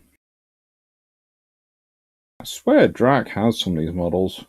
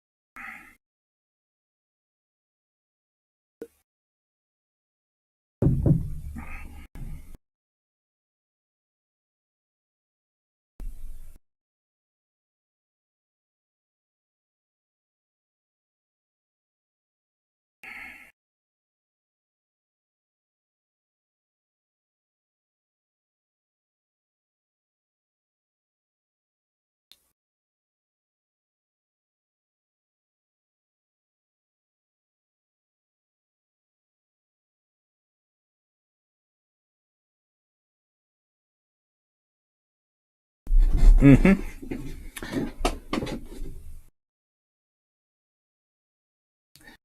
Jebeda, Vanguard is an Hour-Star capital ship based on direct interview with the Hour's captain.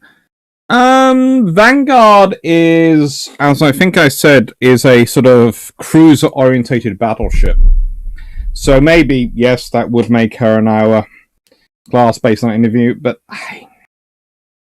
I'd say it makes her more of a successor of Hood than the G-Freeze. And in that sort of mold. Because I would say Hood was in many ways a cruiser battleship.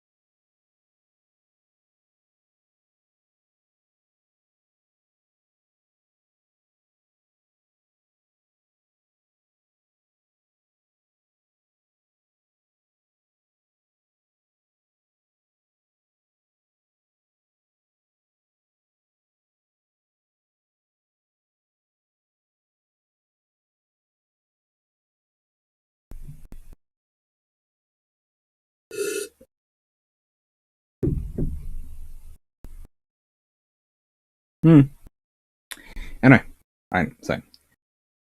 What is the current best ship of any navy? Ooh.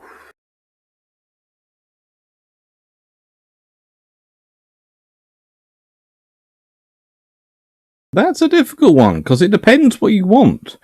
I would say the best ship for fit for its navy, i.e. the navy which has managed to design a ship which best fits its own needs, well, I kind of like, I like the Danish. Another Milsensket, and I like the Hutfuts of the Danish Navy. I think they do quite a good job of meeting their names. I think also the Italians do quite a good job of meeting our needs. I think the Trieste will be quite good meeting the Italian needs. So I'd say the Italians and Danish are the best at getting ships which fit their needs. The Russians, usually the technology lets them down. And the French, well, they're interesting.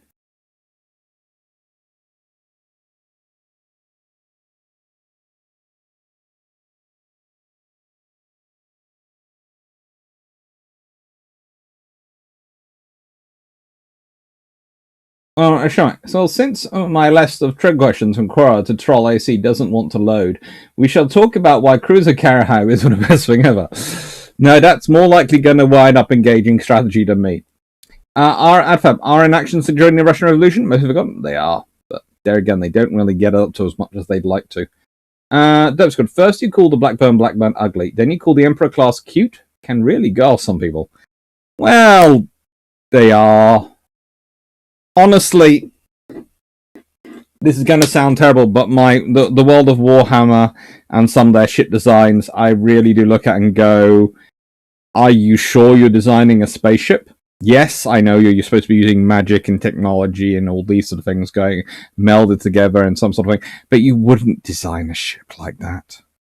Honestly, you wouldn't, not for Space Combat. It looks really freaking cool until you start thinking about it in terms of practical terms. And then the part of me which teaches history of engineering to aerospace engineers starts to go, and this has got a lot of parts of it which are going to very effectively be radiating a lot of heat. And the whole problem with a spaceship is two things. One is radiating heat, the other one is retaining heat. You need to retain enough heat to support your crew. You need to radiate enough that you don't incinerate them. And it's getting the balance right. And the Imperium and the starships of the Warhammer tend to be on the they're going to be freezing their crew side of the spectrum, whereas some ships' designs, honestly, are on the you're going to be incinerating your crew side of the spectrum.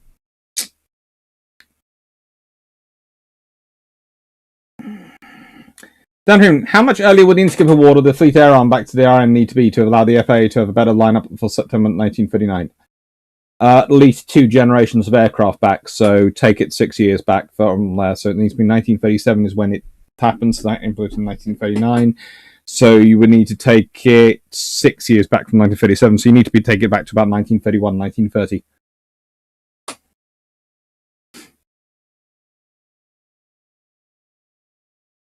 Right, so I think it's sad everybody built cruisers to hunt convoys and battle cruisers to hunt cruisers, and that's seldom if ever happened. No, because the British effectively did it and shut it down very quickly.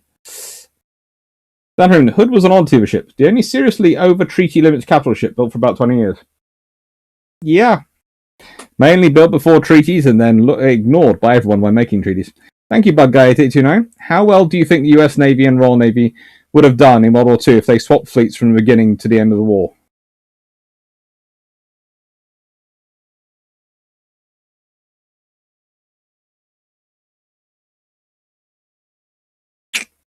You're swapping R class for standards.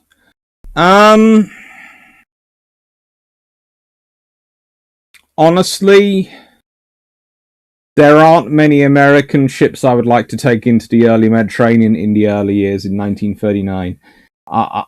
There are the American ships I really wouldn't like to take in the Mediterranean. They would be fine for Battle Atlantic and fine for other things. It's the Mediterranean. And it's one of the things which affects the British. The British are always affected by 2 scenarios. 1, fighting the other side of the world from their industrial capacity, that's in the Far East, and 2, fighting the Mediterranean. And those two things have a big impact on how they develop their fleet.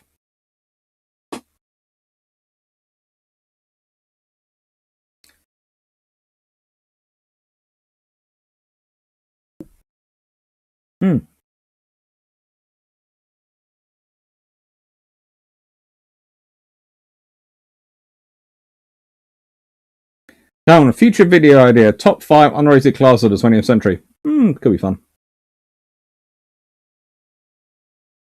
If you're interested in organising some sort of game, there's the Discord. Please, I think there is even a channel in the Discord to organise such things. Avian Enterprise. Since we're close to the 80th year anniversary, I always wondered why was the final engagement of the Bismarck never given a battle name. It was sinking the Bismarck.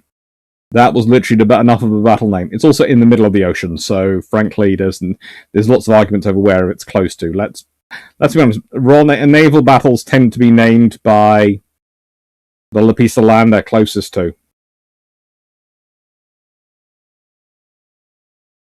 Death Squad, they're not spaceships, they're ships of the line in space. I'm not even sure I call them ships of the line in space.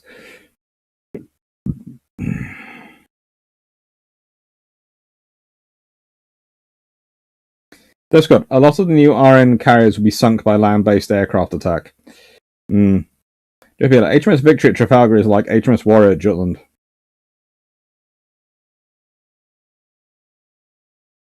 Not really, because HMS Victory is up to date, modern, and still viable in Trafalgar because of the way ship designs developed in that period. And a well-built wooden ship with enough guns is a well-built ship with enough guns. And she's been through enough updates and enough improvements and enough full refits and extended refits and all the various phrases used to cover it to make her fairly decent. Warrior at Jutland, that's a very, very problematic thing for the Royal Navy to deal with.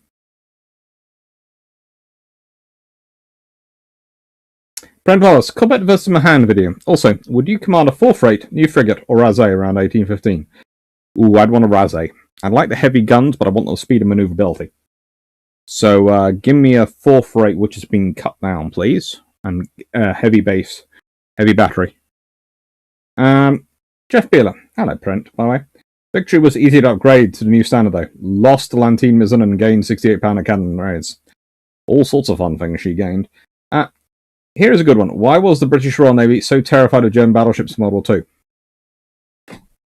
Was the British Royal Navy terrified of German battleships in World War II, or was the press terrified and the political class terrified of German battleships in World War II because of the raids German battleships in World War One, well, battle cruisers in World War One, had achieved on the British coast? That is the thing. You have to imagine. And then you go in World War II and you go, right then, so let's say one of those battleships ends up amongst a convoy. That's a problem. These are battleships are basically your highly trained sinking machines. It's not so much terrified as reasonably worried by, or it's a situation which we have to watch. But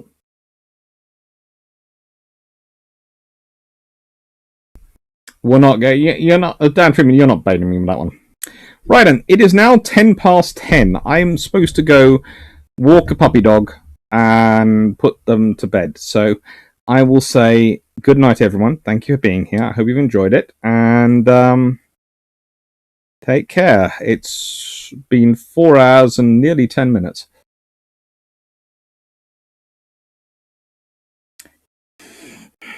Budgate829, did any of the few US ships of the line ever get deployed, or did they all stay stateside? I think they all stayed stateside. I'm trying to remember from the top of my head. From the top of my head, I can't remember one deploying anywhere, but, you know. Count, re-Warrior at Jutland and Victory at Trafalgar. It's similar to Nimitz today. All designs are 56 years old. At time, okay. Warrior's obsolete, but Carry and Victory got punch. Take care. Take care, everyone. Thank you, Carl Gasbad. Thank you, John Shea. Take care, Jeff Beeler. Albazaski, thank you. DG40, thank you. Cut That Squad, thank you. Carl Hammond, thank you. Shomack, thank you. Dan Freeman, thank you. Thank you for being admins on the chat and making my life very easy. Thank you, Bud Guy 829. Thank you, Rapid Razorback. Thank you, Constant Drowsiness. Thank you, Great Dominion. Thank you, Anuk. Thank you, Carl Harmon, Greg Satowski. Thank you, Adfab. Thank you. Thank you, Trent. Thank you, Melanie, 1640. Thank you, everyone, basically. Thank you, Peter Dawson. Thank you, Don Shea. Thank you, Jess P. And thank you, everyone. Thank you. Thank you, Nighthand Productions. It is raining cats and dogs around here as well, judging by what's happening on my roof, but we'll see. We'll see.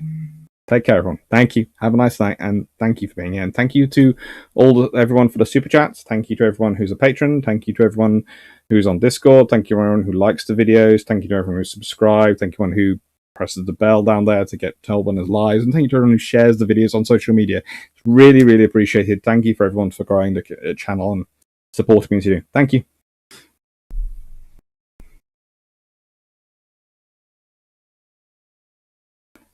Thank you, Bart Foster.